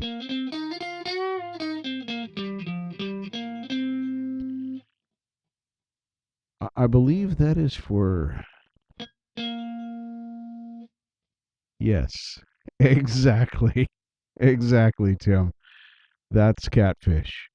Yeah.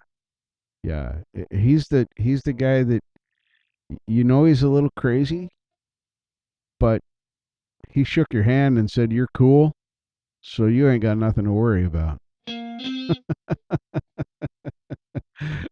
One of the first things he said to me, he took me out to go shooting one day. We both like shooting skeet, and I had a Brunelli over under 20 gauge. God, I miss that shotgun. Anyway, he owns it. He talked me out of it. Took him 6 years to talk me out of it. But we were going out to shoot skeet one day, and he gets me probably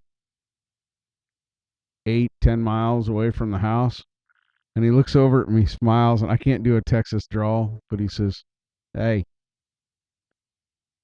you know, the best way to get rid of somebody you don't like? Yeah, is take them hunting or go out shooting for a day. Accidents happen. I can't do it like he did, but oh my God, he didn't scare me, but he made me bust a gut. Absolutely. Oh God, I miss him. He moved back to Beaumont, and I hate him for it. I would have never moved out of South Vancouver, Washington, as a matter of fact.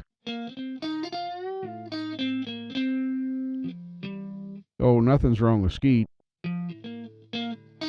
Yeah, yeah. He's a pipe fitter welder. Holy shit. When this guy shook your hand,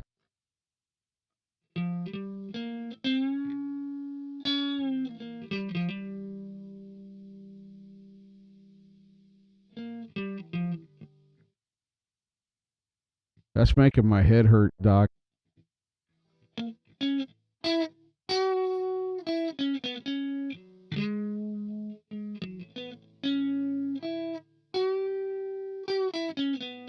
Well, hey, Billy, what's up?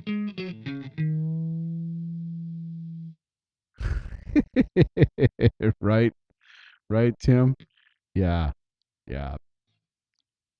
Trap shooting. What's a? He always called it shooting skeet. So clays. I had a chucker. Bought the Bi-Mart special. Mounted it onto a 3/4 piece of plywood.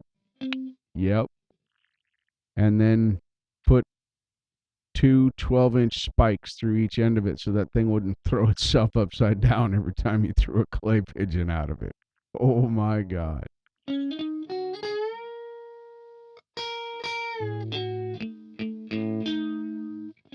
So this is Marshall or Marshilly. I don't know this fucking word. Look at this shit. I gotta show this to you guys. Hang on. I gotta go. I know. I'm always looking away and clicking on weird shit. Look at this word right here. Marshilly. Marshally. Marshally? Maybe? It still doesn't make sense because it doesn't sound like a Marshall amplifier. I had a Marshall JTM 30. Great amplifier. This sounds absolutely nothing like my Marshall. It's a It sounds good. It sounds cool. I like it, but it doesn't sound like that. Yes, I know, Preston. Will you stop beating me up about the circle of fifths and fourths? I have both of those charts, by the way. Um, so the problem is where I live, in the situations that I live in, I can't use an external amplifier 90% of the time. An amplifier like even a JTM 30, hell, even a Blues, even a Blues Junior, like 15, 20 watt amplifier, way too loud. I couldn't use them. Not unless I want to piss off every neighbor in, a block 2 or 2 radius. But this one, I can play this as loud as I want because it's all right there.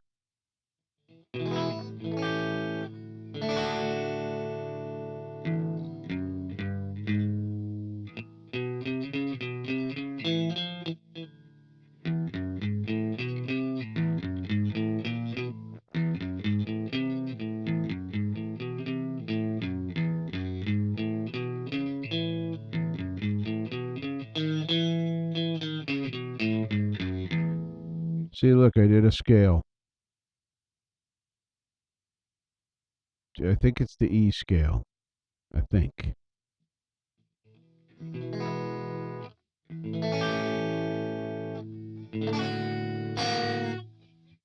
I don't know. I like to mess with them. It's kind of what I'm doing tonight. Um, I I enjoy taking these and making them something different. Like this doesn't even have a compressor on it.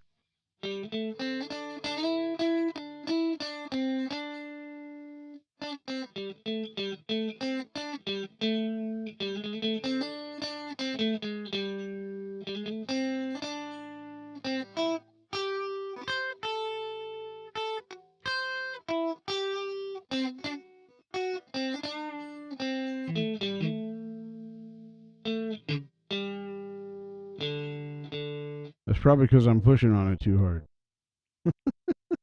Just stop blaming my G string.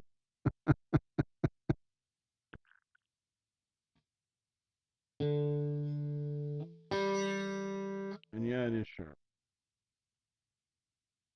Don't get me wrong. I don't hate that your ear is not wrong. That's flat. Now I'm going to bring it just up there. I'm about 1 cent flat now. Except when it does that. Why is it doing that?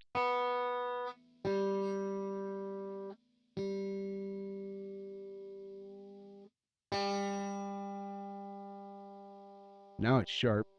Oh, wait. I'll let go of the neck.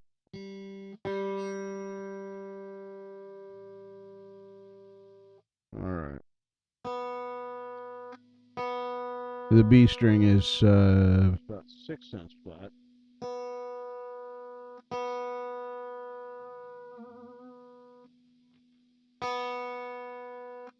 That's 3.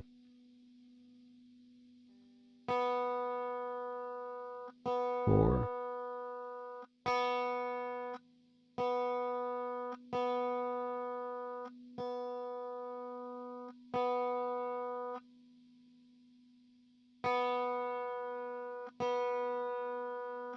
Would have been helpful if I was actually messing with the B string at that point instead of the G. I need to move my hand. Okay, so there's 7-ish cents flat on the B. That G likes to be sharp. And there is 4, 3.5. So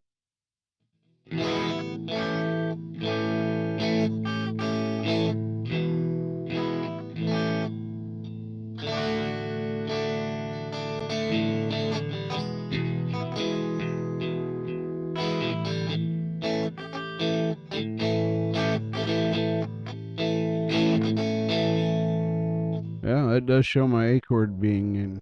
I know that wasn't a true A. There's A. That's dead on. Does that sound better? I hope. Next amplifier. Marshally Jump. I'm just going to say that.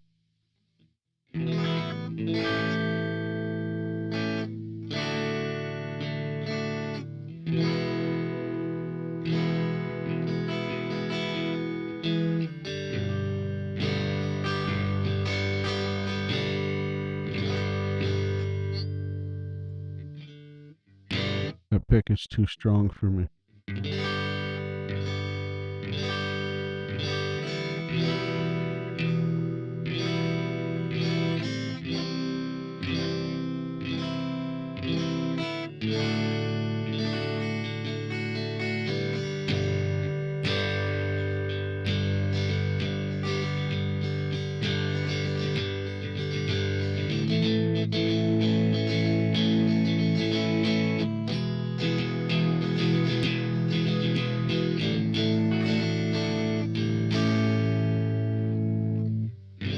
I looked at those Evertunes, and I'm not sure.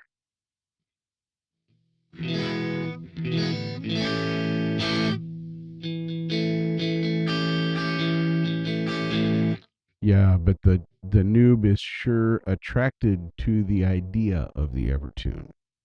Just gonna say.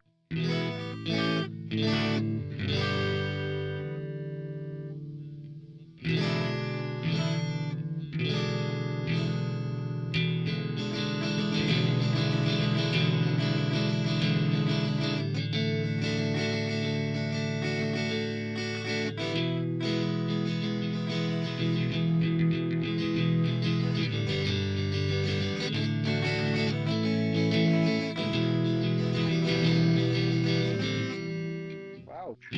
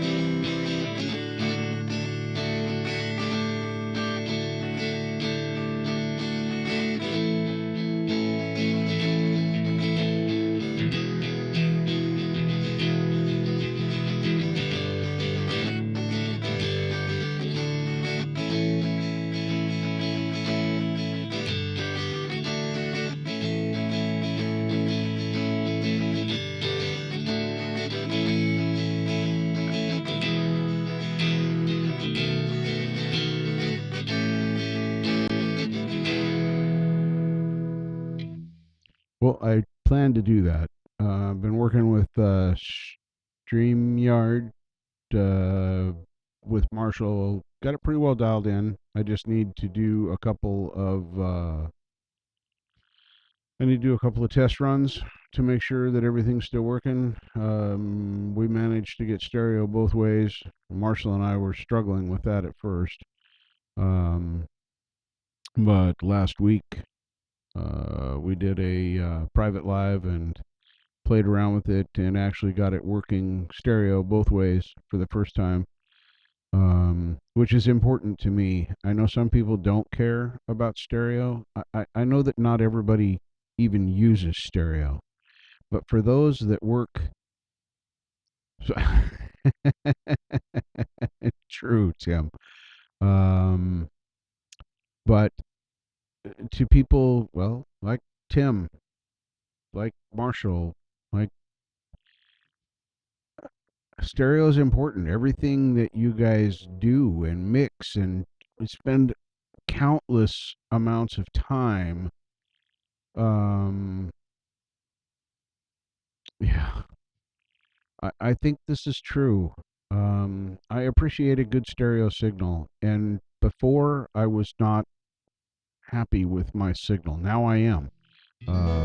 This is not true stereo. We went through some of the settings earlier.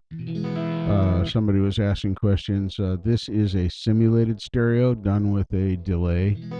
I do a send from the main track to another track with redelay on it, and it's about an 18 millisecond delay, which gives it a stereo feel. No, it's not true stereo. Um, Someday, you know, in another lifetime, maybe I will invest in some upgrades, some things that would allow me to do true stereo. Um, I don't know. We'll see. This is good enough for me right now. For what I do, for what I my skill level, I have so much to learn. As Preston pointed out, I need to learn my circle of fifths.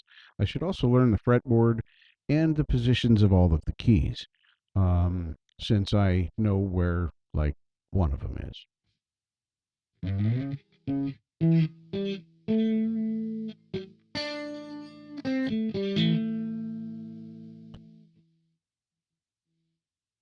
Oh, absolutely.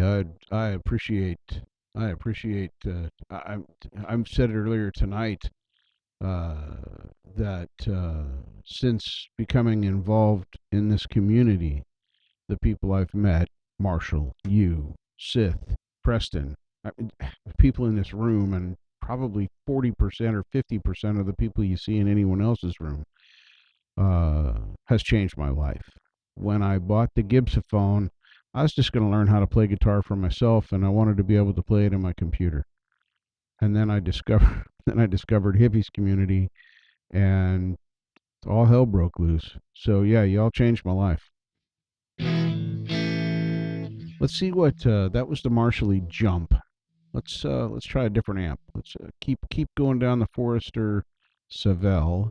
We're about halfway through his list. Punching above its weight. Something tells me that this is going to be considerably louder. Oh, look, I was right. Oh, it's got a ton of compression on it. And a shit ton of overdrive. Let's look at the amp head. Oh my god, gain for days.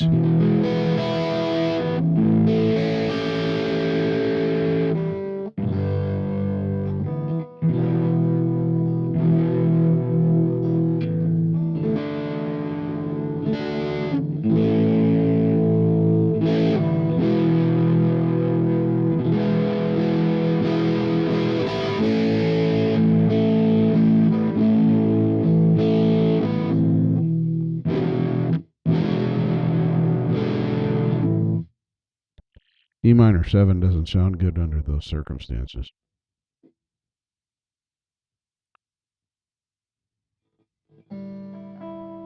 Yeah. That's an understatement, Tim. You guys are like music machines right now. So much good stuff coming from you guys. Uh, every time you lay down a track and you get it out there, I'm like, wow. You guys certainly motivate me to keep playing. Keep playing. And yes, I know I'm being lazy, not learning my circle of fifths. That's the boring stuff. I want to play. Just saying, I want to play.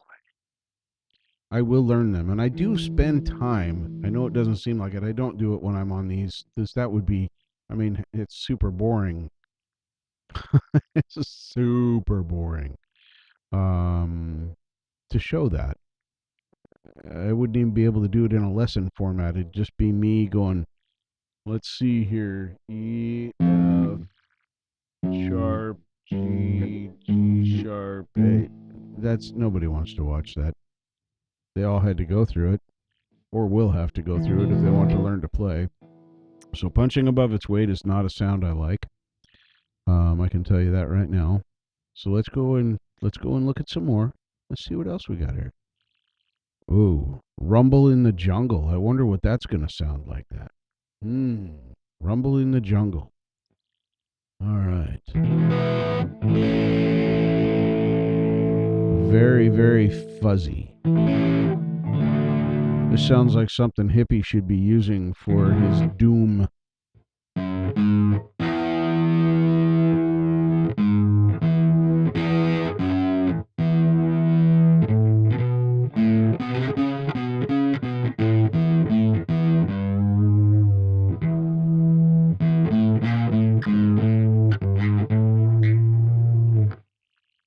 Okay, Preston, I'll do it.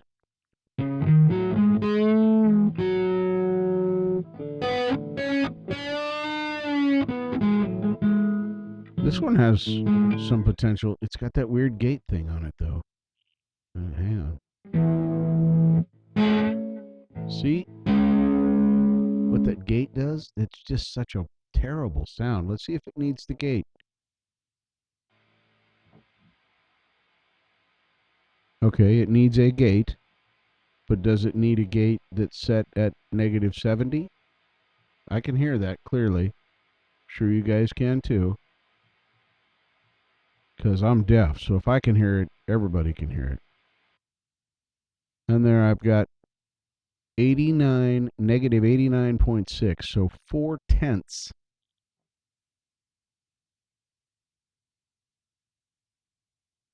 All right. Hey, tell him I said hi. So be good, have fun, and I will catch you later. Thanks for dropping by my lame live. So have fun. This one has some potential. Yeah, definitely tell Mark that we all said hello. We pretend to like, we like Mark a lot. Tell him pretend part 2. He'll laugh. I don't know exactly what I can use this sound for. I don't hate it for single notes. I kind of like that fuzz tone. Excuse me. That it has there.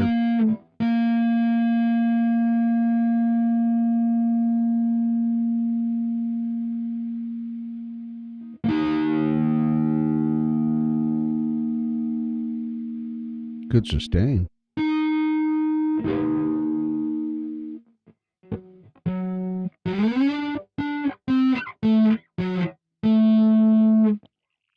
I know what that reminds me of. I don't know the riff on the guitar. Bow, bow, bow, bow, bow. Seven Nation Army has that kind of fuzz to their thing. If I knew the notes, I could play it. But I love that song. That's what it reminds me of.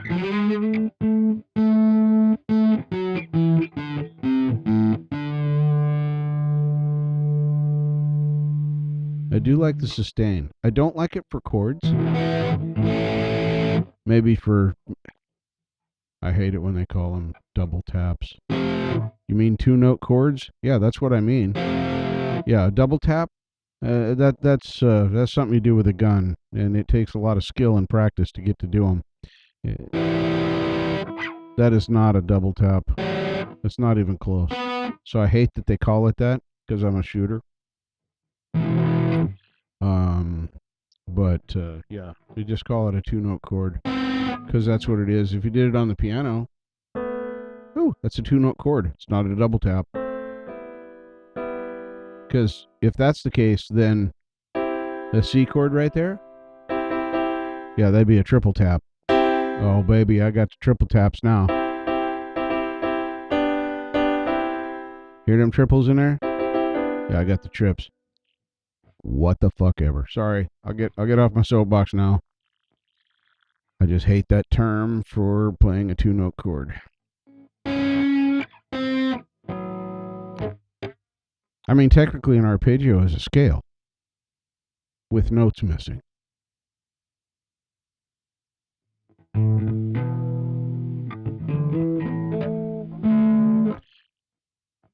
I'll buy an interval, but not a double tap. Not that term.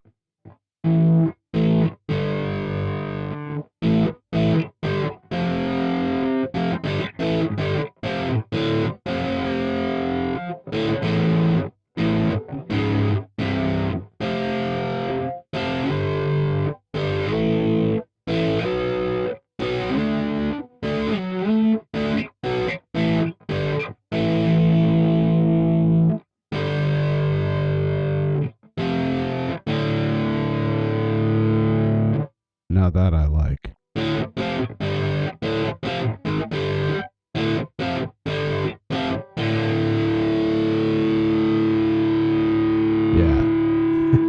That works for me. I'll have to play with that later. I don't know why I picked that particular riff to play, other than it sounded really good. Double stops, that's it. Okay. Sorry, I said taps. Double stops. I still don't like the term. It still does not describe appropriately what you're doing. Well, hello, Maggie. I'm going to go to the next Forrester Savell amplifier. Satisfying chunk and sizzle. Satisfying chunk and sizzle. All right. And we're doing these raw, so oh look, it's got 20 dBs of gate on it. I wonder if it needs that. Let's find that out first, shall we?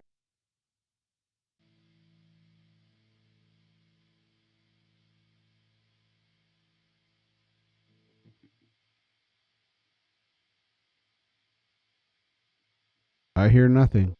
So I'm going to say this doesn't need a gate. Call me weird. It's okay, because I am.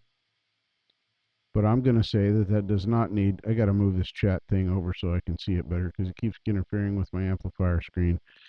And I need to see my controls and the chat both at the same time, because I am anally retentive like that. There we go. All right. Now, if I move this over here, hey, look at that. I got the whole thing on there. So this is satisfying chunk and sizzle with no gate.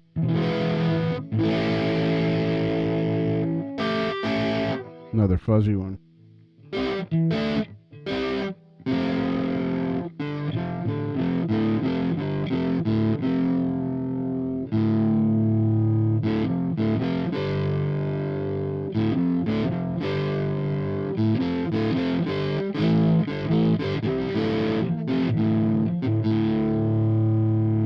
That has some potential for something.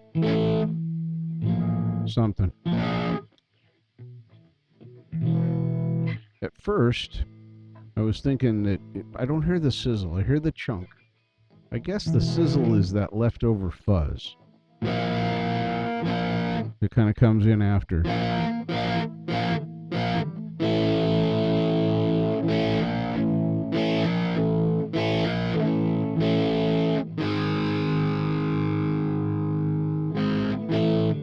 Yep. Still not something I'm probably going to use every day.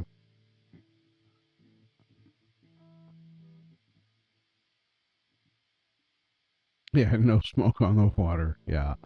Yeah, it's kind of like the riff Stairway to Heaven, same way. I've seen plenty of Guitar Center stores and the like, not just Guitar Center, but that say, no Stairway to Heaven. Let's see here. Ooh, Smooth Churg. Let's see what the Smooth Churg sounds like. We'll start with an E. Wow.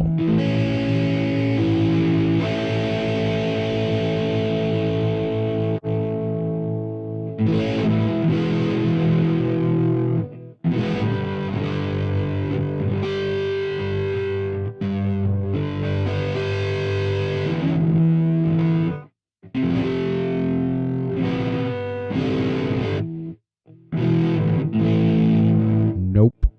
That one's not for me. Let's see here. Yeah. I mean, now, that said, Doc, I do really like that Deep Purple song. It is a classic song. I grew up listening to it, and I do still love that song. But it is very cliche.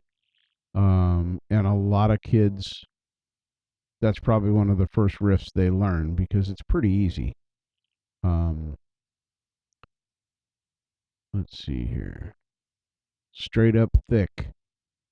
All right, y'all. It's going to get straight up thick in here now. Whatever the hell that means.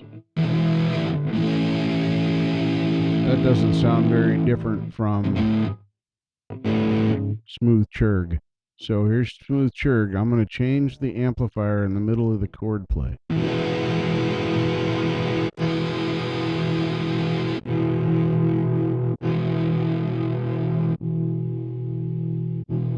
Yeah, it's just got more distortion on it. So once again, I'd end up taking all the distortion off of it. I don't like a lot of distortion. Not a thing for me. We're almost through with all of Forrester Savell. This is called the Ferryman, spelled Farryrman.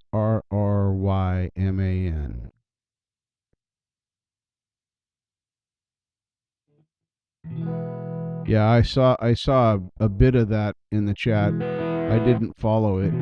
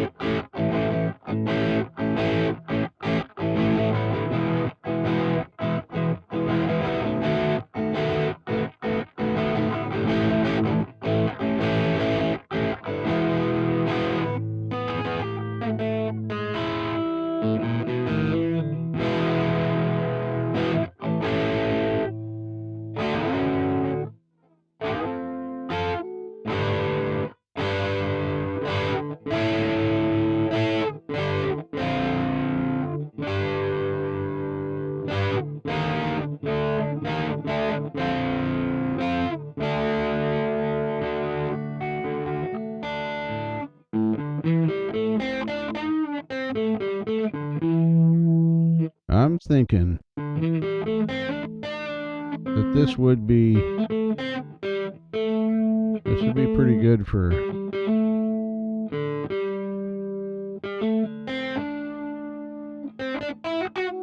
nope.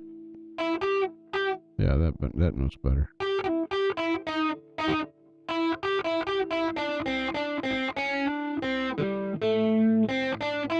Yeah, single notes work for me on this one. Chords not so much.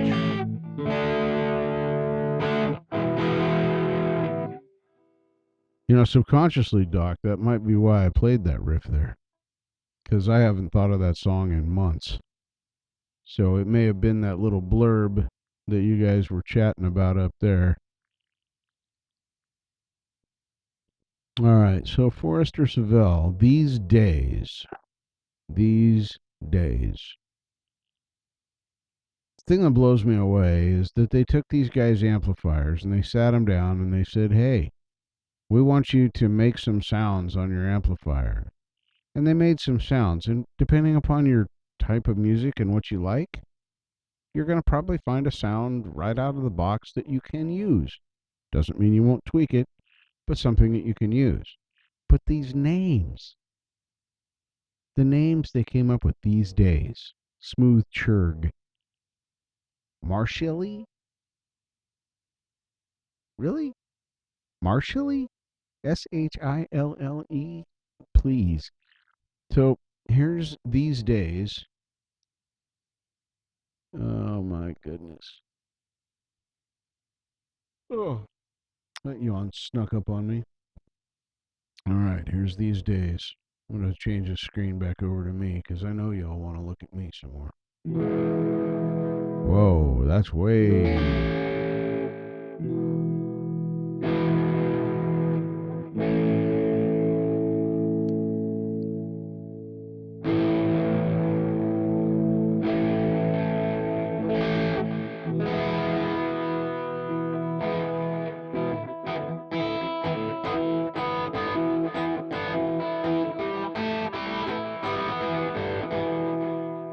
I kind of like the delay on this one. Which one are they using? Ah, they're using the delay too. This is the one I like the best.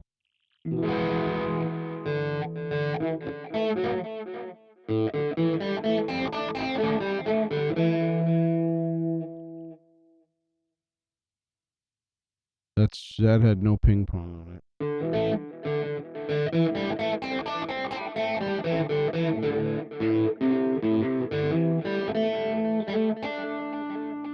like the ping pong better. No ping pong? Ping pong.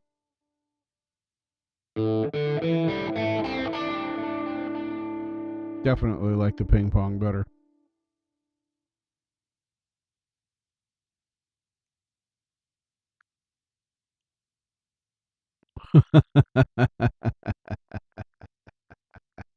Oh, I love the way your mind works, Doc. I really, really do. So this one here is actually usable right out of the box for me with adding the ping pong. And I could use it without the ping pong.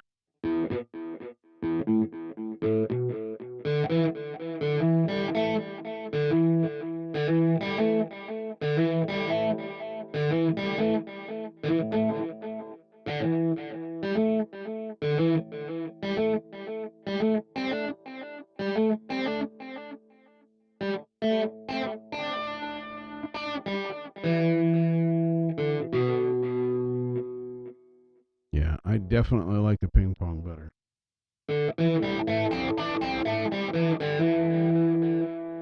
It just sounds more full.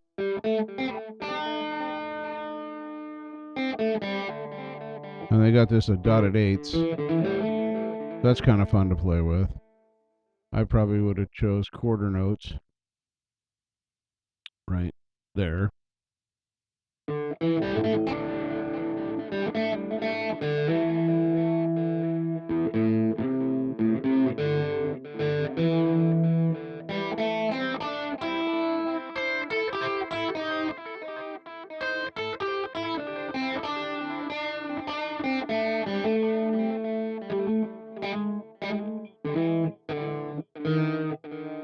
Sucks when you miss the strings.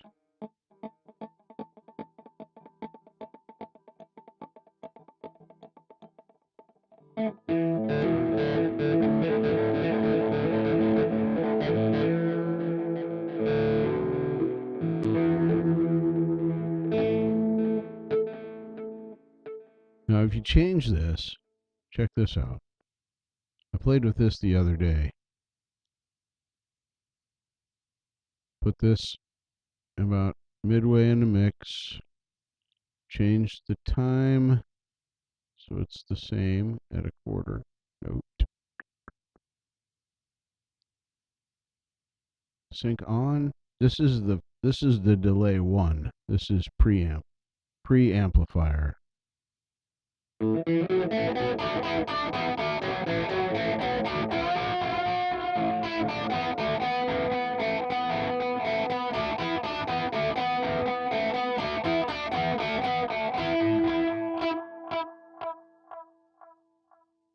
Way, way different. Isn't that interesting? Same settings, basically. But it doesn't have the ping pong effect because that's not part of this delay pedal.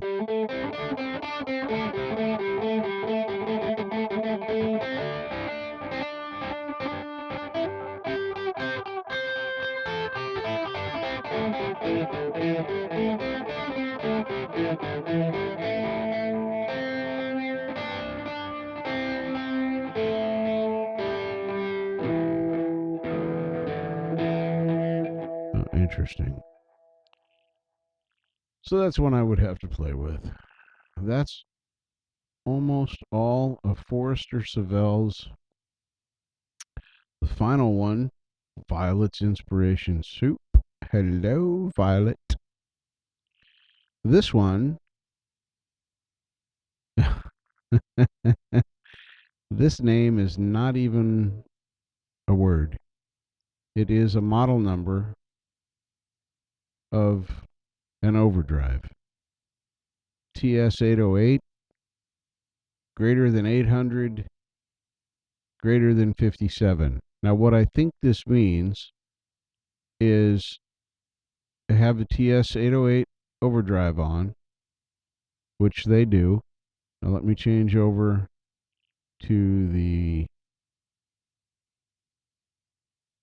I don't know what the 800 is referring to. Maybe the cab... No. Bet the other is a microphone on the cab, though. Almost bet that this has 57s. Yep, dynamic 57s. No, it's only got one mic on the cab, and that is a single 57. So I don't know what the second 800 is referring to. So TS-808 is the overdrive one before. No other effect pedals are turned on in front of the amp. Then you got the amplifier, and there's nothing spectacular there. Masters at 7, levels at 5, presence is at 6, depth is at 5. So they're not like all set at 8 or something weird like that. The EQ is flat. It's on, but it's flat. And then, like I said, they do have the 157 microphone on one. I don't understand that. Why would you only want to mic one side of a 4-speaker cab? That makes no sense to me. Because, here, let me show you. If you're wondering what's happening, Violet, we're just playing around with my amplifier and talking about stuff. So if I change the source over here so you can see this, see? This microphone is off. It happens to be a 414 condenser mic, which is an awesome microphone, but it is off. As you can see, all of this is grayed out except for the word off. Clearly down here, you can see that that is illuminated, meaning that off is on. That's so funny to say. And then over here, you can see you get the position of the thing and all that, dynamic 57. You can go through the mics here. And there's the microphone right there. Clearly, this is on. So what does this 800 mean? What are they referring to? TS-808, I get. That's this pedal right here, which I learned from Marshall earlier tonight, that this is emulating a TS-808 tube screamer. So I get that. But why the 800? What does the 800 mean?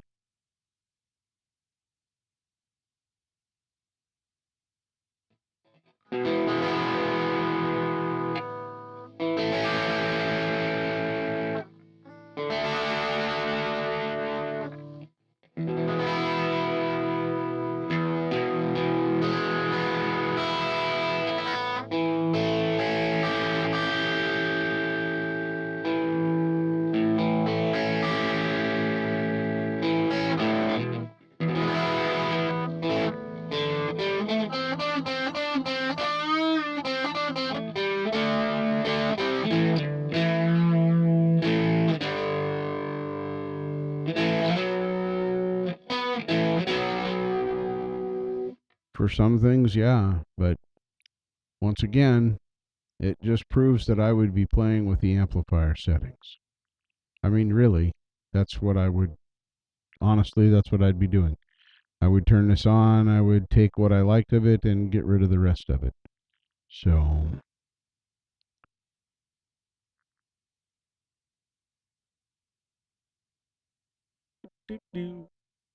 so then there's neurals.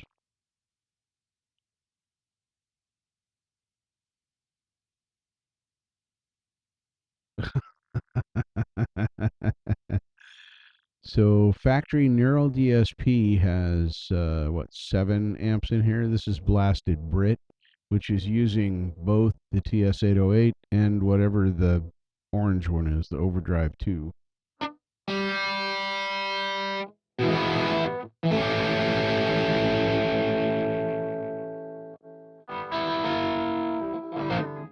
Wow, this gate is at minus 42.2. Let's see how noisy this is. Okay, now that's got a significant, that's got That's got a significant amount. But let's see how far we have to move the gate. Let me switch this over. We're going to listen to this white noise. It's actually more pink, but anyway. Go back over here, make you see the screen. So we can all hear that. And that's how far I moved it. 1/10 of a percent from 90.0 to 89.9. That's dead quiet. They had that clear up here at 48 something. Why? Because all that did was kill the sustain. It gets halfway through the note and then it's done. This is still not a sound I like.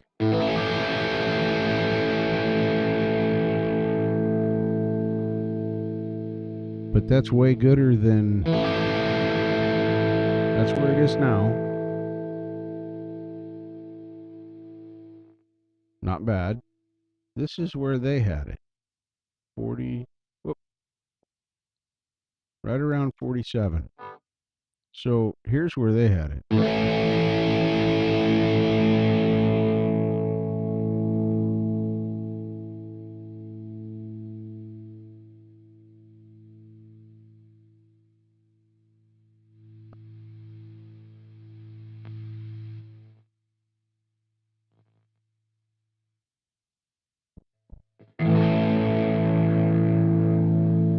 I like that a lot better.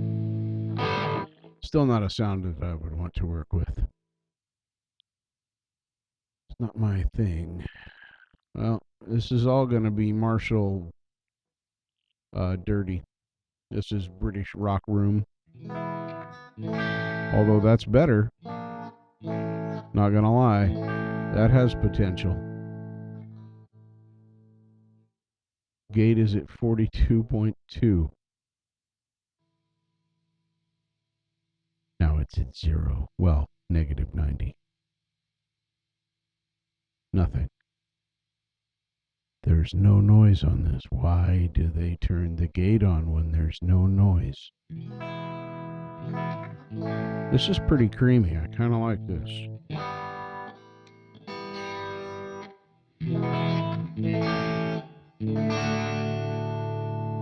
This is not what I thought it was going to be.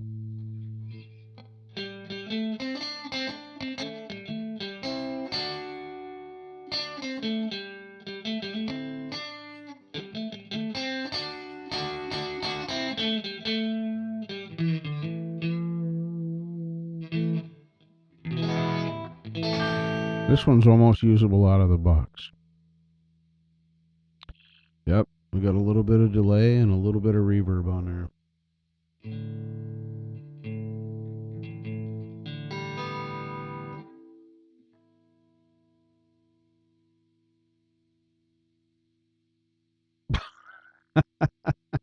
So now this 800 is the holy grail, but really it was a piece of shit. I wonder how he really feels about that. Yeah, I think I could use this one.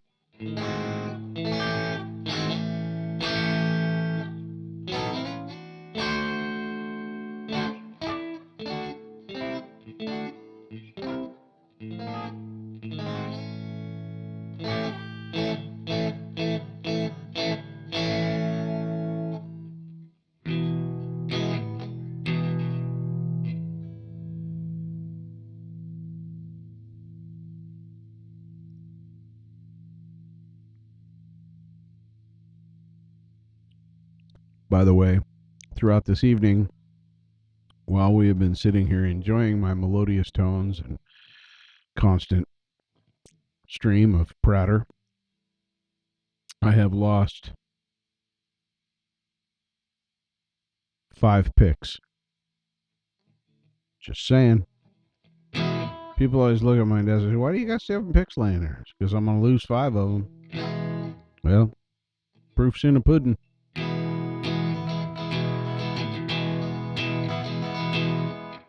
Yes, noodling. Is it okay if I noodle, Violet?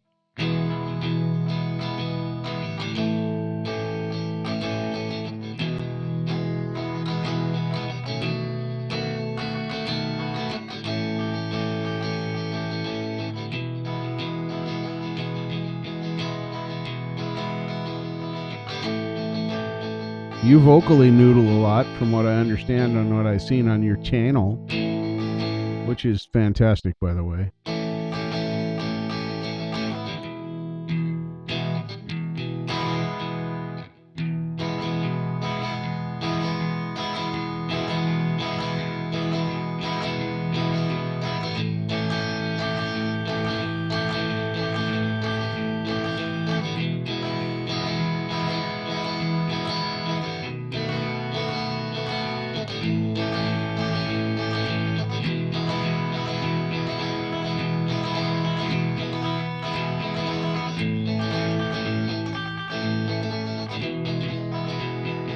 Yeah, it's so hard to keep that rhythm.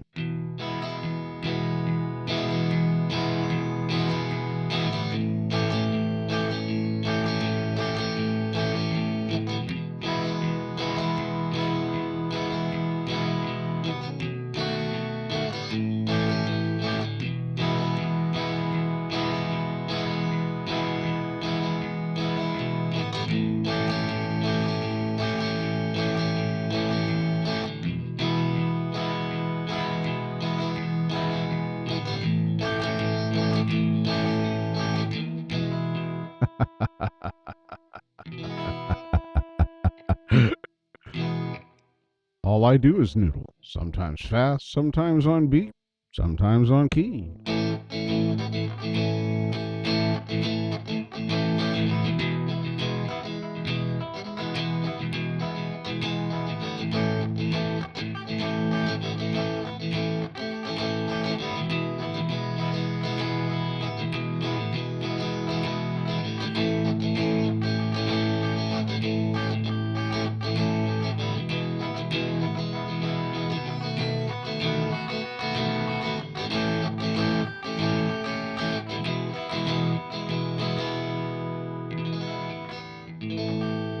Yeah, I could definitely use British Rock Room. That, based on Blasted British Rock Room blew me away. I was not prepared for that. You are not prepared.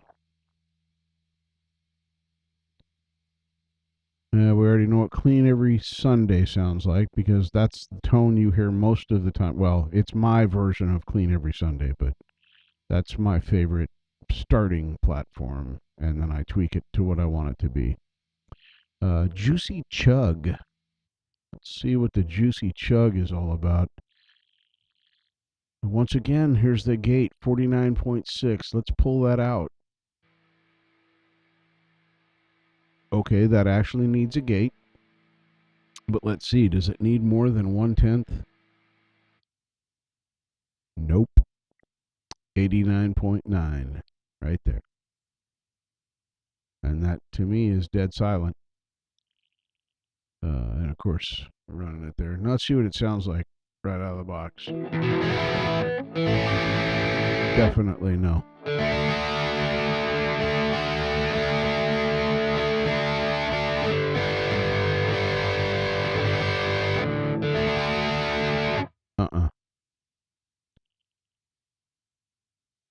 Canada, North Bay, Ontario.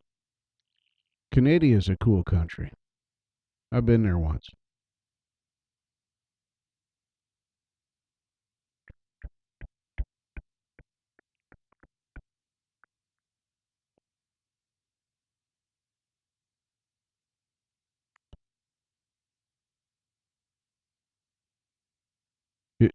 Welcome to the club, Violet. So Juicy Chug is one I probably wouldn't even play with. I'd change it so much it wouldn't even resemble itself anymore. Raw Crunch, pretty much figure what this one's going to sound like. Yep, just got that edgy on there. Here's the test. The litmus test for, ooh, C chord sounds all right. See, if there's too much gain, a C chord will sound like poo-poo. At least to me. And this gate is way up. way, way, way up at negative 42.2. I bet it doesn't need to be there. Listen to the sustain. All I did was turn the gate off. And now we're back to hearing the guitar again.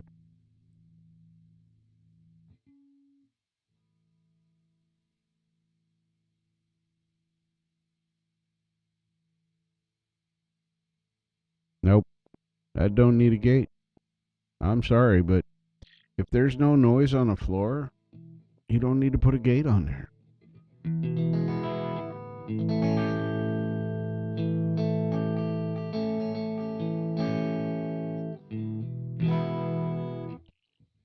You can't blame Aussies because they got kangamoos. Well, I don't want a gate on this. I see the thing about the gate is I understand you get sick, especially with single pickups. You get that 60 cycle hum, and it's there. Or you get the white noise from them. But if there's nothing on the floor making noise, what are you putting a gate in for? It's like I don't own a horse, so I closed the gate on the corral. What difference does it make if the gate on the corral is open or closed if you don't own a fucking horse? So, just saying.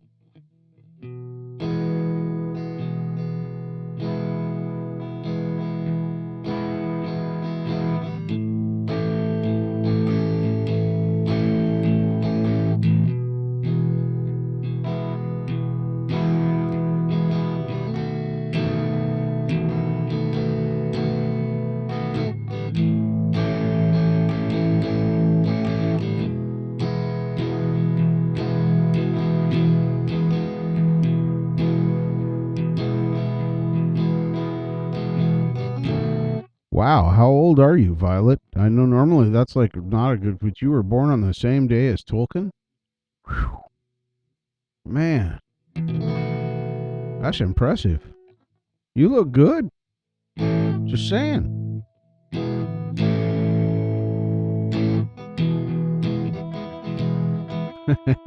Yeah, but as you get to know me, you'll understand that I always go there.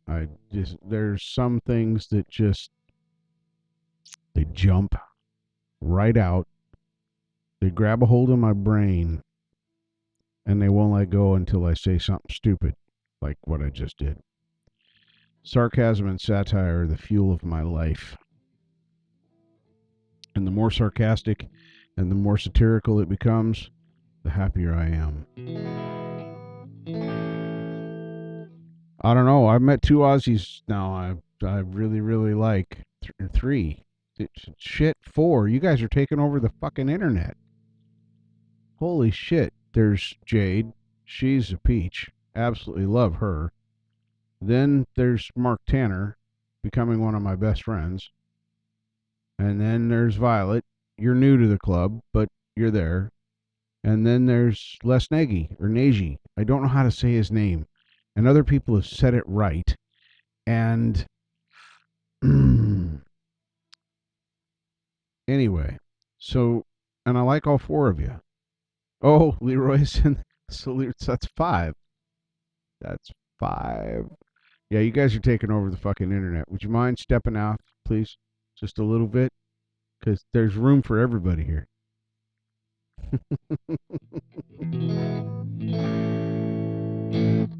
Yeah. Yeah. Well, see, Aussie's on. Well, I mentioned this the other night. I think you were maybe around when I was talking about it on there. Australia's on the bucket list. Mitch Heyman, welcome, welcome, welcome, and good morning to you, sir. My goodness. So many good people have stopped into my live tonight and today and tomorrow. It's fantastic.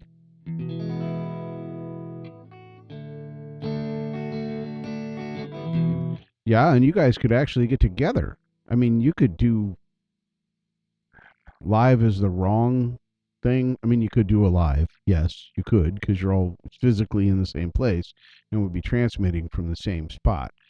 But you guys could do a collab where you are actually hearing each other's instruments live and in the same room, vocals in it. That could be mind blowing.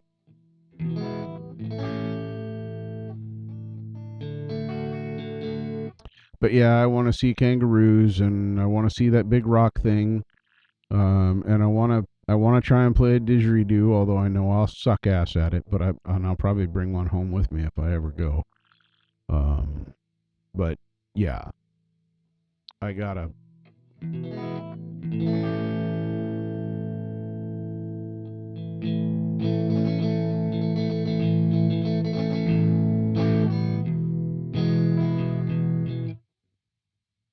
Yeah, that's the rock, the Uluru? Is that right? Am I saying that right?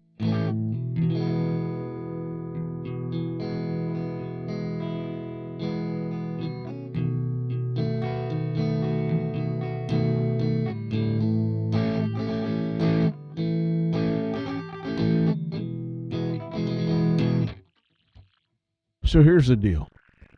Um, I don't debate religion or politics. Um, I don't believe in God in a traditional sense of Christianity, God and Jesus and all that stuff. Grew up that way. I know the Bible, read it. The Bible actually made me question things. So I do not judge what anyone. Thank you. I'm trying. I'm trying. I'm trying. Um, I don't believe there is one single correct, right form of religion. If you want to be a Catholic or a Buddhist or a Sikh monk or a Sikh is actually the better way to say that. Um, Rock it. If it works for you, if it edifies your soul and makes you feel right, bring it. Just do it. Don't worry about whatever. Um, so I don't care what people believe, and I've sampled a few. Um, I probably most closely resemble a pagan Hindu, if that can even be a thing. I am not arrogant enough to put a name on the higher power, but I believe there's something more than me and us that is out there. I've seen and experienced too many things firsthand with my own eyes, not under the influence of any drug, um, that convinces me that there's other stuff and things out there. I don't care if you want to believe in parallel universes. Whatever makes it right for you, do it. I will support you. We can talk about it. We can rap about it. You can tell me about your thing, and we can talk about this part of my thing. So yeah, spiritual. Yes, definitely Gnostic. Um, the pastor at the church. I belonged to this church for 10 years, by the way. Just so you know, I was a member. I ran their soundboards. I was in the choir. Went pretty much every Sunday, did their events, helped them with all their stuff. Love Pastor Bob. Pastor Bob was a fantastic human being. Oh my God, I would give that guy a big hug right now if he was here. He's just a super cool guy. He and I got into a few discussions as I became, because he said these words to me. He said, "Richard, you need to read the Bible again, maybe twice, and really go through it and study things, and then come to me with your questions." So I did. I read it like 2.5-ish times. I did a lot of skimming on the third time, on the half-ish time. And I wrote down some notes and some things, some glaringly strange deals that popped up at me.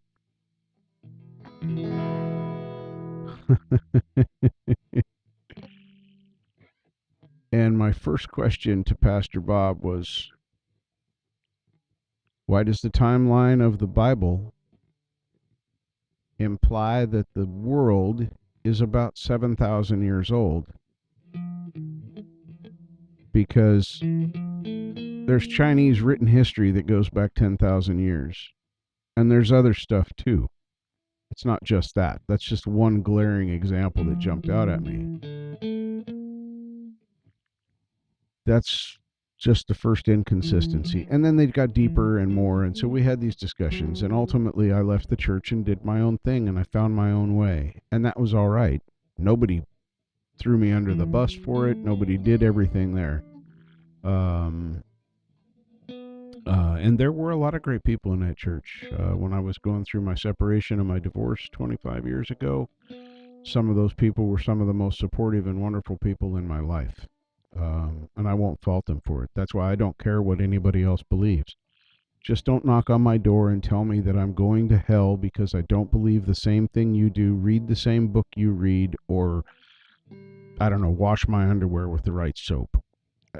It's if you want to talk about theology and you want to talk about what the possibilities are, yeah.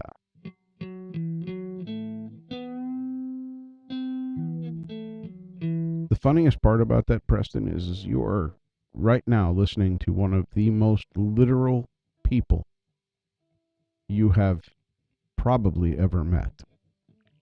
I am the guy that if you say, I want you to go to the store, buy a tampon, and try and get out of the store with just a single tampon, I'm the guy that'll try and do that. That's literally what you said, literally what I'm going to do. That's if I'm buying into your, if I'm picking up what you're putting down or smelling what you're stepping in kind of thing. So yeah, I think that's hilarious because I am very literal. I don't lie. I don't have to. I don't have to lie. I smoke pot. I stole stuff when I was a kid. I've never committed a felony. Um, I've done some other things.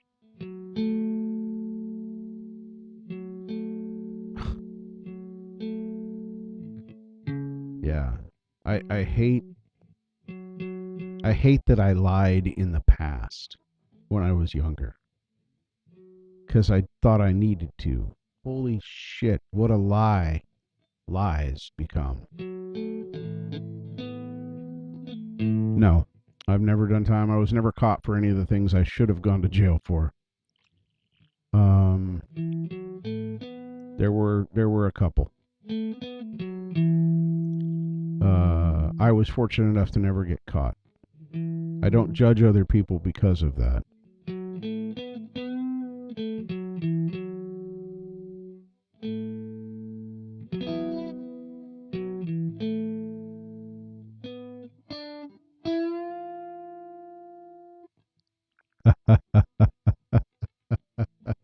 That's awesome. That is awesome. I love that.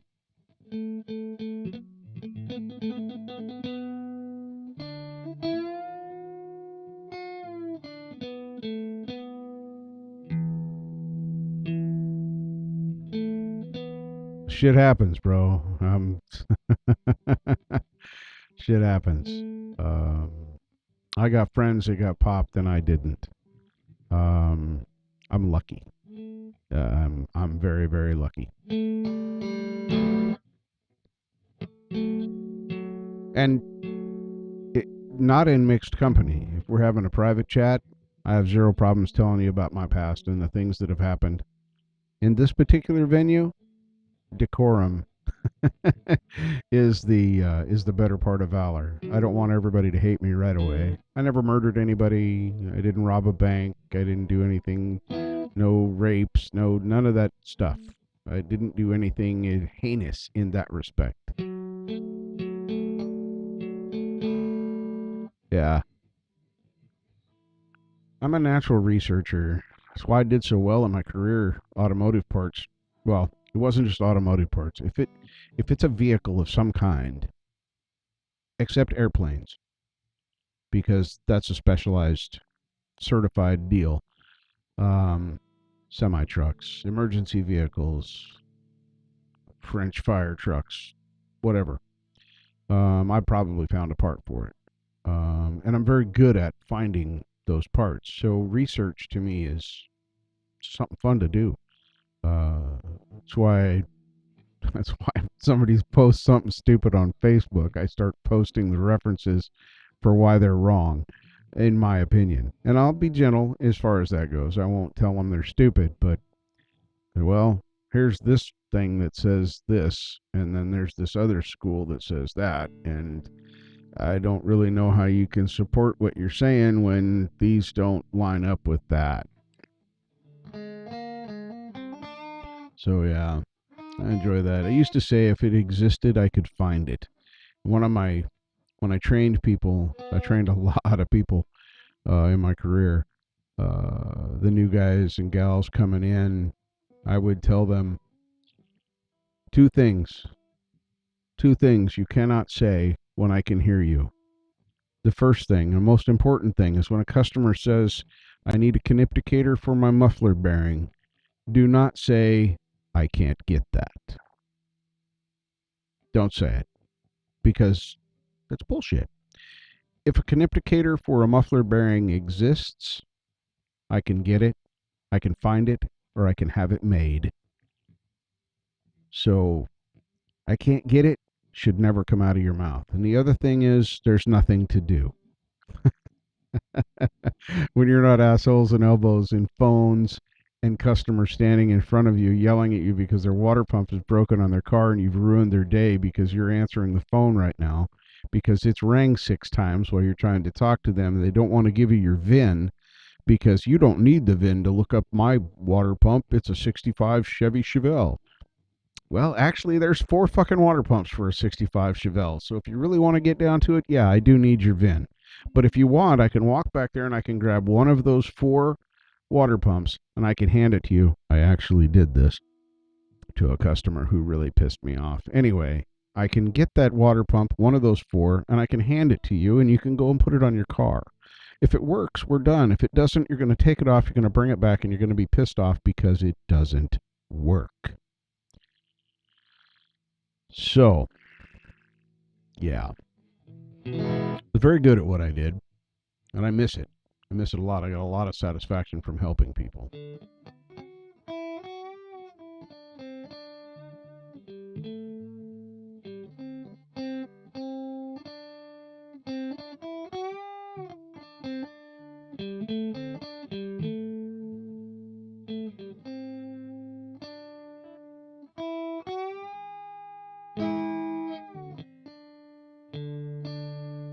Nice. Nice. I ride scooter. I have currently my new scooter, new to me scooter, is a 93 Goldwing Aspencade SE. It's a monster. I had a GL 1100, and the 1500 doesn't sound that much bigger, 400 cc's. Wow, those bikes are night and days. And the race bikes are a whole different breed. That's just a street bike. My Goldwing's just a touring bike, but it's a monster. And I'm changing throttle cables on it, putting shift correction in it, but my back's kept me not doing that for the last week and a half. Hopefully now that things are getting better, I'll be able to do that again. But yeah. So you did with the 2-wheelers what I did with the 4-wheelers. Well, and the boats. We did some boat engines too. There was one boat, Showtime. Guy's name that owned the boat was Bobo. That was his nickname.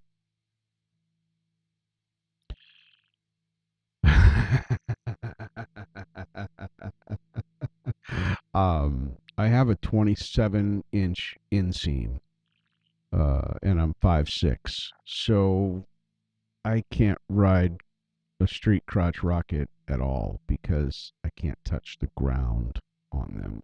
I have to swing my hip off and then set with my leg hanging over. Yeah, I look dumb stopping on a crotch rocket. That's why I ride cruisers and tourers. The Goldwing's a little tall for me. Um, I would like to get a narrower seat, set me down, get me about a half an inch. I can get flattish footed, but not comfortably. Not comfortably. I would the 1800s, the GL 1800s. I can put flat footed on the. Those are great. Love those. That's what these are for. They touch the ground. Yeah, not when you're stopped, bro. When you're stopped, if your knee is touching the ground, you fucked up in the corner.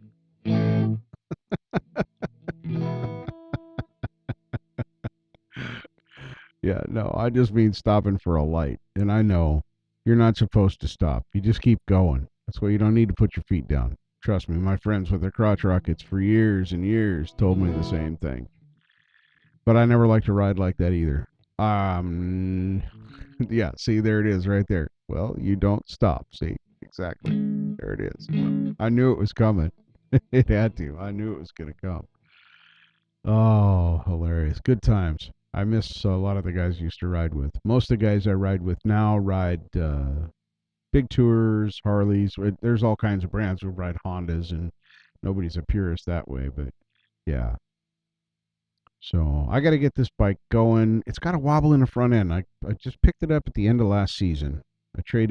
Unbelievably, I traded an 800cc cruiser for this monster 1500cc touring bike. Um, Straight across. It was an awesome trade. Financially, even if I can't ride this bike comfortably, it's gonna make it's yeah, it's way better than the other scooter.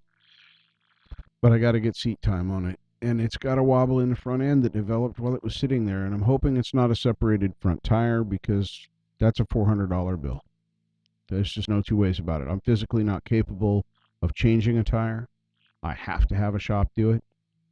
Tire will cost me 200, labor will cost me 250. So it's going to happen if that's the case. But I've got to get the other stuff first. Get the throttle cables done, get the shift correction pivot in there. That's almost done. I'm just trying to get it square right now so it doesn't bind and the shifter will relax. It's very, very close. That has been on my mind. These GL 1500s, if you might be familiar with them. Winnebago's is kind of a good there. Yeah, I've seen them with sidecars. Long term, considered doing a trike conversion with mine. As physically, I'm going to deteriorate over time. And having, to balance the scooter is gonna it's gonna be an issue. So I've thought about that, but then I see the guys on the Can-Ams. And a Polaris makes one too. I like the inverted trikes. They feel more like a scooter. Oh, thanks for reminding me. I forgot I switched. There we go.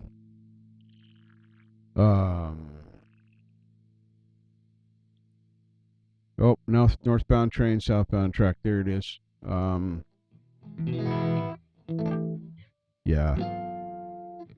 Long term, I'm probably going to end up riding a trike, but I like the Can-Ams. I just like the way they look.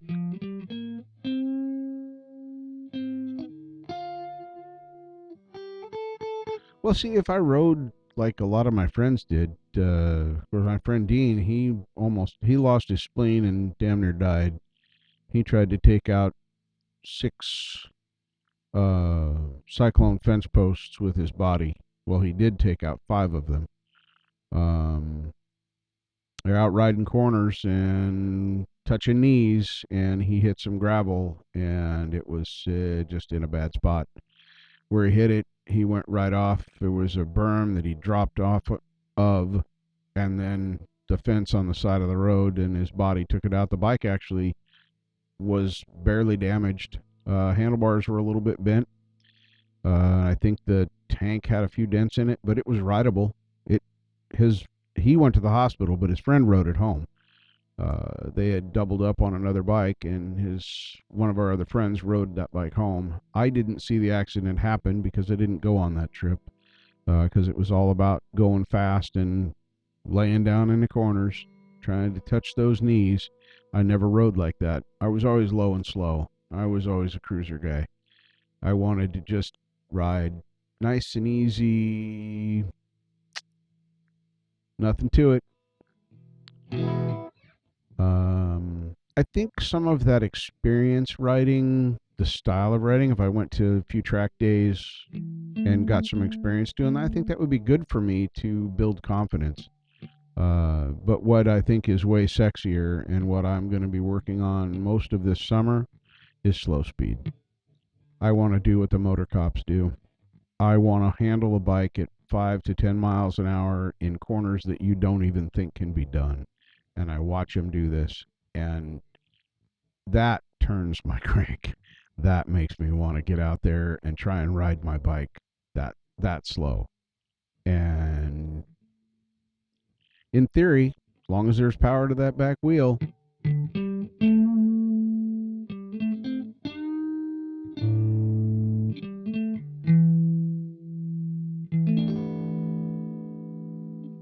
yes.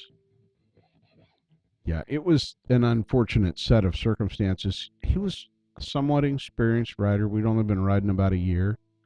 And back in the 80s, there was no motorcycle training course. You read the book, you figured out the maneuvers, you did them, and then there you go. And here in Oregon, there's not even class differences. You I took I took my MSF because I had to retake my MSF. I hadn't ridden for years. And I just it was $20 I didn't need to spend because I wasn't riding. I decided to get back into it. Of course, I had to take the written test, and now there's the MSF course. Fantastic course. I had a great time. So here's the deal. I weigh 230 pounds. I'm 5'6". So I'm relatively short, but a little bit on the round side. They put me on a Grom. Oh, that's a good school.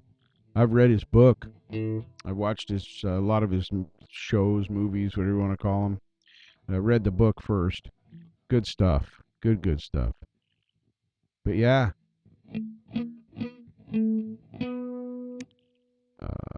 I think that would be beneficial to be able to. Not that I want to ride a crotch rocket, not that I want to race, but if you ride like that, you can handle the bike. I mean, the bike doesn't handle you; you handle the bike. You're one with it, and that's kind of the same thing with the slow maneuver stuff. It's just a different way of looking at it.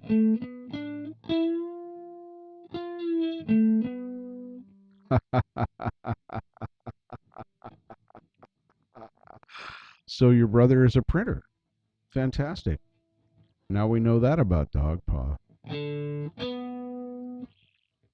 I also think that if I were younger and healthier, I would probably not only take some track days and some courses in that style of riding, but I would probably also take a dirt course. There is a lot of skill that can be crossed over from dirt to street. Um, Glaring example to me is you're riding your hog if you're a Harley rider. I'm not. My roommate is. He loves his Fat Boy Slim or whatever the fuck it's called. Harley has too many models. Sorry, there's just too many of them. FLDH3, blah, blah, blah, etc.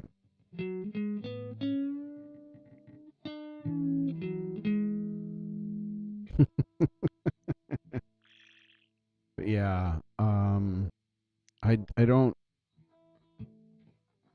don't care what you ride or how you ride. There's some kind of crossover. But anyway, riding in the rain on your hog and you're trying to get that corner and you hit a little bit of a slick spot and that back end starts going out, you got a couple of choices depending upon your skill level.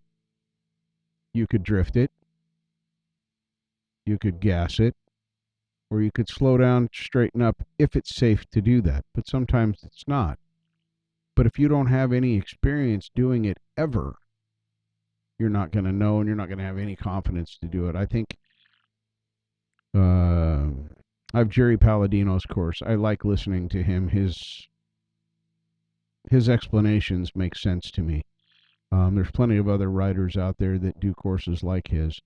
But it's 90% attitude and mental skill in knowing what the bike's going to do, and 10% physical skill. And I kind of see his point there. In theory, anything above 5 miles an hour, we're talking before you get to the gyroscope where the bike wants to stand itself up and go straight. So between 5 and 12 to 15 miles an hour on the bike, as long as you have power to the rear wheel and you're not doing something stupid. All you have to do to get it to come back up if it's gotten too low is give it throttle, and that bike's going to stand right back up. Even if you're laid way over scraping, it's just, I tell you, it turns my crank. I want to do it.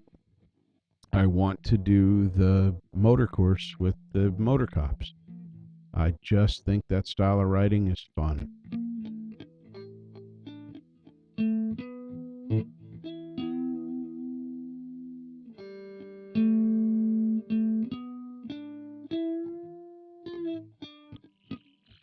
I only had my bike for about 5 years when I was in my early 20s, and I rode my bike everywhere. But here, that's not a lot of snow, very little snow. I rode in a lot of rain, but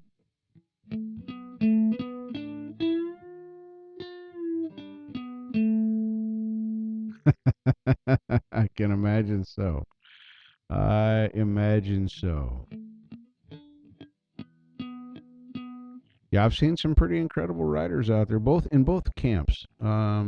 There's actually a video on YouTube of a guy on a Harley Cruiser that literally flies down a mountainside, passing guys on crotch rockets like they're standing still. Now, some of it might have been staged, but if you watch this, the guy is really riding, and he's riding this Harley hard. And he's doing things with that Harley that you just go, what? How can he even do that? And the reason he can do it is because of his skill, because he has the confidence to handle the bike. So going fast or going slow,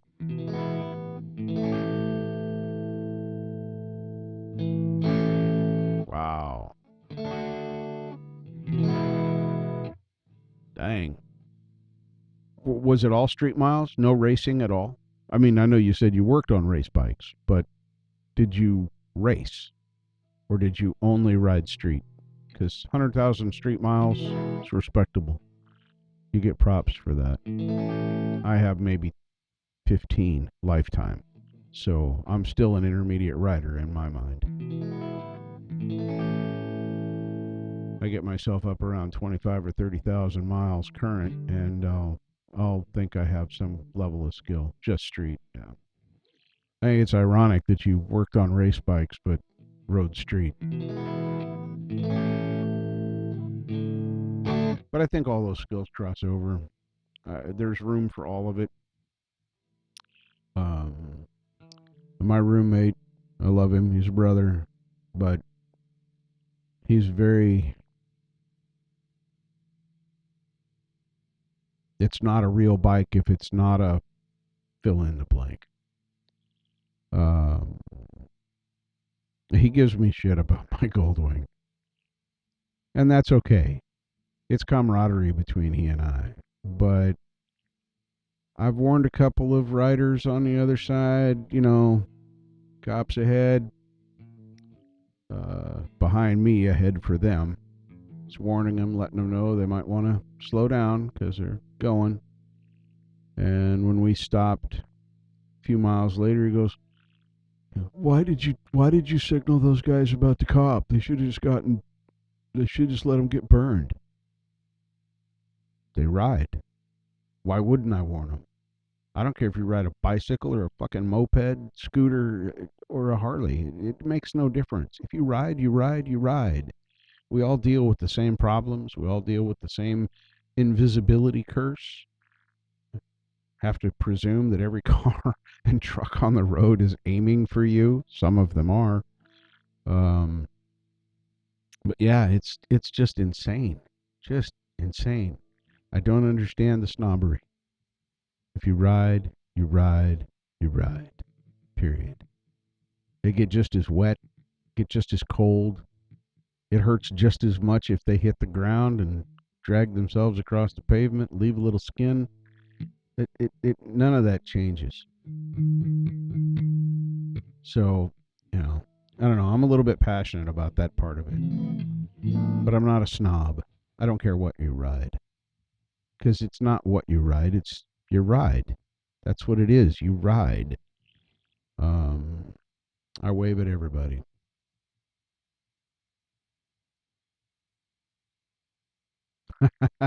Nice. Nice. Nice. Yeah, I even stop when I'm in my cage. Which, as late, wintertime here, we don't get a ride much unless you want to get wet and cold. I mean, that's just, you can, but you're going to get wet and cold. That's just the reality. I've actually changed from leathers. I'm going to go with an ADV riding suit this season. I wore leathers last year. I put about 4,000 miles, 3,000 miles on my scooter last year, and I'm not. Leather's great protection. Leather looks kind of cool. I'll give it that. It's fucking hot, and it's cold when it's wet, and it doesn't breathe, and you can't get a vent to work in a leather vest. All right, Preston. I'm probably going to shut this down pretty soon. I'm getting pretty tired myself. I do have a doctor's appointment tomorrow, but not till 3 o'clock, so I got lots of time to get ready. But, yeah, I decided to I got an inexpensive one. It's not super expensive. I just bought the HWK gear. I have a couple of riders. I've got a year or two out of it. That's all I need. I don't want to spend $500 on a riding suit to find out that I don't like it. The riding suit I had to wait 6 months for the pants because they were on back order, but I got them. I got the HWK waterproof lined gear, and I don't remember what boots I got because I needed boots. My other ones were way old and super heavy.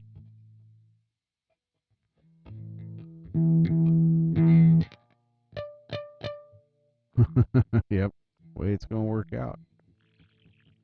But yeah, I definitely am looking forward to this next season with this riding suit.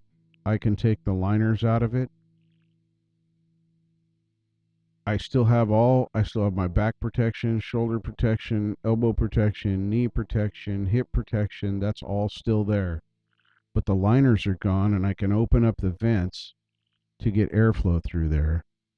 And even when you open up the vents, they're done in such a way that they're not going to expose, if you did go down, they're not going to expose a ton of flesh to the street. And I'm an ATGAT.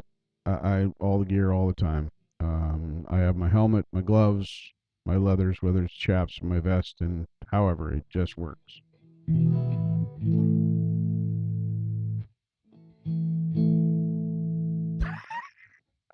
Right?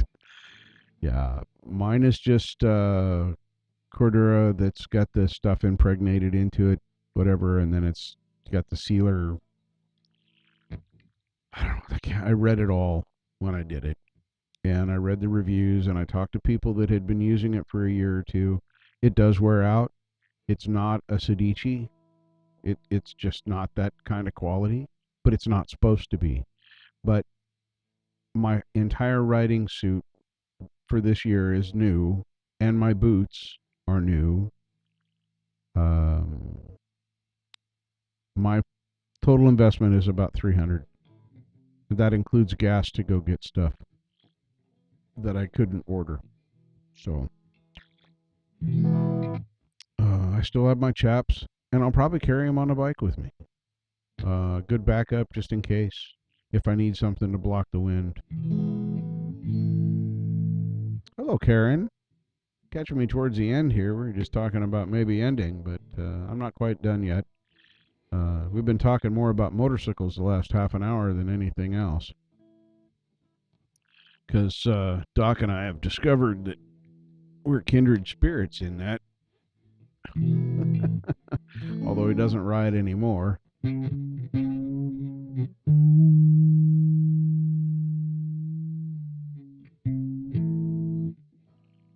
Oh my goodness.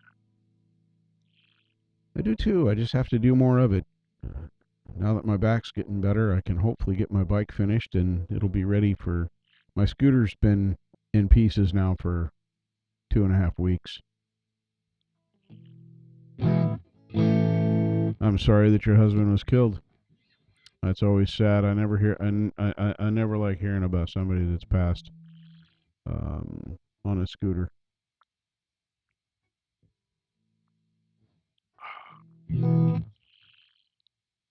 It's the only.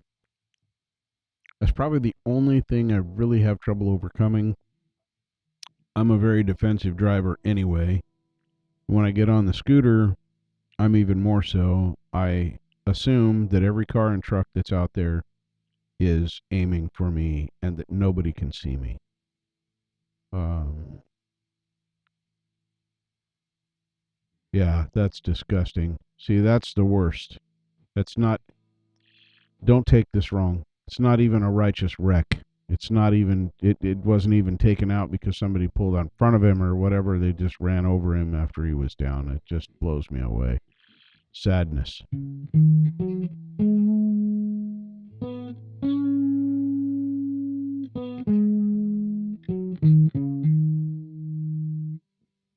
Yeah.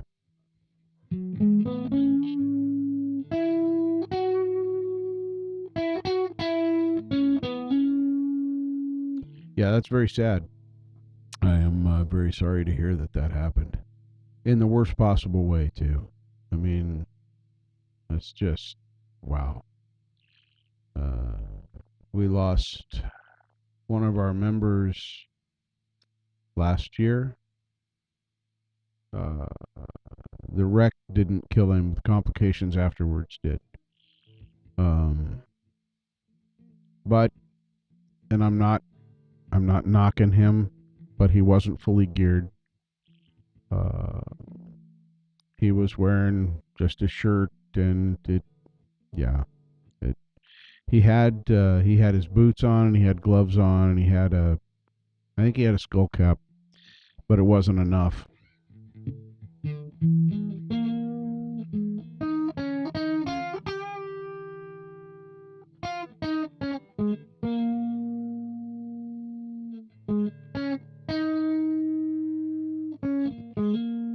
But yeah, everybody who rides for any length of time has stories like these. Stuff happens. I know the risk every time I every time I throw my leg over that scooter. I know the risk. Yeah, yeah. Well, it's the gear was not designed to protect you from being run over by a vehicle of any kind, even another scooter. Yeah, I'm an ATGAT. All the gear, all the time. I don't have any pride. I don't have to look cool. I actually don't really give two shits what I look like when I'm on the bike. Um, but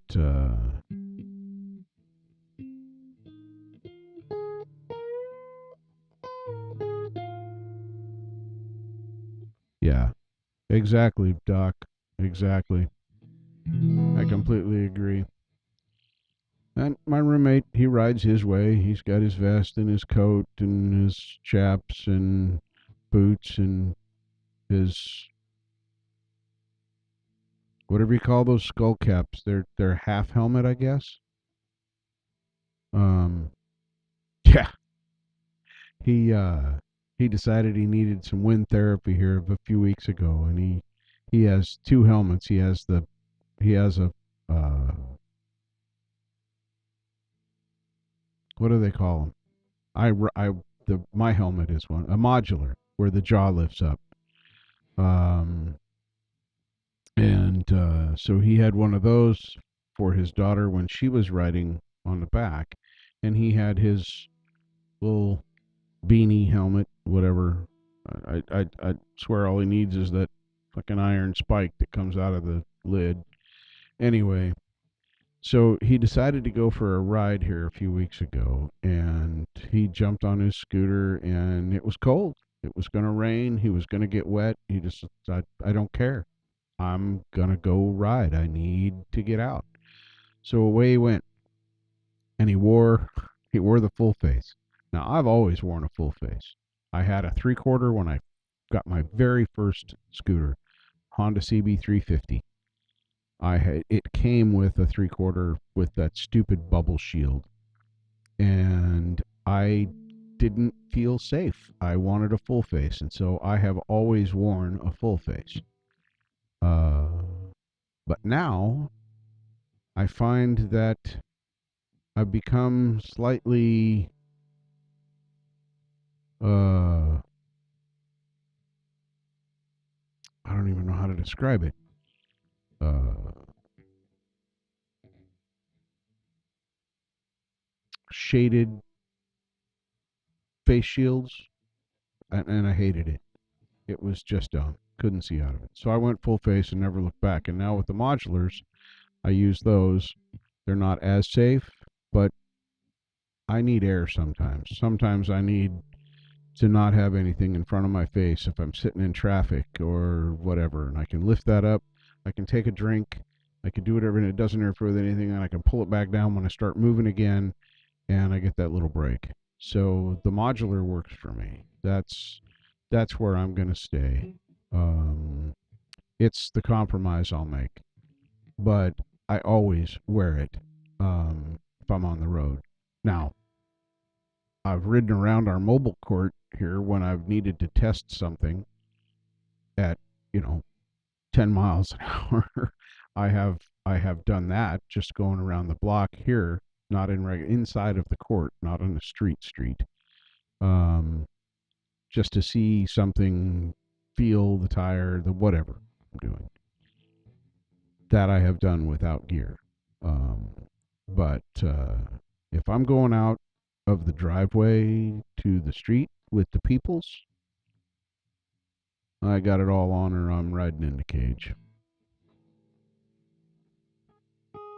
Oh, those are so slick. I've seen some of those demos.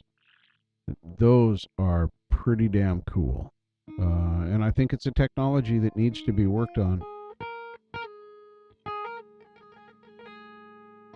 Oh, yeah.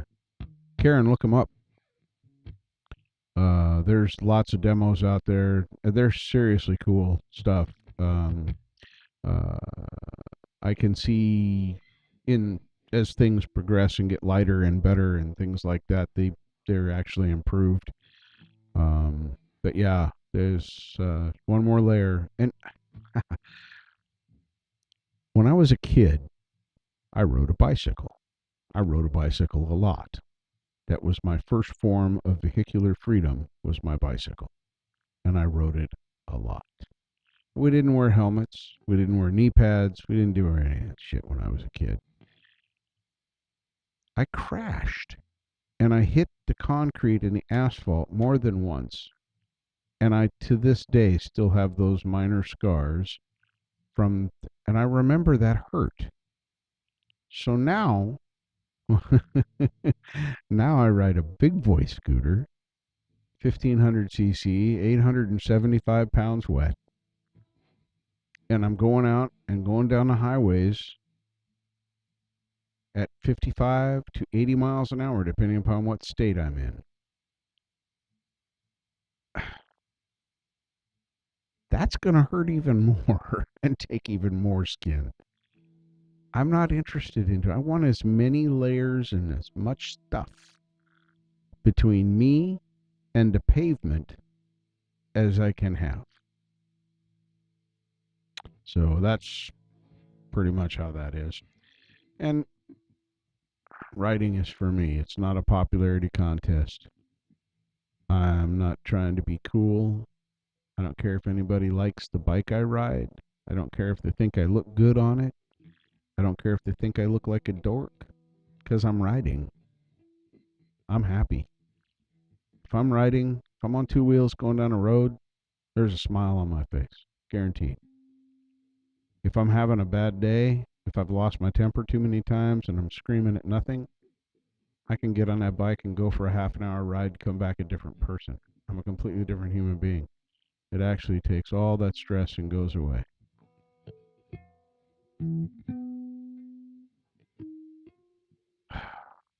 Isle of Man with some crazy father muckus. Rubber side down racing. See, it's funny. Doc, you'll understand this. When I say, and now that you know more about me in this way, when I say stay smooth, you know exactly what I mean by that. It has nothing to do with hair or no hair. It has to do with staying smooth. Like you said earlier, fast is smooth. Um, Smooth is right.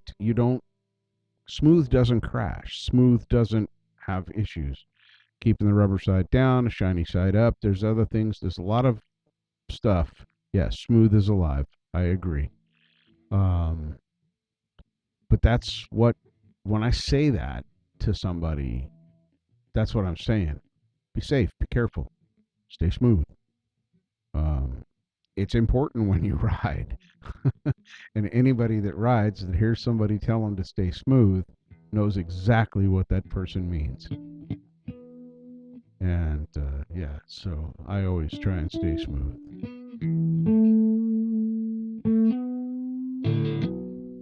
How far along are we here?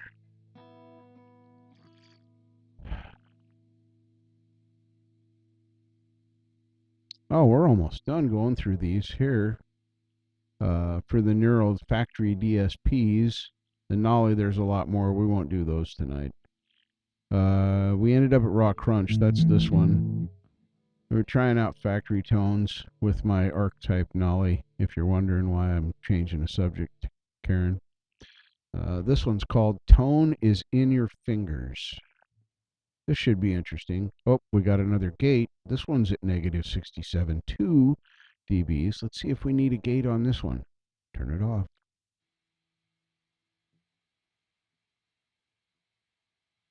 There's no noise. We don't need a gate. I have said it 6 times tonight at least. I do not understand why you turn on a gate when there's no noise to gate.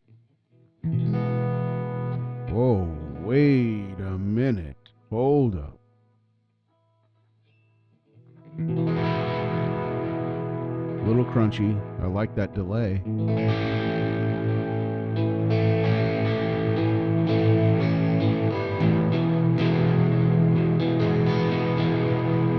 I don't like the crunchy, but I like the delay. Let's look at the amp head. There's not a ton of gain in there. Interesting. I'll pull the gain out of there a little bit. Oh, there it is. It's all in the mids. That's where that crunchy came from. Let's put those down at about 2. Lots of treble in there. Master and level's okay.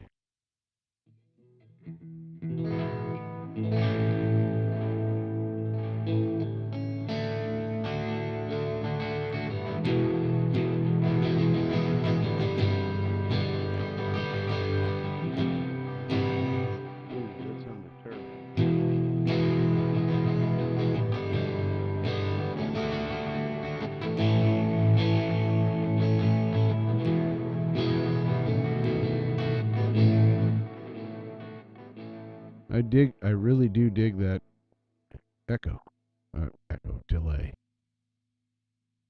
Let's play with this decay here. Let's do. Oh yeah.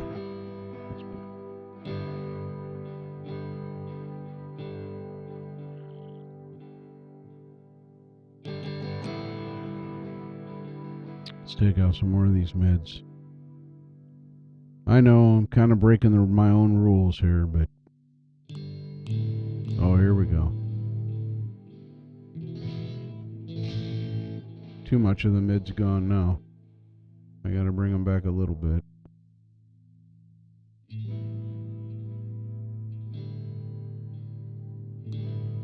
Mr. Tanner, welcome to my lame live.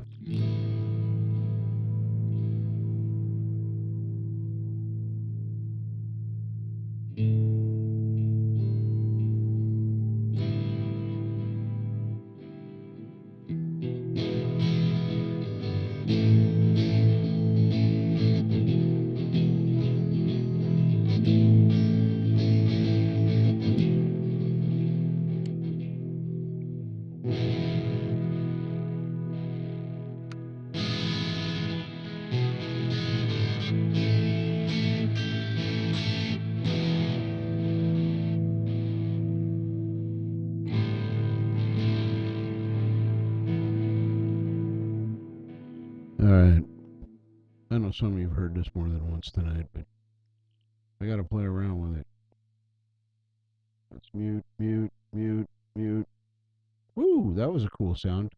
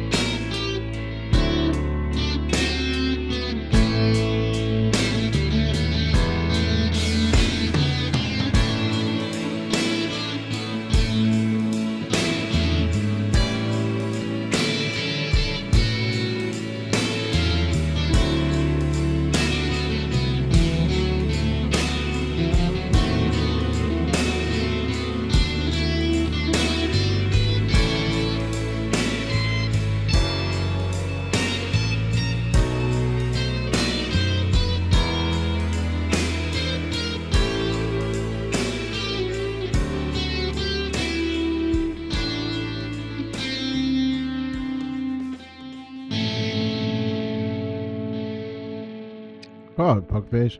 Sorry, I was gone for just a minute there. Actually, 11 minutes and 35 seconds to be exact. That felt really good. Tone is in your fingers. I played with it a little bit, had to mess with the EQ, but that's a good one. We're going to save that one. And we're going to save this as my. All these fancy names, so I know that they're modified by me. It's usually me or mine or the one I like or something like that. Oh my goodness. So we're going to save that one. So yeah, spent a good portion of the evening now talking about motorcycles, cars, car parts, guitars, amplifiers, religion, the pros and cons of real amplifiers versus Sims like I use most of the time. My goodness, jamming along. Oh, thank you, Doc. Oh, I'm going to unsling this for just a minute because it's warm in here all of a sudden. It's possible I'm getting a little tired. I don't know. I don't even know how long I've been on the air now.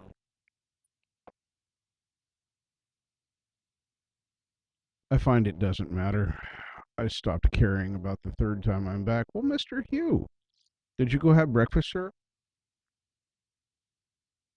Oh, hang on a second. I gotta mute this because I'm gonna be gross and blow my nose.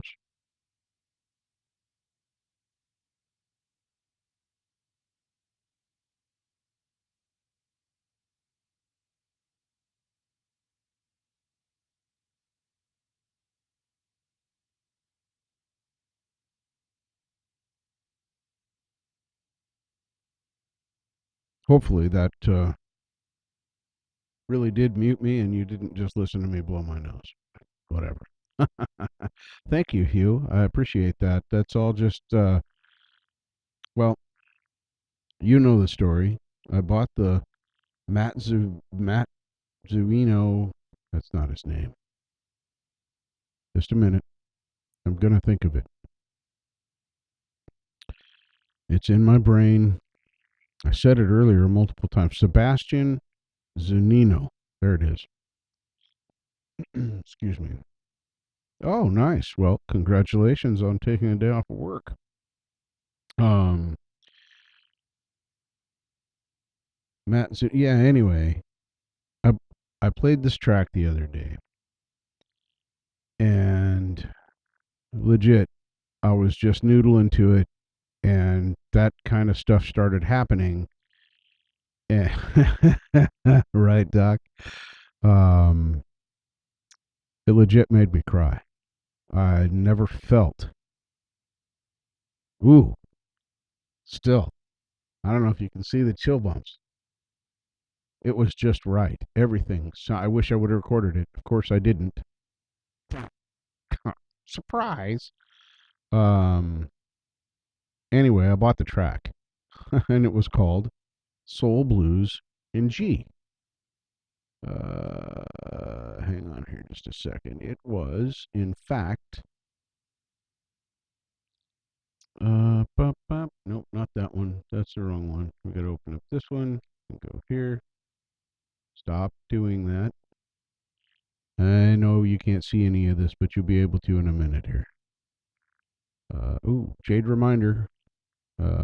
Jade Star live versus recorded with Jade Star Creator Town Hall number 55. Pete John Studio live today is scheduled for 4/7/22 at 4 a.m. So we're going to set the reminder for that. I will probably be asleep, but you never know. So anyway, that track that you just heard is the one that I bought. Where did he go? It's here. The track that I wanted to buy. And yes, I've been playing with the ones you sent me, by the way, Mark, just so you understand that I am definitely doing that. Where did it go?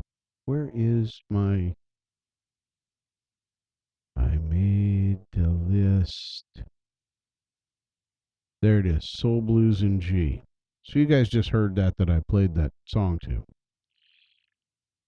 This track is the one I wanted to buy.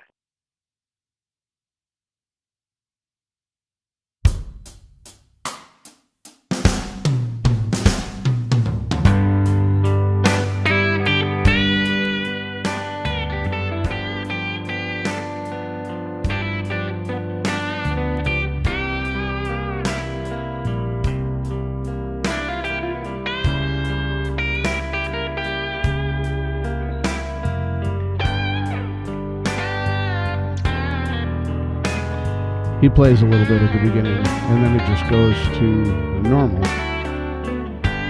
Now, in his YouTube videos, he does this. In the track you buy, he doesn't. It's just the backing track. So now he's done with his little thing, and it just goes into this. And this is in G. As those with a good ear can hear. This right here that I just played to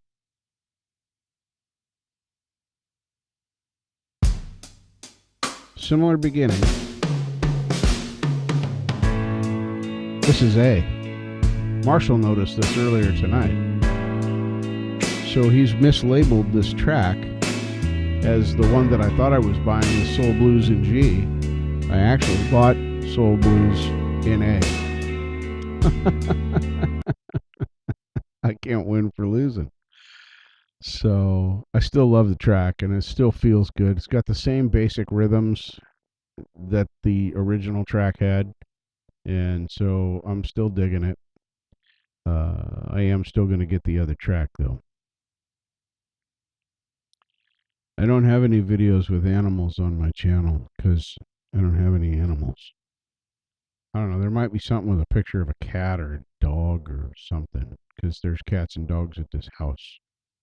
So there might be something like that.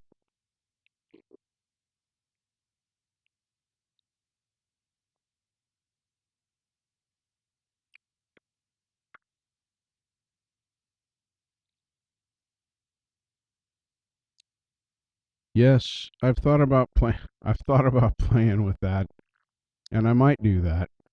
I it just it takes a lot of my computer.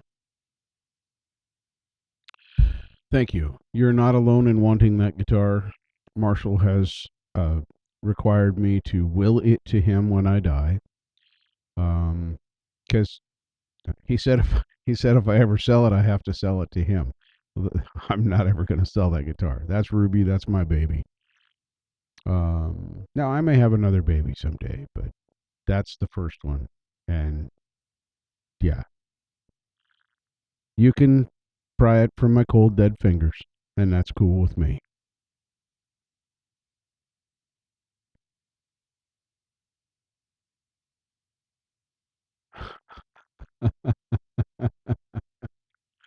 Right on. Yeah. So put I might put some repitch on that and play with it and see what happens. But I have to leave it on there, or I have to re-record it with the pitch on it in order to get it into an MP3. And then I have to render it because I'm doing all this through uh, Reaper. And I found out something interesting, Mark. I found it out by accident today. So I was dragging some tracks over.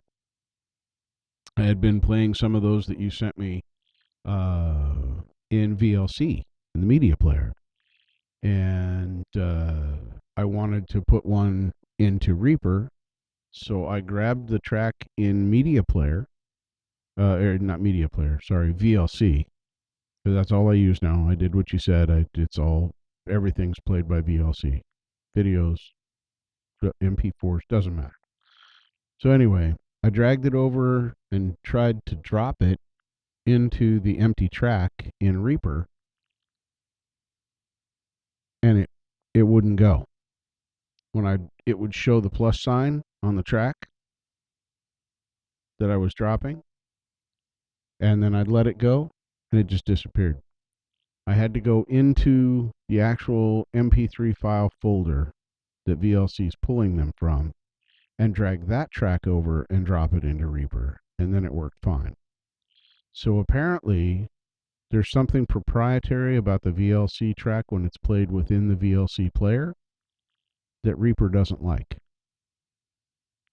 I don't know. Here, I'll do the emoji. How am I doing? I probably look like I just got hit by a truck. Anyway.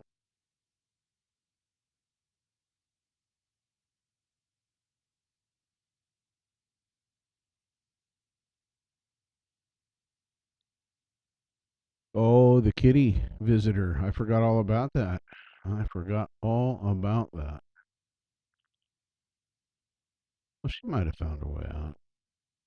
Yeah, that's what I realized is I have to drag it from the folder.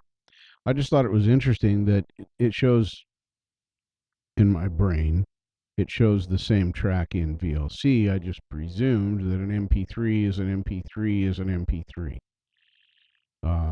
I mean, even between Apple and PC, if you've rendered your Apple product music into an MP3 or an MP4, uh, that plays in any MP3 or MP4 player. So, yes, Mark, but I think we've all established that I am far from knowing what standard is.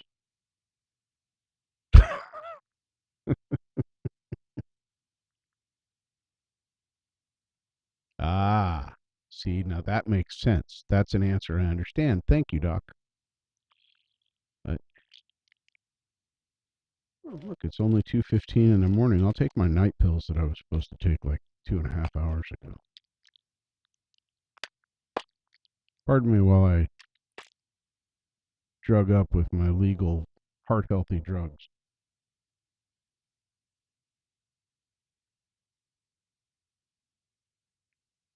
Gotcha. That makes sense. Ultimately, I overcame it and I figured it out. So I was pretty happy about that. Um, yeah. Yeah, play along to those in there a lot. The reason I wanted to buy this particular track was because it's the first thing I've ever played to that made me cry. I wasn't even sad. It just filled me up with this emotion, and crying is how I released it. I can't even say I was sad. I know it's the blues and woe is me, my life is shit, but that's not how I felt. It just affected me emotionally, and that's why I wanted this track. There's plenty of other cool tracks in there. Okay,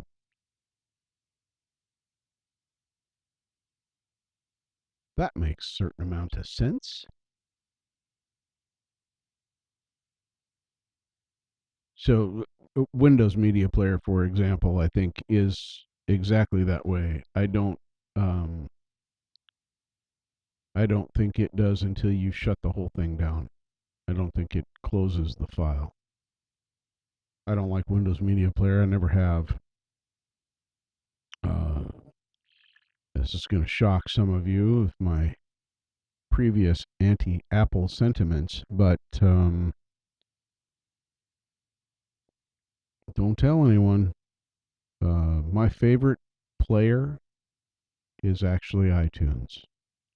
I know it's proprietary, and I know it doubles music and does all kinds of weird shit with your music library. I understand all of that. I've seen it do it, and I've also tried to overcome it with the hacks and trying to fool it into thinking that it only has one and all that other stuff. But that I liked a lot of the features in iTunes. I love Genius. Of course, I have Spotify for that now, but this is when I had my iPod Classic back in, 97, 98. Way back. I think that was iTunes 4 or 5, something like that. Way back there at like 13 or 14 now. It's crazy. I have very little experience with the new iTunes. I do have to use it. Well, I don't have to. I could hack it, but I use it for my iPod Touch. It just works.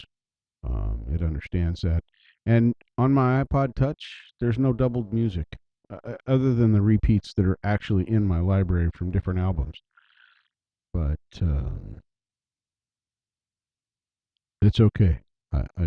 It's okay. Breathe, Doc. Breathe.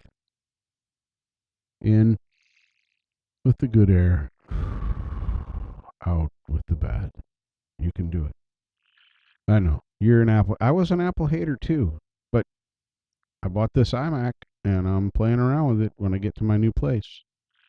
Did you hear that news yet, Mark? That I'm moving? The Win Media Player is way beyond blows.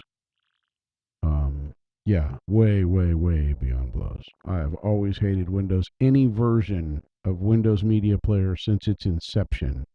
The worst of them was around the ME time when they were trying to make it into this like, oh, the old Packard Bell room where you had you had your albums lined up and you could flip through them like they were real vinyl and all this bullshit. Oh my god. Yeah. I hate Windows Media Player. But, but yeah, I didn't know if you had heard that I am moving about 20 miles from my current home in May, 1st of May. If, well, presuming I'm approved, my new roommate seems to think that will not be an issue and that will definitely be approved. I don't know. We'll see. There's no felonies on my record. I have terrible credit because I don't have credit. I don't need credit. I don't want credit. Credit is the American way. Buy it on plastic. No.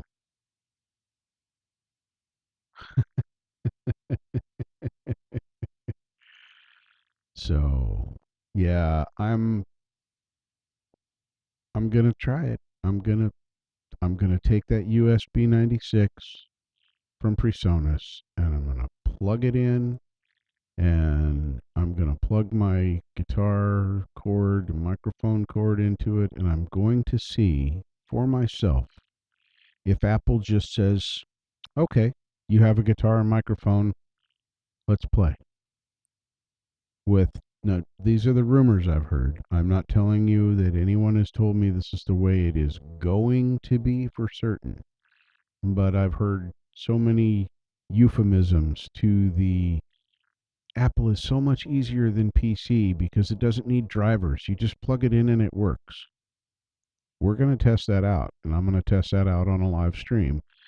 Once I get to the new place, I'll set up this iMac that I'm in the iMac cheap. I can get my money back out of it. Like I said, I'm 2.25 for the iMac, wired keyboard and mouse, and the Magic Mouse and Magic Keyboard for 2.25. That's unheard of. Just can't do it. And this is an iMac that I can work on. This mid 2011 model. The outer screen is just magnet on, so you peel that off, and then you've got your screws to take out to get to your inner stuff. I can add RAM if I want to. It's got 8 gigs of RAM, which is more than enough for anything I'll want to do with it. I don't need this computer to be a powerhouse. I have my PC that is, 3.6 gigahertz, AMD, Ryzen, blah, blah, blah, blah, blah, blah, blah, blah, blah. Yeah. Yeah, I'm not going to try my Focusrite. My Focusrite is set up on my PC.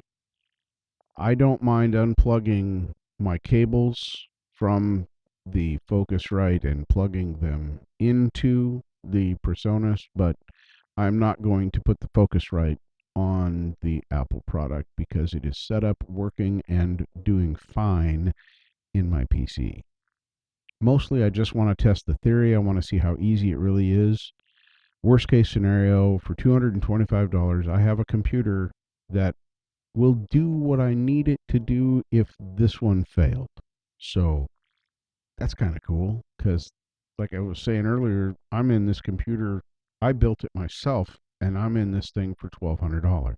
32 gigs of RAM, Ryzen 5, 3.6 gigahertz, 6-core processor, blah, blah, blah, blah, blah, blah, blah, on and on and on. I've got 8 terabytes of storage in this computer.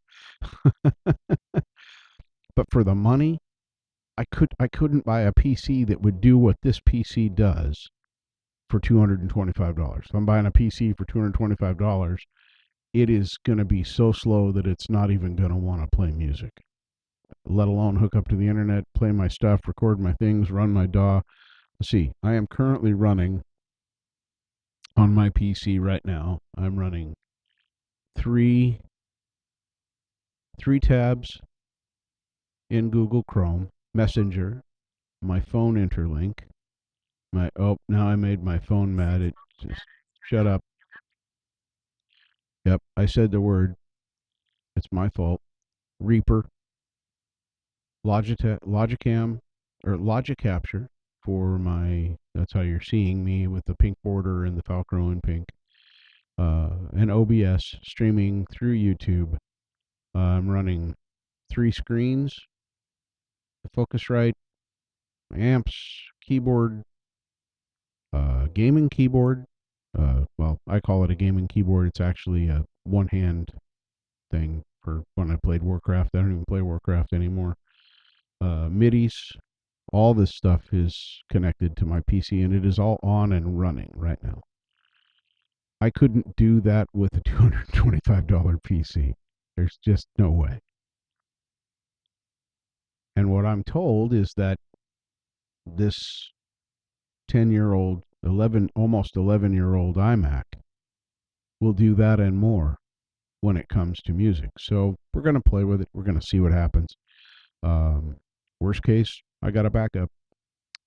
So, and it is pretty portable. I will say I do like the cleanliness of the setup because it's just tidy with the computer being in the back side of the screen, and then you've got your keyboard and mouse.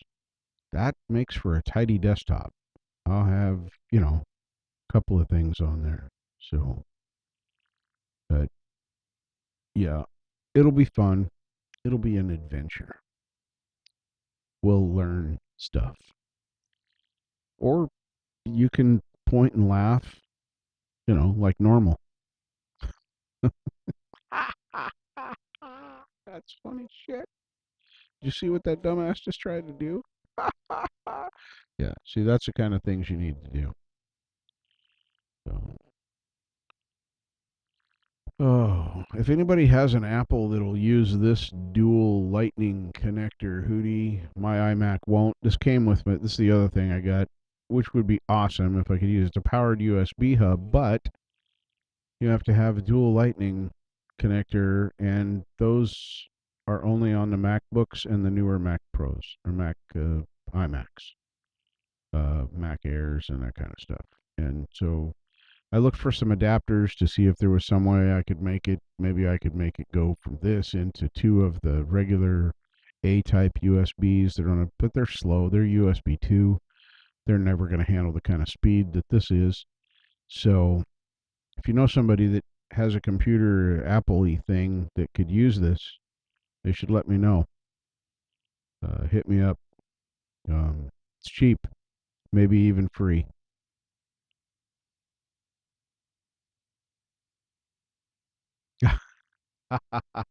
That's old. See, you're dating your computer self right there. Most people don't even remember those. The original iMacs. That's back when Apple didn't use products that were that dissimilar from PC. Those were very, very modifiable, very upgradable.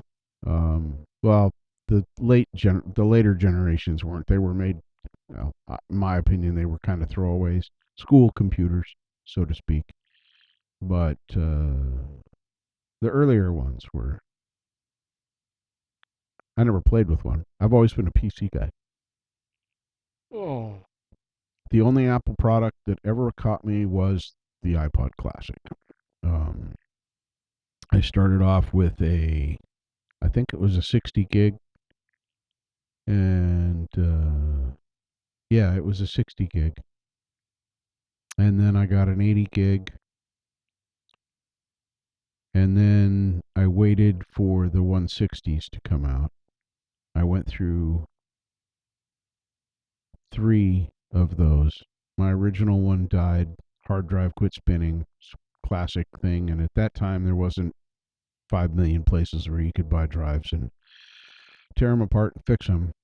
The second one I had, I went to a Joan Jett concert with a girlfriend at the time, and she had to go potty. It's 2 o'clock in the morning. I pulled off to the side of the road.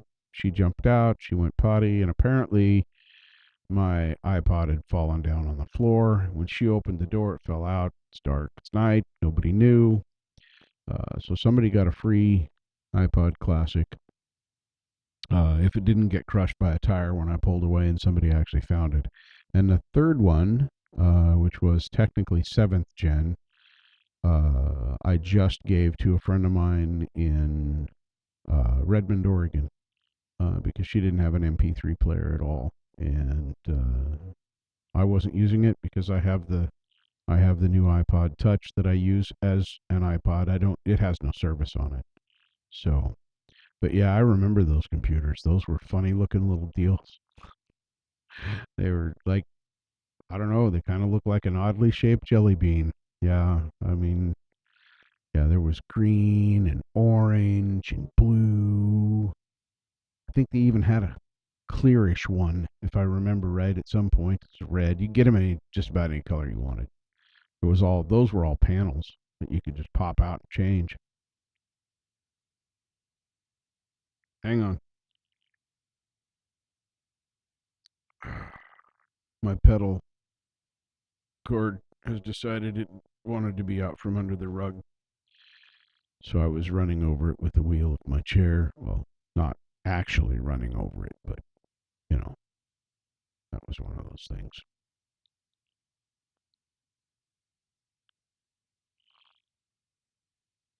Oh, yep, I'm definitely getting tired. Hmm.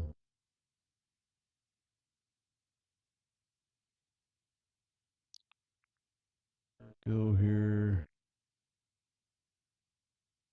Stop doing that. Where did my chat go? Why did my chat disappear? I hate it when it does that. There it is. Now it's back.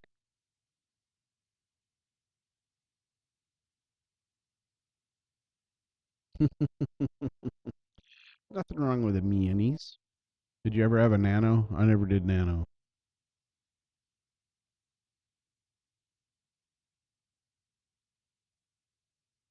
I didn't like the nanos.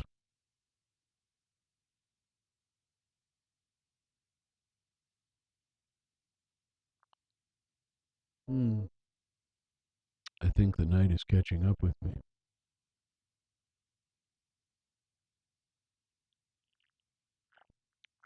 When I made my switch from physical media, CDs in this case, it wasn't. It is a nano. There's nothing wrong with them. It just I've always been. I want a screen. Just tell me what the damn song name's coming up.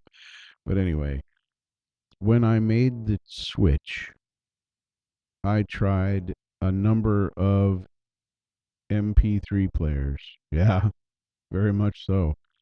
Um,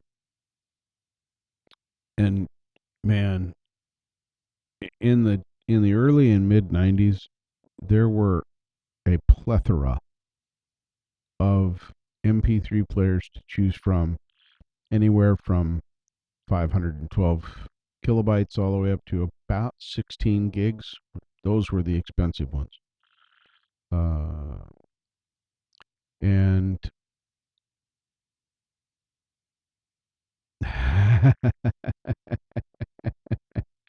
I played with an abacus briefly in grade school, and it was a skill I knew I would never use, so I promptly forgot it. Yeah, I don't do abacus. But anyway, then I discovered the iPod, and it was it was fairer to the user in those days. That it wasn't as locked up. It was easier to put CDs onto them and just share the music if you wanted to, or not share it if you didn't want to. No judging on any of those things. Yeah, yeah, this is true, Mark. Most of them were shit. So we got moving with that, and I started putting my stuff onto that 60 gig, and that held quite a bit of music. At the time, I had enough physical media from my CDs to copy into the MP3s to do probably 25 or 30 gigs of that. And that was the end for me. It worked. It was simple. It was an interface that I understood. I loved the click wheel. I still love the click wheel, and I miss the click wheel. The new ones don't have a click wheel. But then the new ones have GarageBand on them, and I can hook it up to this. I could hook this. It's crazy. I could hook this iPod Touch up to this monitor that's right here. Through, obviously, I'd have to have the right cords, but it will just put it up there on that screen. Now, using this without a keyboard, but my magic keyboard and mouse, guess what? They'll work with this phone.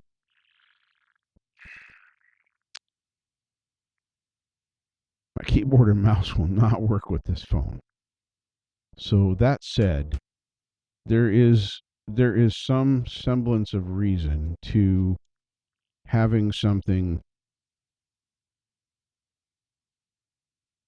Sorry, forgot how to use a zipper. Been a while.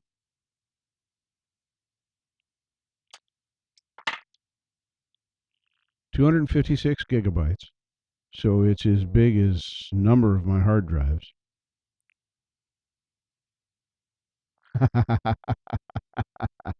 That's hilarious. So I could Bluetooth my Magic Mouse and keyboard to this,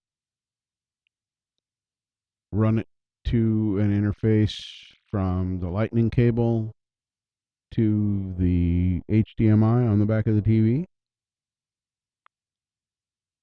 and I have technically a computer with those things. That's There's not much in a PC world that does that, if anything. So there's kind of things like that. I pirated plenty of music back in the day. Most of my music pirating happened during my karaoke KJ days, doing karaoke hosting, because I needed both music and in the very beginning, I pirated karaoke too. And I'm not proud of that, but I did. And then as I got into it, after I'd done it for about 2 years, I realized that I was cutting my own throat. Yeah, I love my One Plus, but this ain't gonna run Windows 10. Not gonna happen. Guarantee it. I mean, maybe you could make it work because you're like a computer dude. But me, this one, this I can do. Making this run Windows 10, and I hate Windows 10 anyway. I hate Windows, period. Um, that's that's actually phone runs jitterbug. Wow, I have not even heard that term in a while. Um, there's something to be said for something that can do that so simply. Someone with very little technical skill when it comes to Apple stuff, be able to get maybe one adapter just for the display and plug it in and go with a keyboard and mouse. Hell, the Magic Mouse and keyboard actually synced up with my Windows machine. I was playing around with them, and the guy said they haven't been charged up for a while. You might want to charge them. Excuse me. So I did, and when I got done charging them, I turned them on, and lo and behold, my Bluetooth recognized them.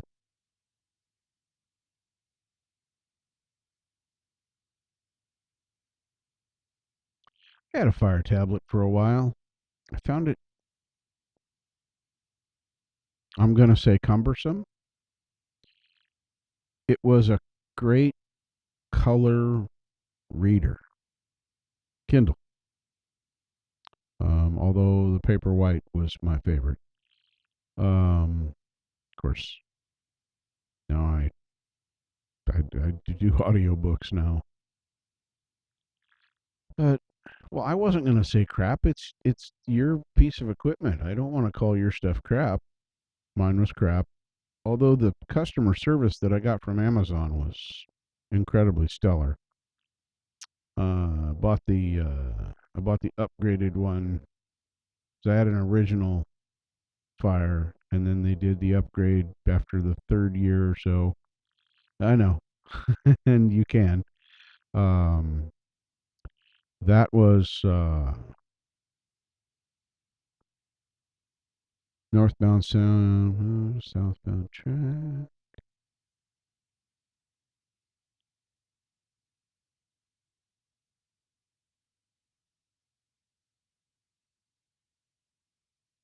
Oh yeah, yeah.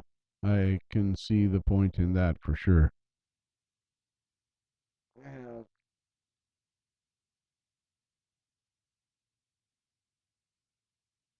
Does it even help?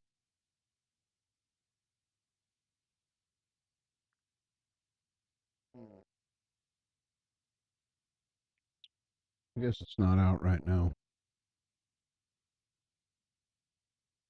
Those are cool phones. They were the they're still good phones.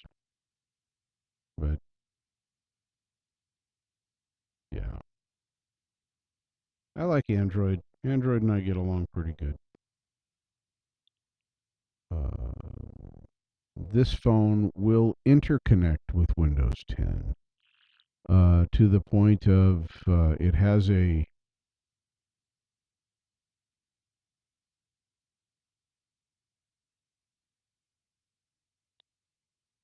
an app handshake type device. So when my phone has been connected and run through its little doohickey, I can answer text messages. I can even answer calls. I can get pictures from it. I can get my contacts off of it, and I can put them directly into my computer. And that works pretty seamlessly about half the time. But my second Fire, now I remember what I was going to say. My second Fire tablet, I had taken it to work one day. I don't remember what I was doing with it, but I had it at work. I wasn't using it at work. I just had it there because I was going to do something after work. I needed to have it with me. I didn't want to leave it in my car because I was afraid somebody would break into my car and steal it. So I had it sitting next to me all day long. It sat next to me. And all day long, I worked with mechanics in the shop, and I had parts going back and forth across the counter, and it sat there, and everything was fine. And then I'm packing up to go home, closing down the store, and I turned and caught the edge of it with my arm, my bare arm, and there was just enough moisture there to spin that tablet around, which made it no longer sitting on the flat surface of the counter. And of course, it flipped and landed on the concrete floor, screen down, shattered it. It was toast.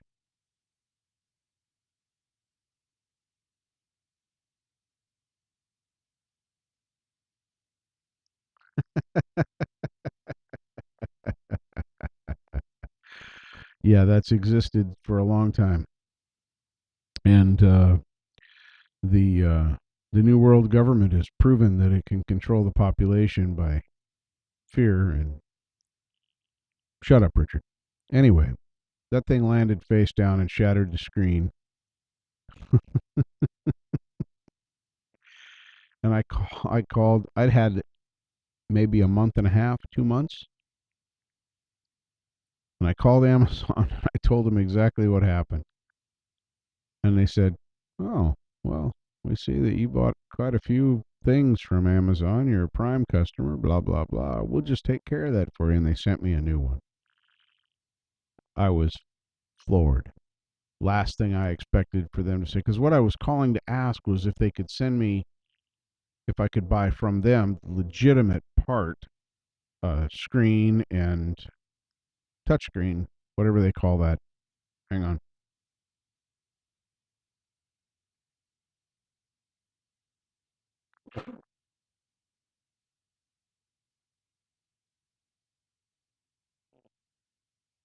Wow, that one came out of nowhere.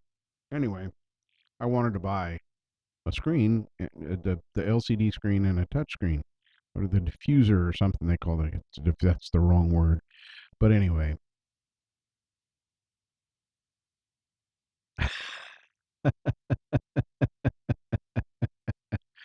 I don't know. Hopefully that's not what's really happening. Let's see. Technical difficulties. Nope.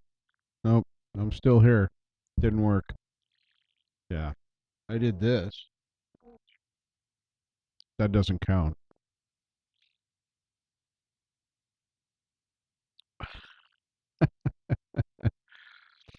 Oh my goodness. Why am I still up? Why am I still awake? Why am I not dying on the vine and saying I gotta go to sleep? I don't know. I really don't. Hmm. What happens?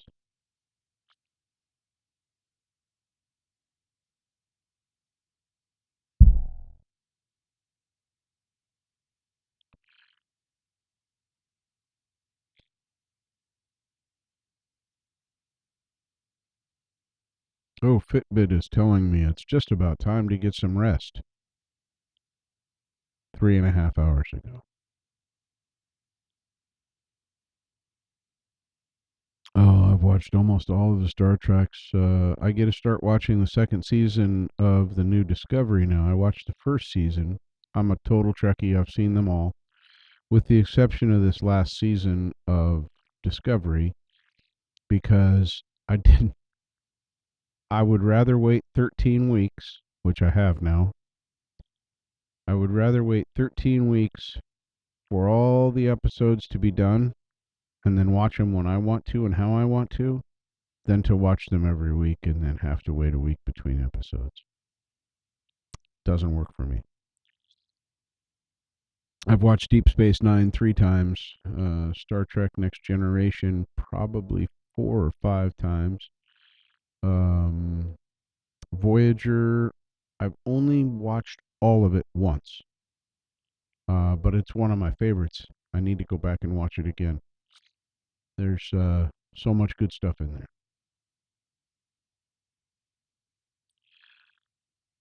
The new stuff works for me because I always look at it as a completely different story. I don't expect, I mean, seeing other characters from other stuff that I've seen, William, oh, look, I forgot to mute that. Um,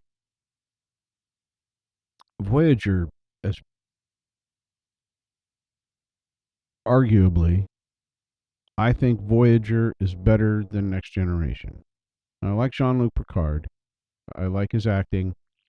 Um, but I think Voyager had a better hook story once they got into it. They spent so much of that series in character development. But by the time they got into it, I was invested in every character.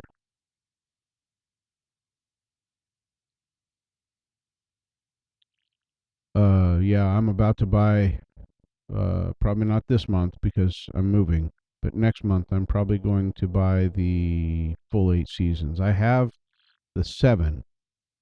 I have not seen 8. Don't tell me anything. Spoilers, I'll put a hit out on you. I will. No spoilers. I have on purpose stayed away from everything Game of Thrones until I can buy this DVD set. I've seen the first 7 seasons. I've seen those 3 times, 3 or 4 times. I've read the books. Of course, there's only 5. HBO tried to make him write book 6, and he said, "You don't own me. You own the rights to the story because I sold them to you, but you don't own me. You can fuck off. I might write it before I die. I might not. Not my problem." I love that about him.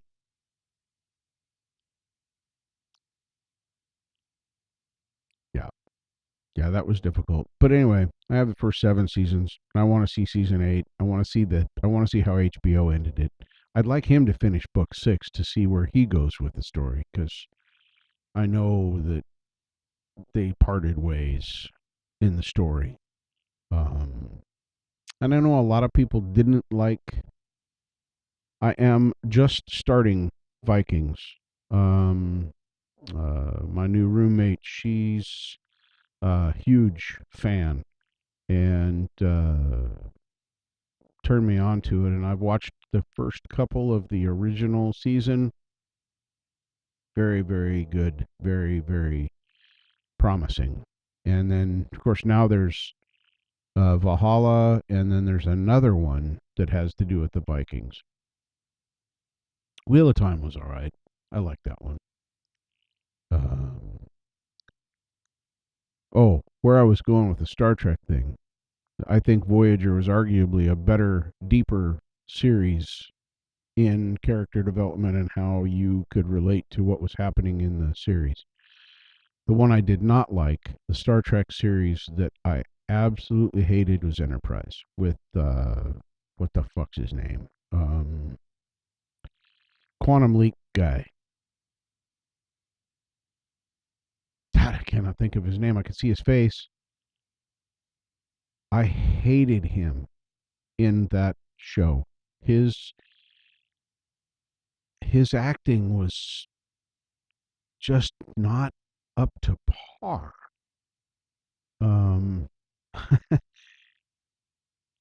liked him in Quantum Leap. It worked. He worked in Quantum Leap, but in the Star Trek venue, had no. Guy was a dumbass. I'm sorry. I know I'm not a great actor, but yeah, yeah. Enterprise with that guy was dumb, or whatever it was called. Enterprise may not be the right word, right season. Yeah, that's you. You. Did like that? Yeah, I think that's the right. I think that's the right one.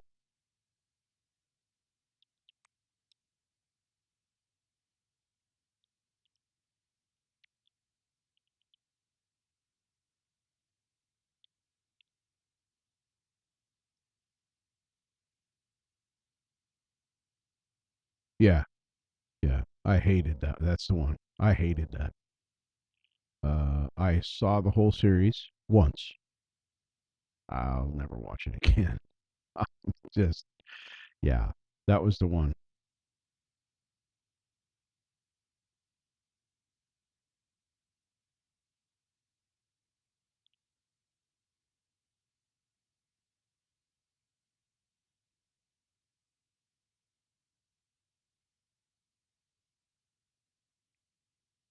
Is that a joke that's over my head? What Ragnar was not the Queen of England? What does Ragnar have to do with the Queen of England? Help me out. A dumb guy wants to know. I mean, inquiring minds want to know. That's what I meant. Yeah.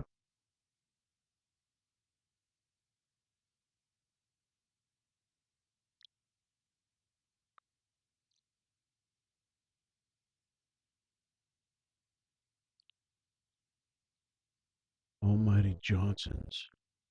That already has connotations that make me want to laugh already.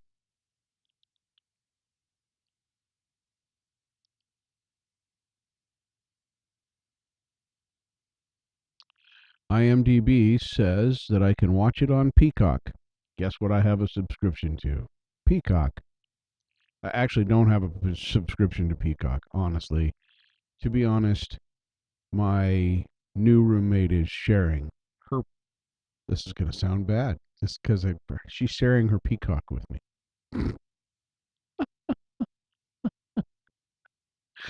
Oh my God, that makes me giggle like an 8-year-old. Um, anyway, she's sharing that TV service with me.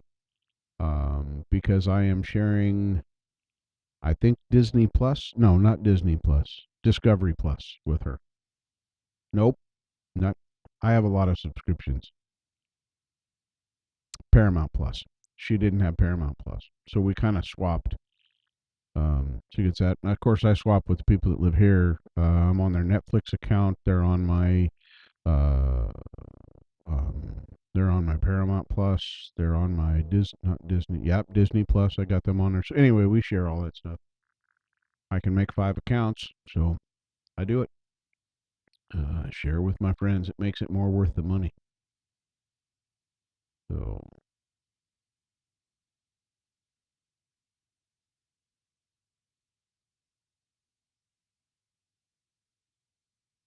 yeah. Here, let me go. Let me go to the Peacock. I want to see your Peacock. Sorry, that song just popped in my head. Stop. Nope. Don't play it. Don't play it. Put it in my stuff. Just do what I say. All right. Now close it. I don't want to see any part of it. There. Now it's on my list. I can't forget. Because I'm really good at not putting shit on my list.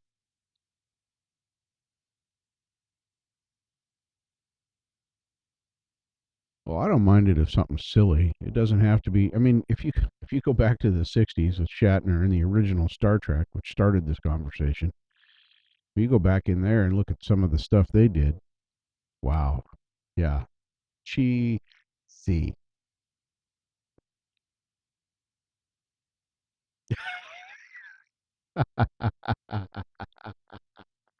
Yes, yeah. I do talk to inanimate objects, and I know the neighbors think I'm absolutely insane because I talk to my scooter when I'm working on it.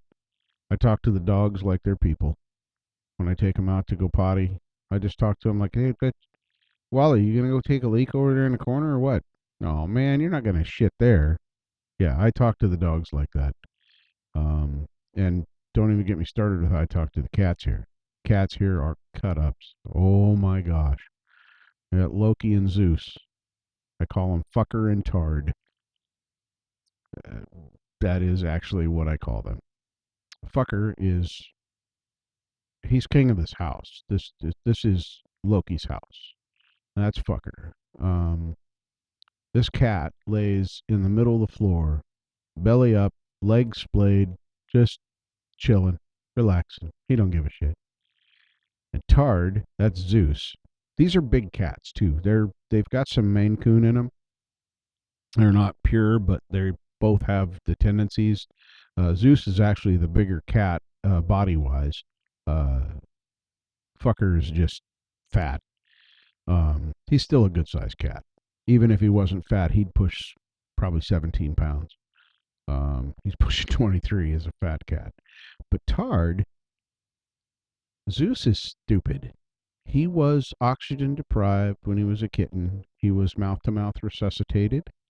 He went without oxygen for 3 or 4 minutes after he was born, and it shows. He's lovable. He loves you. He's just a cool cat that way. But he's so fucking stupid. So Loki's the king, and Loki will come walking through, and Zeus will want to fight him. He's gonna be the alpha cat. And these two tear through the house, and it's always the same way. What happens? Fucker smacks him 3 or 4 times upside his head. Tard then is now afraid, and so he takes off running so that Loki won't hit him anymore. But then Loki's right on his ass, and he's swiping at his ass as they're running through the fucking house, and they're sliding sideways around every piece of furniture.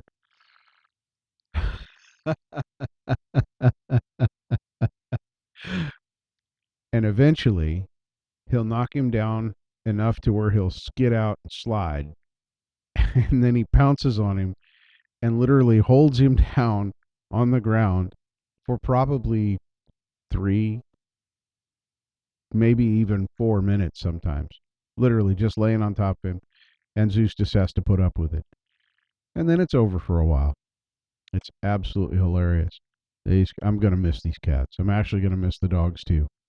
They're a pain in my ass because I have to take them out to take a shit or whatever. The cats are easy. They're just cats. They do their thing, and I don't clean litter boxes. I make that abundantly clear. I don't have a cat for a reason. Um, I don't clean litter boxes. I don't mind feeding them, giving them water. Clean that litter box? Fuck off. Nope, not gonna do it. So yeah, the cats aren't as much of a pain in the ass as the dog is, but I'm gonna miss them too. Uh, Watched Luna grow up. She's 3 now. Watched her since she was a 10-week-old puppy. Watched Wally grow in. Wally's a goofy dog. We think he's a Whippet and Beagle mix, but we're not sure. He has a very, very irritating bark. Very irritating bark. And he's a fear barker. He's a rescue. People were lied to. Um, oh, we're just getting rid of him because he's just too much for us to handle with the kids, and we're gone to work all day for 4 to 5 hours at least, and sometimes 7 or 8. But they got rid of this dog because they were probably going to get rid of because they were probably going to get kicked out of their apartment if they didn't. This dog is so loud when he barks, and it's obnoxious. But he's lovable, and he's grown a lot. I don't mean physically.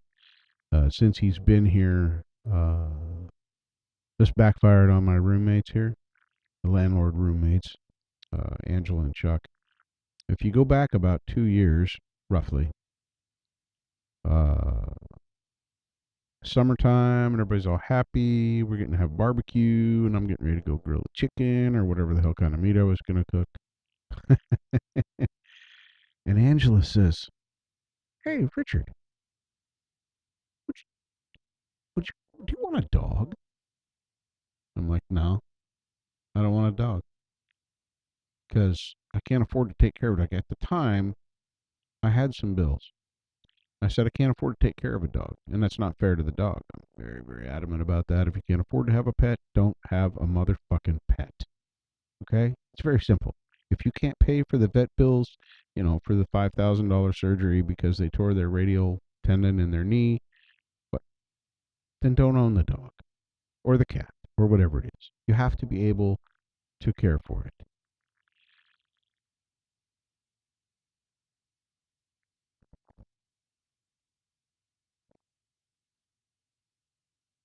Why am I not familiar with that? Is that a dog?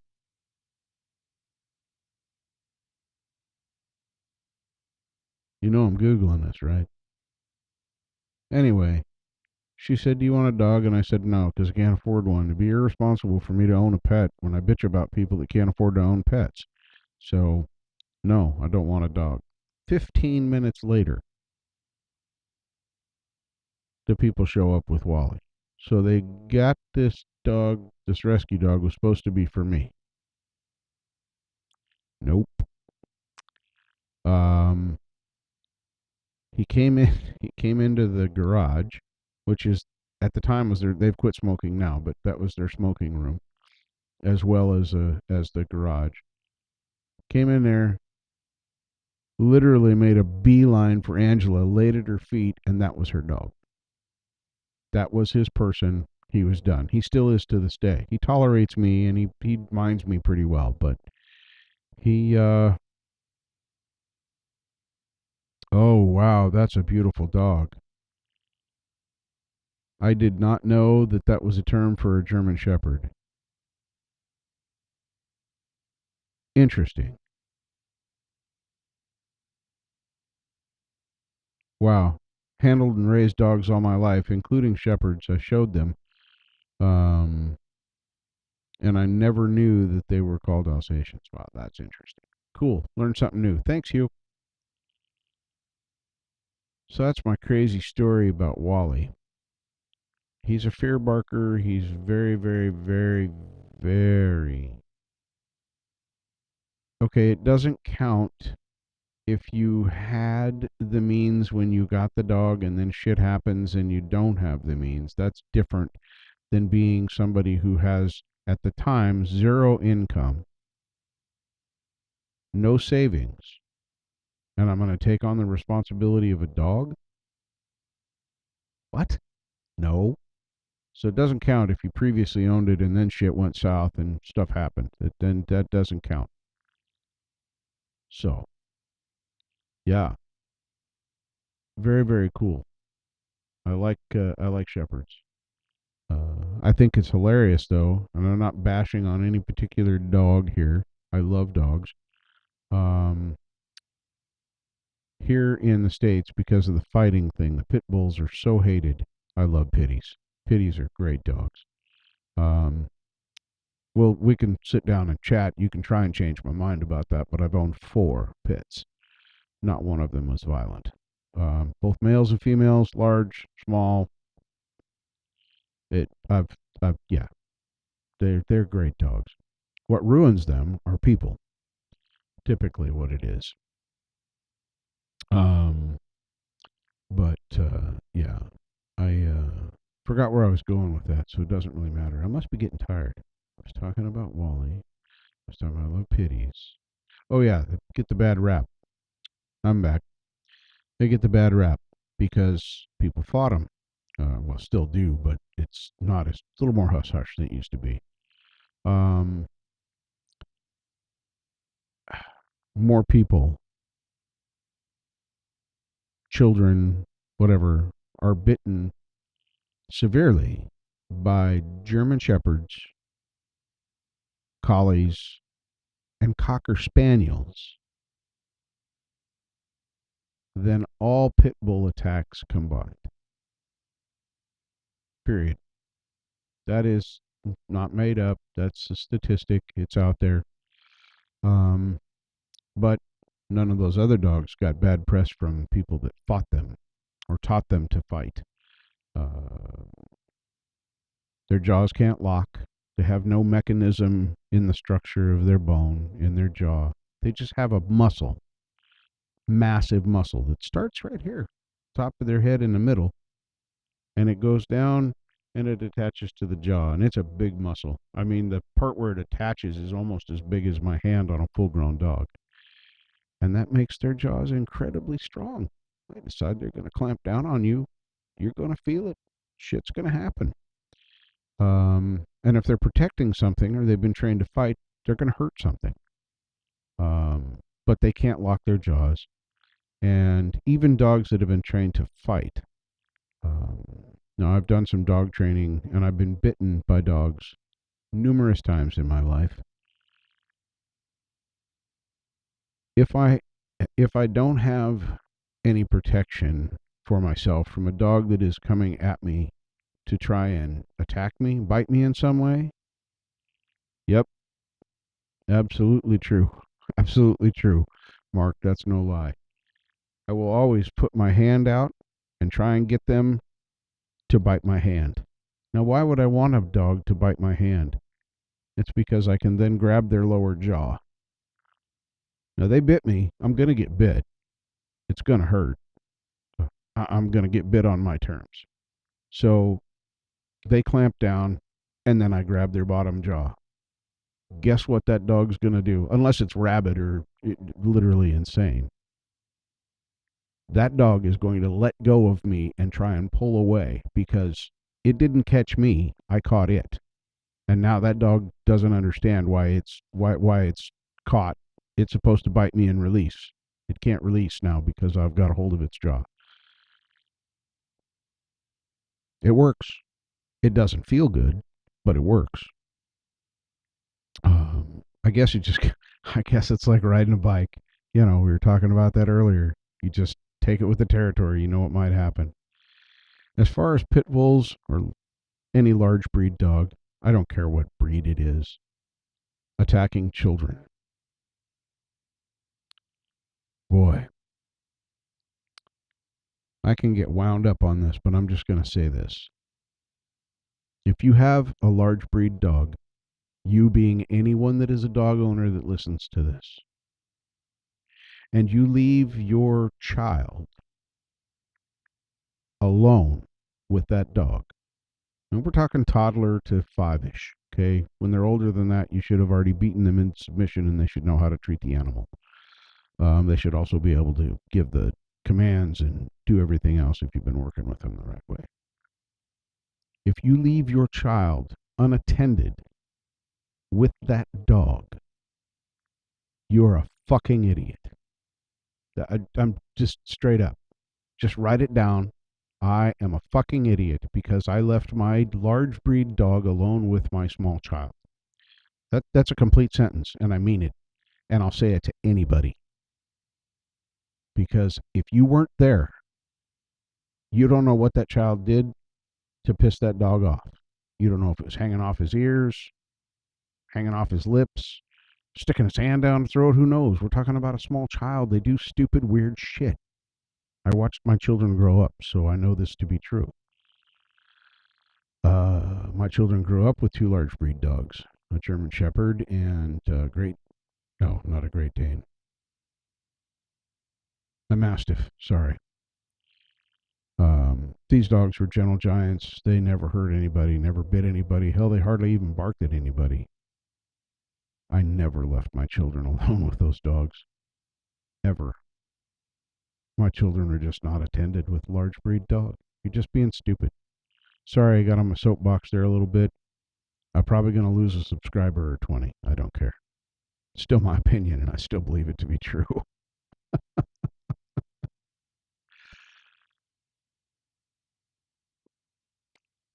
I've met some cute Chihuahuas too, Mark. Just to be fair to Chihuahuas, I've met some cute ones.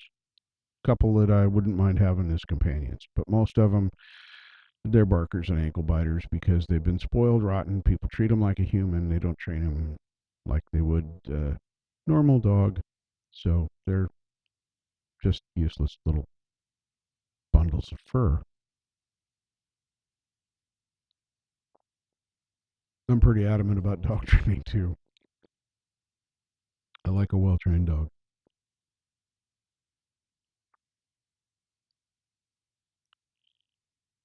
Easiest dog I ever had in my life to train was Kahlua.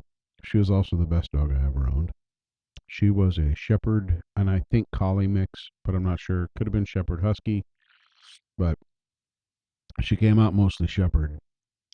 But I didn't really train that dog. She fetched, she sat, she laid down, she stayed, she followed. I never needed her on a leash. Had her on a leash where it was required, but I never needed her to be on a leash. Um, I could tell her to stay. I might have her sitting down, but I'm outside the store and I'm in there for an hour. I came out. Unless somebody physically moved my dog, she's still in the same spot. Now, she might lay down, but she's still there. She can go nowhere. Most of the time, she's in my car anyway.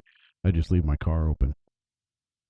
I actually got a ticket for that um, from Portland, Portland's illustrious animal control.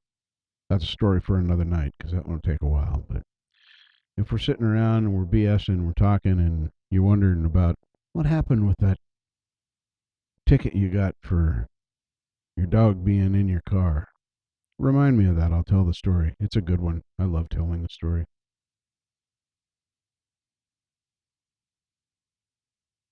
Oh man, yeah. Newfoundlands are great dogs. And labs, of course, are labs. They're super, super dogs with pretty soft mouths and very good manners. But Newfoundlands, oh man, those dogs are fantastic. But yeah, I can't imagine a cross between the two. And they both like water, so you probably had that one swimming once in a while, I would imagine. I may get another pet someday, but I have to be in a good position to be able to properly care for it.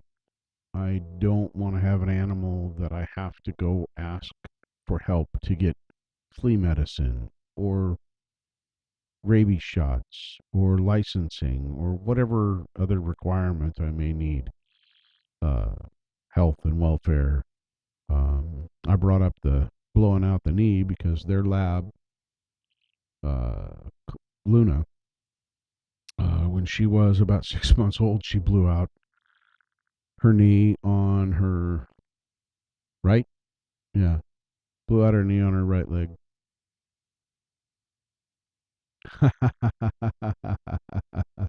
I could see where that could be interesting. Yeah, and you probably didn't have much to say when he decided he wanted to rescue you. You were going to get them. Oh, that's awesome. The cats and dogs get along pretty well here. Every so often, they'll get a hair as they come in. The cats will get startled and run, and then the dogs want to chase. And Wally's a whippet mixed with something. He has a whippet's body, so he's a hunter and a runner. So when he sees the rabbit go, it's natural instinct for him to chase. And we gotta clamp down on that. Wally, don't chase the cat. You'll hear like four adults yelling at this dog to stop chasing the cat. And he stops. He's not. It's not a vicious thing. I don't think he. I don't think he would even hurt the cat if he got a hold of it. Honestly, I don't. Because he's never been vicious with the cats in any way. Uh, he lays with them on the parental bed. The cats and the dogs all go in there during the day and sleep on the parental bed. Uh, no issues. Sometimes they even cuddle. So the chase is literally just a reaction to the cats running, especially Tard. Tard's the one that'll get scared. That cat's scared of his own shadow sometimes. He's gotten outside. Yeah, this is not when I'm here. This hasn't happened. Loki's gotten out a couple times because they don't let their cats out. The cats stay inside all the time. Um, but when Loki gets outside, he goes out and sits in the grass and eats green things. If it's green, he'll eat it. I thought cats were colorblind, but whatever. If it's green, he wants it. And he wants it. It doesn't matter if it's fake or real or going to kill him or not going to kill him. If it's green and he can get to it, he wants it. Um, Tard, on the other hand, he wants to go outside. He wants to check out all that stuff out there that he sees out the window and the birds and all that. The problem is that once he makes it to the outside, he's so terrified that he runs and hides under the nearest thing that he can get to and won't come out. I think the last time he got out and got away, he was at the neighbor's hiding underneath the trailer. It took him 3 days to find him. That is truly a scaredy cat, but he's a lover. He is such a sweetheart of a cat. I don't know if I think I have a picture of Tard. I don't think I have a picture of Loki. Not on this phone. I have other ones, but I think I have a picture of. Yeah, here he is. So bring this up.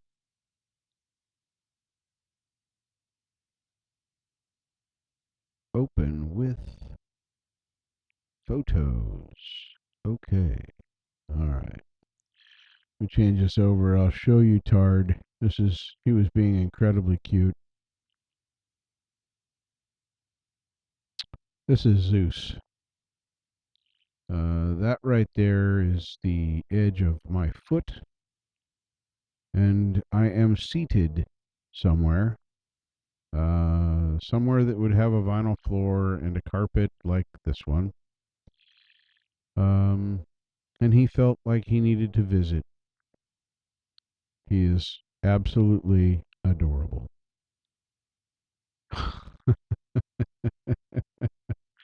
That is that is the cat that I call Tard. I don't have one of Loki. I almost took one of him today. He was sleeping in his bowl. It was very cute. Pretty sure. Let's get back here. I have multiple pictures of him, but I don't have. Wait, what was that? Oh, oh, that's weird. That picture turned out funky. Anyway, let's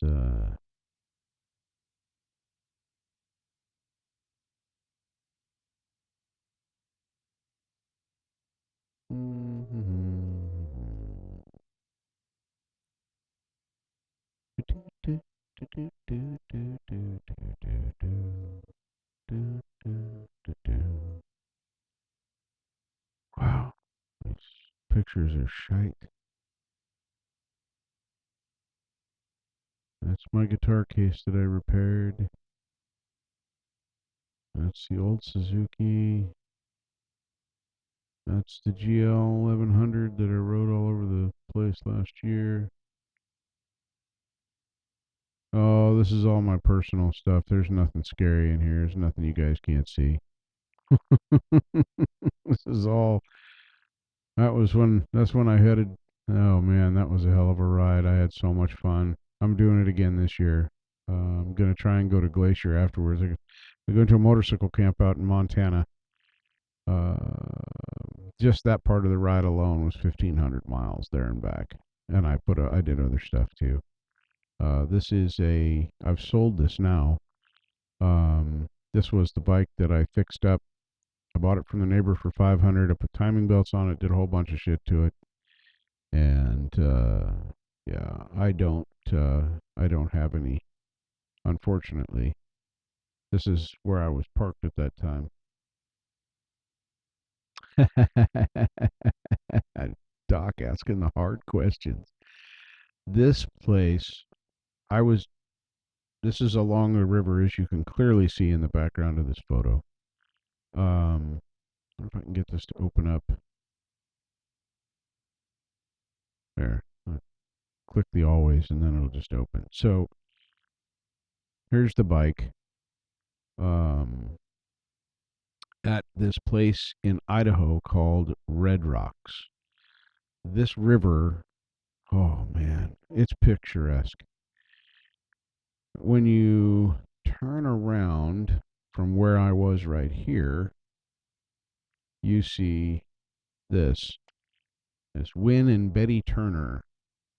They donated the land to Red Rocks, and this is the view from, if you were standing with your back to the river looking towards this sign, this right here is this is part of what you're seeing is this huge rock face, and it goes forever. But yeah, they donated their property to this portion of their property to the state of Idaho. Pretty cool people. Pretty cool people. I don't know. You might be afraid of seeing me naked because nobody wants to see that. Yeah, unfortunately, I don't have a picture of Loki. I will try and get a picture of Loki tomorrow and then show it on my next one.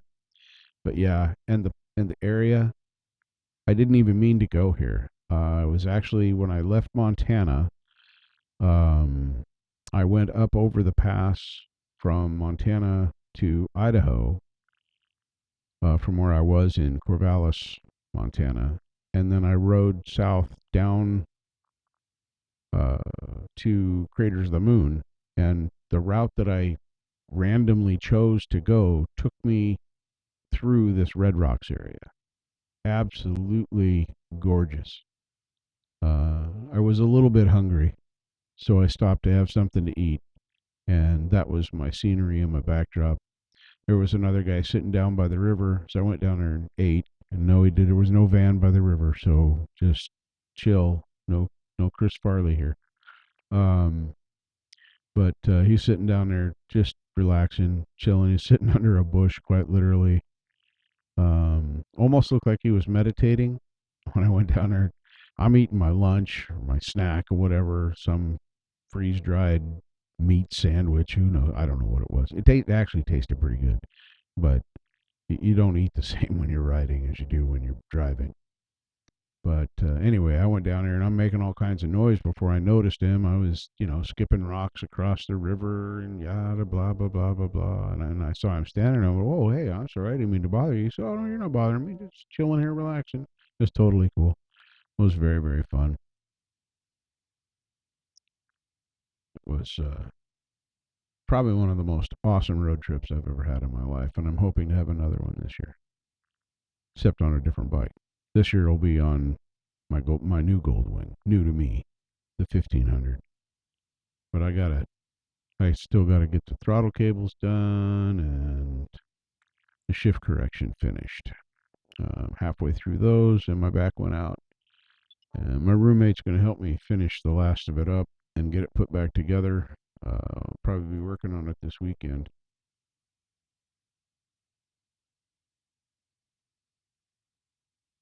Wait a minute. Why at 2 o'clock in the morning am I getting a notification?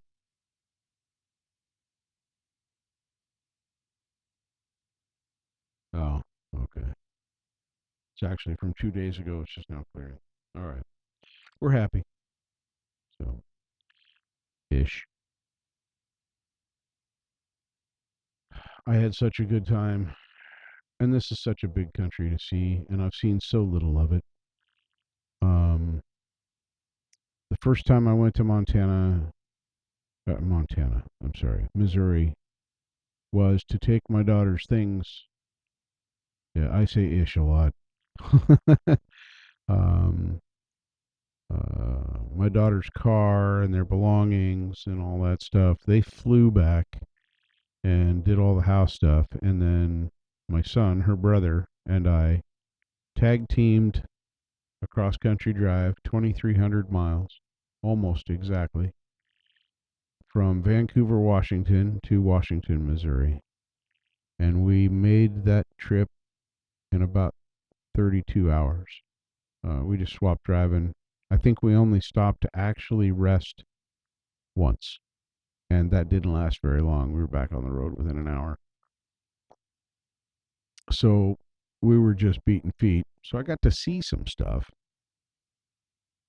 but I didn't get to really enjoy it. Then you fast forward a year and a half, they've decided, we're going to cut bait and run. We're going to sell the house. We're going to go back to Vancouver, and we want to live there. Blah blah blah. Miss family too much. Whatever their excuses were. And they flew back. So that left Dad to drive the truck with their van back home. So I've driven across the country twice with no time and no means to stop and look at anything. Grand Canyon's been on my bucket list since I was in my 30s, maybe even before, but for sure since I was in my 30s. I have been within 200 miles of the of the Grand Canyon twice, and didn't have time to stop to even look. at it, just a little 4 hour detour to go look at it. And that last adventure I had was hiking in Switzerland. How freaking cool. See, I forget how close you are to the European countries like that. It's just like, wow, Switzerland, that's halfway around the world. Not from you. Um, but yeah. Last year I went to the camp out in Montana. Then I went to Craters of the Moon in southern Idaho. Absolutely fantastic landscape there. I want to go again and spend more time. It was kind of at the height of COVID, and a lot of the stuff was shut down. You couldn't go into any of the lava tubes. Um, so, wait, what is? Hold up. There's Instagram coming in. There's a reason I call this Insta Suck. Uh, so I get these random messages.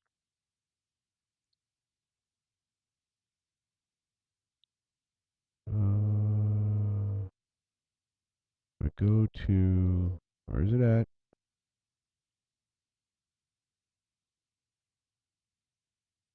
Yeah, this request. I got a request from Nath Ali 2157. She says, hello. Isn't that nice?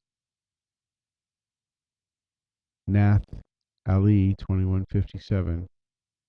And it is NATH period ALIE 2157. So these I just block now because nearly every one of them is some reasonably good looking lady that has zero content on their page except for one picture. And if you reply to them, they send you web addresses so you can go pay for their nudes. No thanks. I know what all those parts look like. If I want to see nudity in the lady, I want the lady to be in the same place as me physically there. Just saying. I haven't been with a lady in quite some time. I'm not trying to be gross, but yeah, block. I love how this said, do you really want to block? You won't be able to blah, blah, blah. But yeah, I want to block. So this is why I resisted InstaSuck.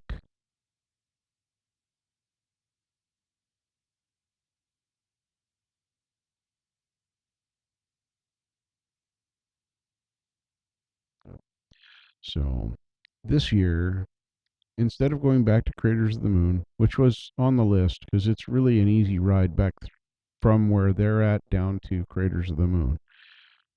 It's about a 5 hour ride and it's pretty easy. That's a slow pace. You could probably do it in you could probably do it in 3.5 if you really pushed it. But a Ford pick. What's wrong with Ford pickups? Wait.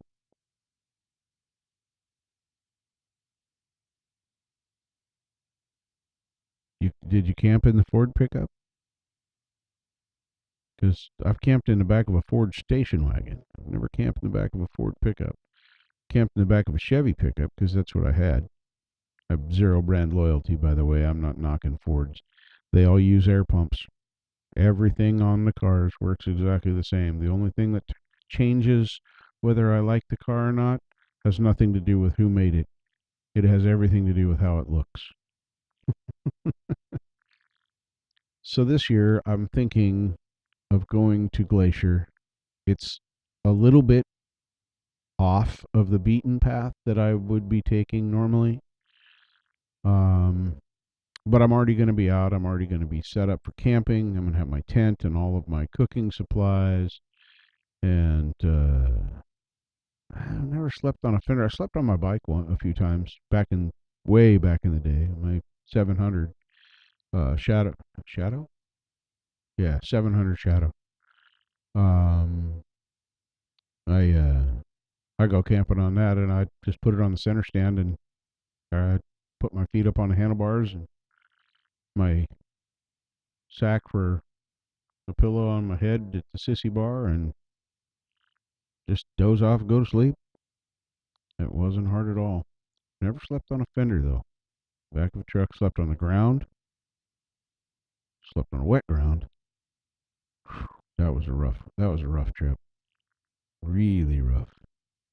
Slept in many tents, quite a few Adirondacks, a couple of cabins, lots of beach. Slept on the beach. I can't tell you. I mean, you can't even camp on the beach anymore in Oregon. It's so sad. We have some of the most beautiful coastline, and can't camp there.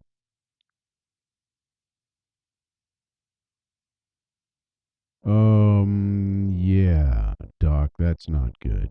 You should not sleep on a bike that's not parked. It's very bad. Very bad.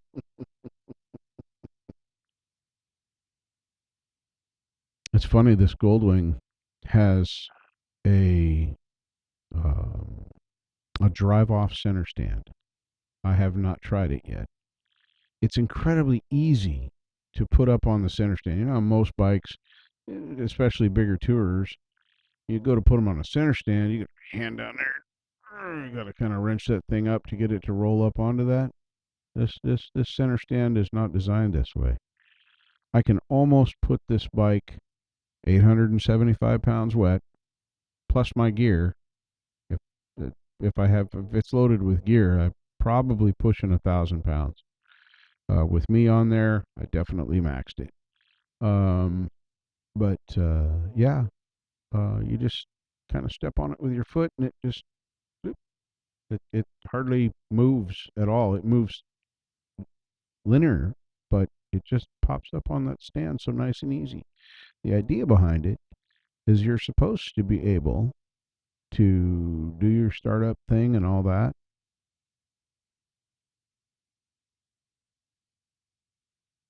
Here it comes.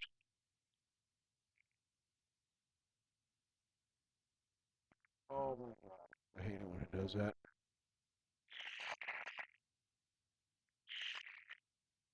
We'll try a preemptive strike. It won't work. It'll sneak up on me, and then it's gonna be bad. So anyway, you're supposed to be able to just drive off. Just you got your scooter there and you're sitting on it, start it up, you just drop it in gear and ride. Um I'm gonna have to try that under some very specific circumstances before I trust it. Um Back many moons ago, I did something similar on my 700. Um it was on a center stand, and was behind. Everybody was leaving, and I'm trying to catch up with them. I don't know what got me behind. It was up on a center stand, and it was already running. So I was warming it up. I just jumped on it, threw my weight forward, and oh boy, that was a fun. Oh, let's say, I don't know. It felt like about 5 minutes, but it was probably in reality about 35 seconds. I did not crash, but I probably should have. First and last time I ever tried to ride my bike off the center stand. I'd seen other guys do it. It looked easy, so I just did it.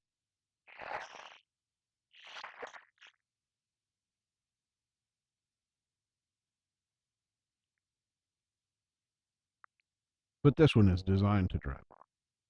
But I know the first time I do it, what's going to be going through my head is what happened on that 700.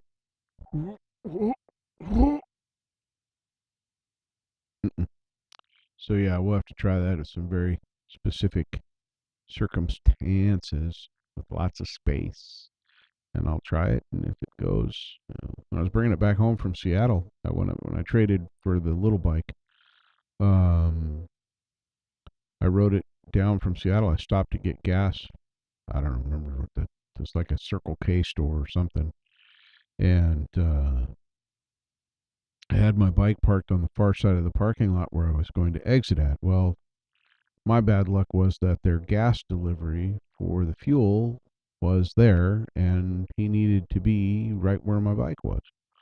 So I went over and jumped on my scooter and started up and rode it around the thing and came back over to the parking spot. Not looking at the parking spot, on this unfamiliar scooter that weighs much more than my old 1100. My old 1100 was about 100 pounds lighter, and the bodywork didn't make it feel as big. The bodywork on this 1500 makes it feel huge. The fairing and the bags and everything. It's just, it feels big. Everything about it feels big. And I'm not used to it. But anyway, I reparked it in a parking spot, and I did not look at the parking spot, which had a large puddle of fresh oil. Boy, was it slick. It, I'm a little strange in the way that I get off of my scooter. If I'm putting it on the side stand, the scooter's going to lean over to the side stand. I get off the bike on the right hand side. I do this because if I'm on the side of the road, if I'm on the side of the freeway, I don't want to get off towards the traffic. I don't want to step off of my scooter that way. I want to step off the high side away from the traffic. It's bad enough to be pulled over on the side of the road, let alone stepping anywhere near the damn traffic line, especially in Montana and Idaho, because the speed limits, even in the mountains, are 70 and 80 miles an hour. When you have a 3-foot shoulder on a 2-lane road, and a truck or car goes past you at 80 miles an hour, yeah, that's nope. Don't ever want to do that again. So I get off of the bike on the wrong side. So I was still level. I hadn't gone to put it down on the stand yet. I had just kicked the stand down and started the lean just a little bit to set on that. This foot on the right hand side was the one I'm going to step off of. It stepped in oil, and then it went whew. I threw my body to the left. Literally threw everything I had. I just threw. And it was enough to make it go down on the kickstand without going out from under me. But it was close. It was close. Yep. Almost dropped my bike in a parking spot. I dropped my little bike out here on the driveway once. But it was a fluke. I had washed the bike and I rolled it. I washed it under the carport in the shade, and then I rolled it out. I was going to blow it all off. Well, when you set that, this bike had no center stand. When you set that bike over, my intruder, it was actually called an S50 Suzuki, but it was an intruder body style. Anyway, I laid it over onto that, and the driveway was enough of an incline that it just perfectly folded that kickstand right back up where it belonged, and down she went. Didn't do any damage, but I felt pretty stupid and not thinking about that going downhill and the directions and the physics that were involved with that. But that is, believe it or not, that is the only time, knocking on wood, that is the only time in my riding career, early on or now, that I have dropped the bike, and I've never crashed. I pulled out in traffic one time and almost got cremated. One of my riding buddies screamed my name. To this day, I don't know why I heard him. I was probably 40 yards away from him with a full face helmet on, pulling out into traffic. And something about the way he said Richard not only made me turn to look at him, of course, the bike goes where you look anyway, but that whole action, when I turned to look at him, of course, I just made a U-turn and headed right back there. If I'd have gone forward like I was going, if I'd have continued on, um, I would have been T-boned by a car, and it would have been my fault because I didn't look.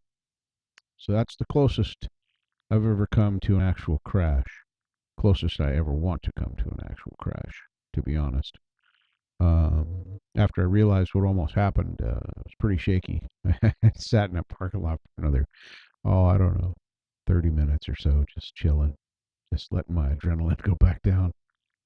Yeah, it's crazy.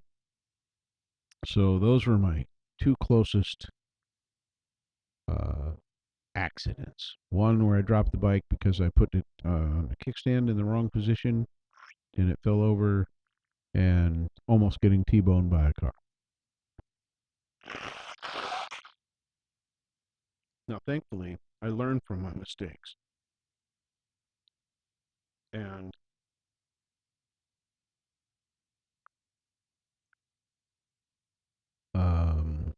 I don't pull out into traffic when I haven't looked.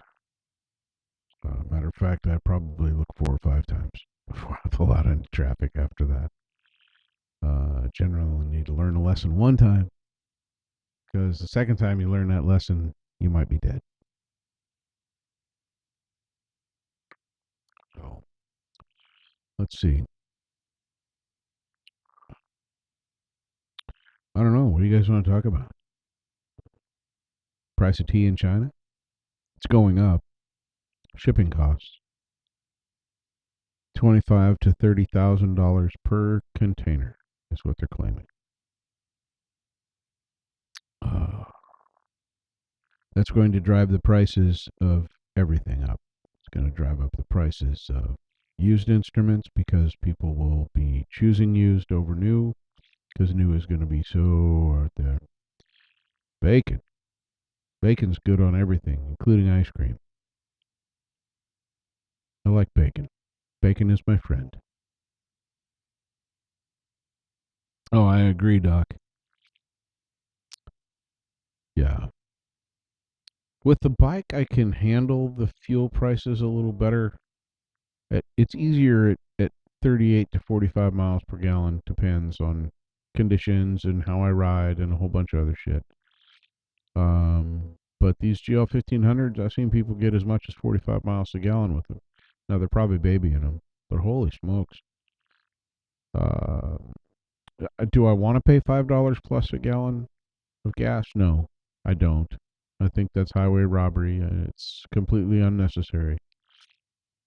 But yeah, filled up my car, 2 days ago? $68 if I remember right. And I have, I had a quarter of a tank in there. Hang on a second. I gotta go. Quit that. Do what I want you to do. Listen to me now.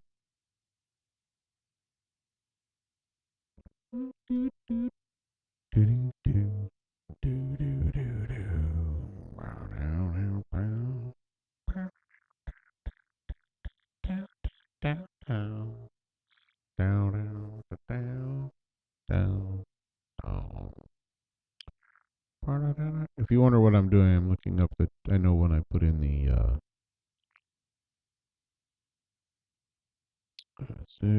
that was there. $67.73. $67.73. Absolutely insane. Oh yeah, yeah. Gotta do our part. Save the Bolsheviks. I mean the Ukrainians. I mean the Russians. I mean, it's gonna sound crass. I really don't give a shit. There's nothing I personally can do about it. I'm against it. I think some stupid shit's been done by not only the Russian people, leaders, but also other country leaders too. Maybe even America. Just saying. Yeah. Sad state of affairs. I don't think Russia has any business being in the Ukraine. They lost that 30 years ago, fair and square, and they need to just stay out of there. But they have access to the Baltic Sea, which Russia does not unless it can go through Ukraine. So they just want to take it back from them.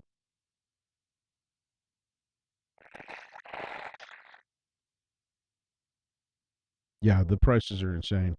And as much as I bitch about gas prices here, I know that they are much, much worse in other parts of the world.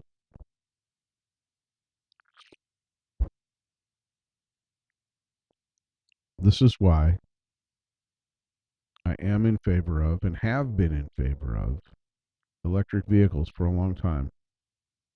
They're finally coming of age as far as body styles and uniqueness goes. It's not just a Prius or an Insight.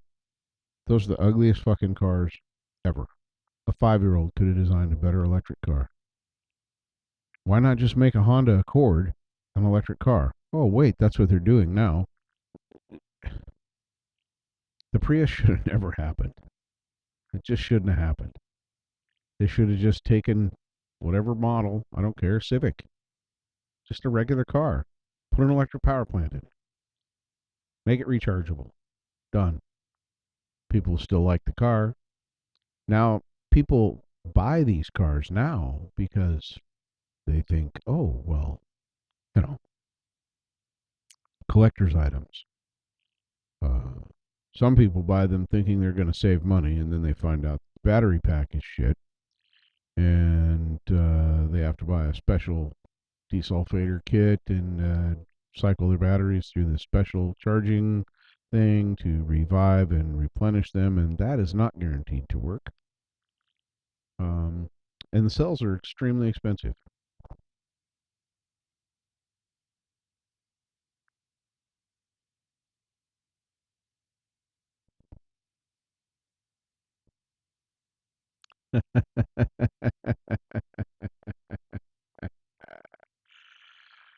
Yeah.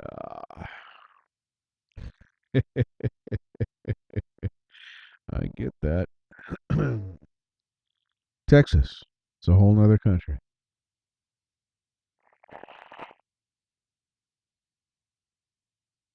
The funny part about that is, I say that being sarcastic because the presumption is that everybody knows that Texas used to be its own country.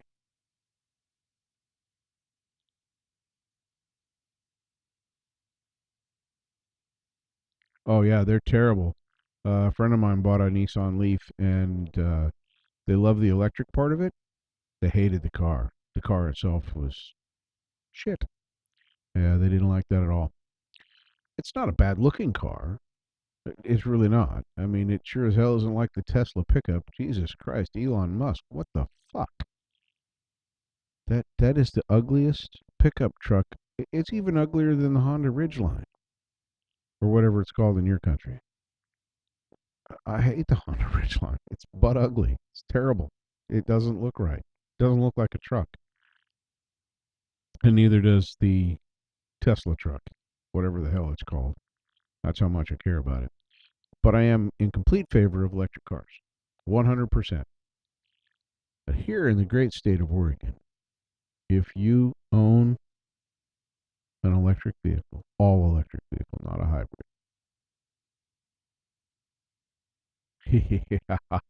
That's what he said. Very much like that. Um, if you own an all electric car here in the great state of Oregon, US of A, um, you have to pay extra money to license the car every 2 years.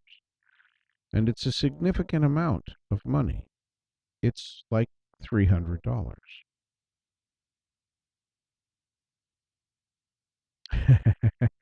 Right? Yeah, that's the other part of the equation that most people miss out on. Unless you're generating your own power from wind or solar or something, and that's what you're using to charge up your battery in your car, you're still making just as big a carbon footprint because it's either a hydroelectric plant or a coal-fired plant or a nuclear plant that you're getting that electricity from coming down a wire to charge up your little baby. and that has probably a bigger carbon stamp on it than the actual cars that don't run on any electricity. So yeah, they charge you extra money if you have an electric car, and here's why. The reason that you pay that extra $300 for your licensing on your car is because that is the estimated revenue loss in gasoline tax that they lose annually that's supposed to go for the roads. And if you've driven the roads in Oregon, you know that that money does not go to them.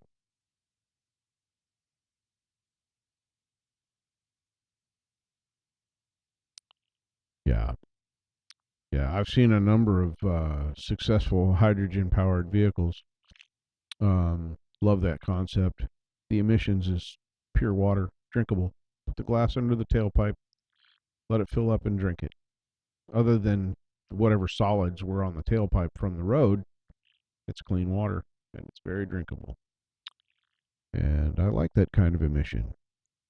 Funny thing, I'm an engine builder by trade. That's what I did. I made race cars and I made things go fast, burning that terrible, awful fossil fuel. Oh, those high performance engines, and putting in all those hot rod race cars. This is an argument that I heard in the 80s, by the way, as I'm standing in my job at the machine shop where I built these engines.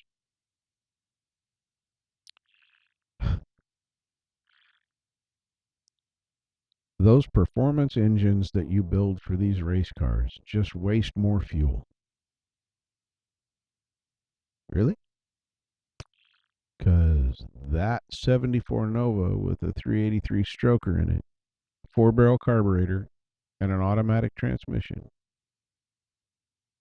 under normal driving conditions, gets about 20 miles to the gallon.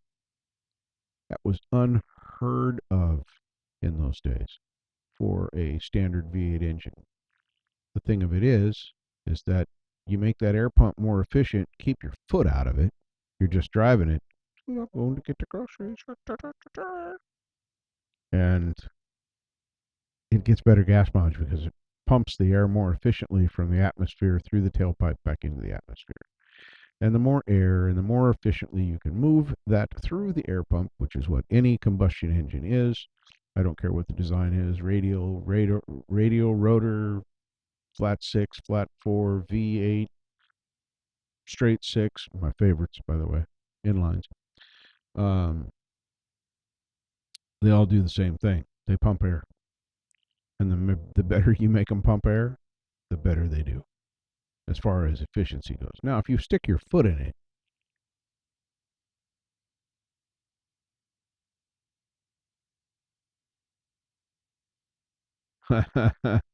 very good. That's cool. Uh,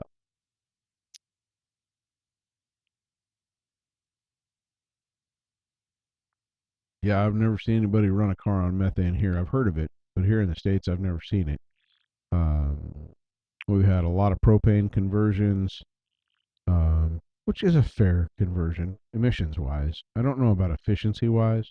Emissions wise, it's better for the actual emissions from the car. But how that propane was procured and processed and done, you'd have to follow that all the way back to see how much your carbon footprint is from that propane. Because it's not just the emissions from the tailpipe, and this is what people forget. It doesn't matter what comes out of the tailpipe of your car. What matters is how the fuel was made that powers the car. It's electrical and it came from the nuclear plant on the other side of the country. Yeah.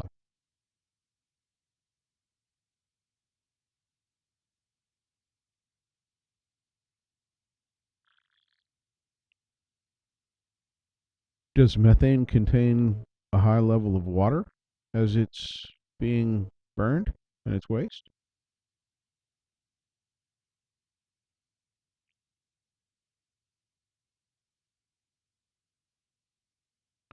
Wow, yeah, that would make me just a little bit nervous. because yeah, you're even more than a gasoline engine. You are really, really, really driving a bomb, big time. Most cars, even if they crash and do leak fuel, it's not the fuel that catches on fire. Rarely is it the fuel that catches on fire.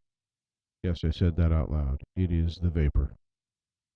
A good friend of mine in the Coast Guard, we worked together at a Napa store for a while. He was some chief mate, something or other, on the ship. Um, but really, what he was he was their. Yeah, I get it. I was kind of being facetious asking the question. Um,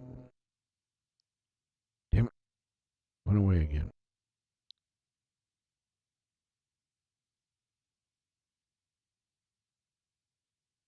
Yep, that one's gone. I was going to go on to a whole new tirade there. I was going to open up a new can of worms. Damn it. Damn it. I hate my brain. And my brain, when it's tired, is worst of all. I'm pushing 4 a.m. here. It's craziness. I have no idea why I'm still awake, to be completely honest with you. Absolutely no idea. How long have I been streaming? Let's take a look at that, shall we? Let's see here. There, back, back there. I have an excellent connection.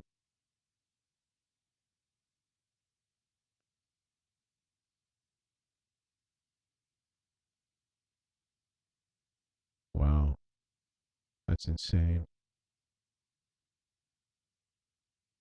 That says live 8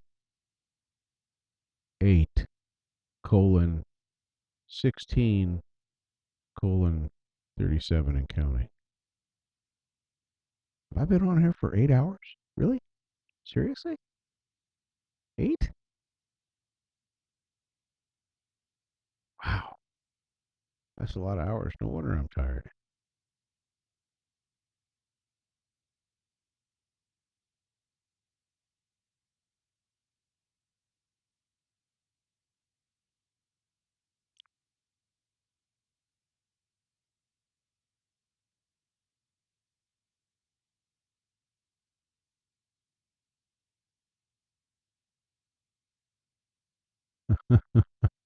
Well, I will say that previous to doing these lives, I didn't understand how Hippie could do 8, 10, 12 hours.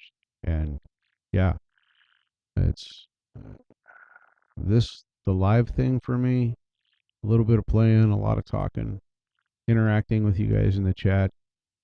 That is really why I do these lives. It's 100% the interaction with the chat. Um, I know Tim was saying I need to have guests be able to come on here, and I may use StreamYards and do that and play around with that at some point. Um, but really, for me, it's not the guest. I know it's gonna sound terrible when I say this. It's not the guest that I would have. It's this chat. This is where I prefer to live. Is right in the chat where you guys are. That's why sometimes I'll stop and be quiet. That's because I'm going back up and reading what's there.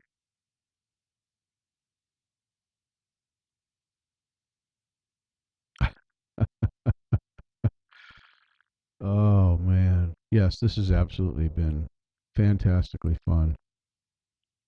But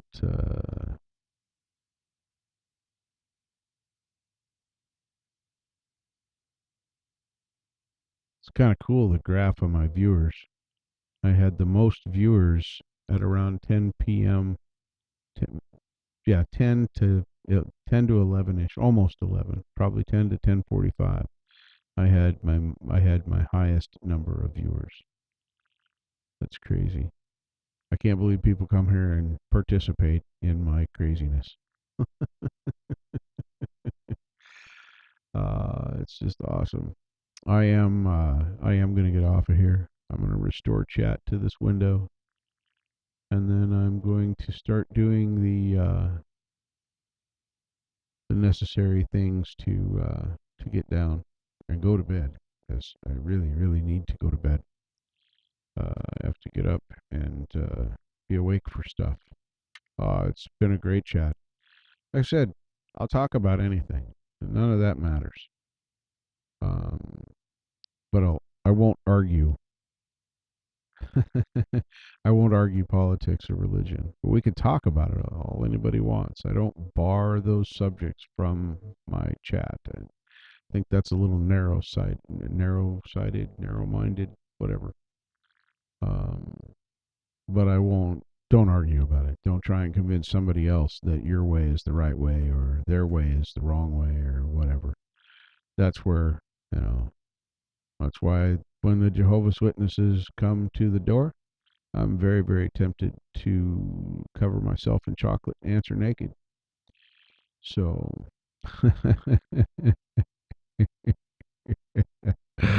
had a gas. Good night. Yeah, yeah. Except I said hello to peoples, and people said hello to me for 8 plus, almost 8.5 hours. Oh my goodness. Well, yeah, Jade's going live, or is being released video. I just got the notification, so I'm gonna go check that out and see what she has to say while I'm tidying up from my stuff. I still have a terribly stuffy nose because I don't want to mute the microphone and deal with all that as I'm trying to end this thing. So, everyone out there, thank you so much for coming to my live tonight. Thanks for talking to me and giving me, yes, you're right, Mark, it is fun. And for giving me things to talk about, make fun of, point and laugh at me all you want, because I'm enjoying every minute of it. Have a good one, Doc. Mark, take care. Hugh, take care. Is anybody else in here? Are you guys the only ones? Yep, you guys are the only ones left. Oh, thanks for not leaving me alone. Rest well. Have great days. Whatever the things are that you're going to do. I'm going to go check out. Yes, absolutely, Mark. I'm going to go check out Jade Star's thing and see what that's all about. And then I'm probably going to hit the sack. So thanks again. And I'm going to go over here. Yeah, that's there. All right, everybody. Stay smooth. I'll see you in a video soon.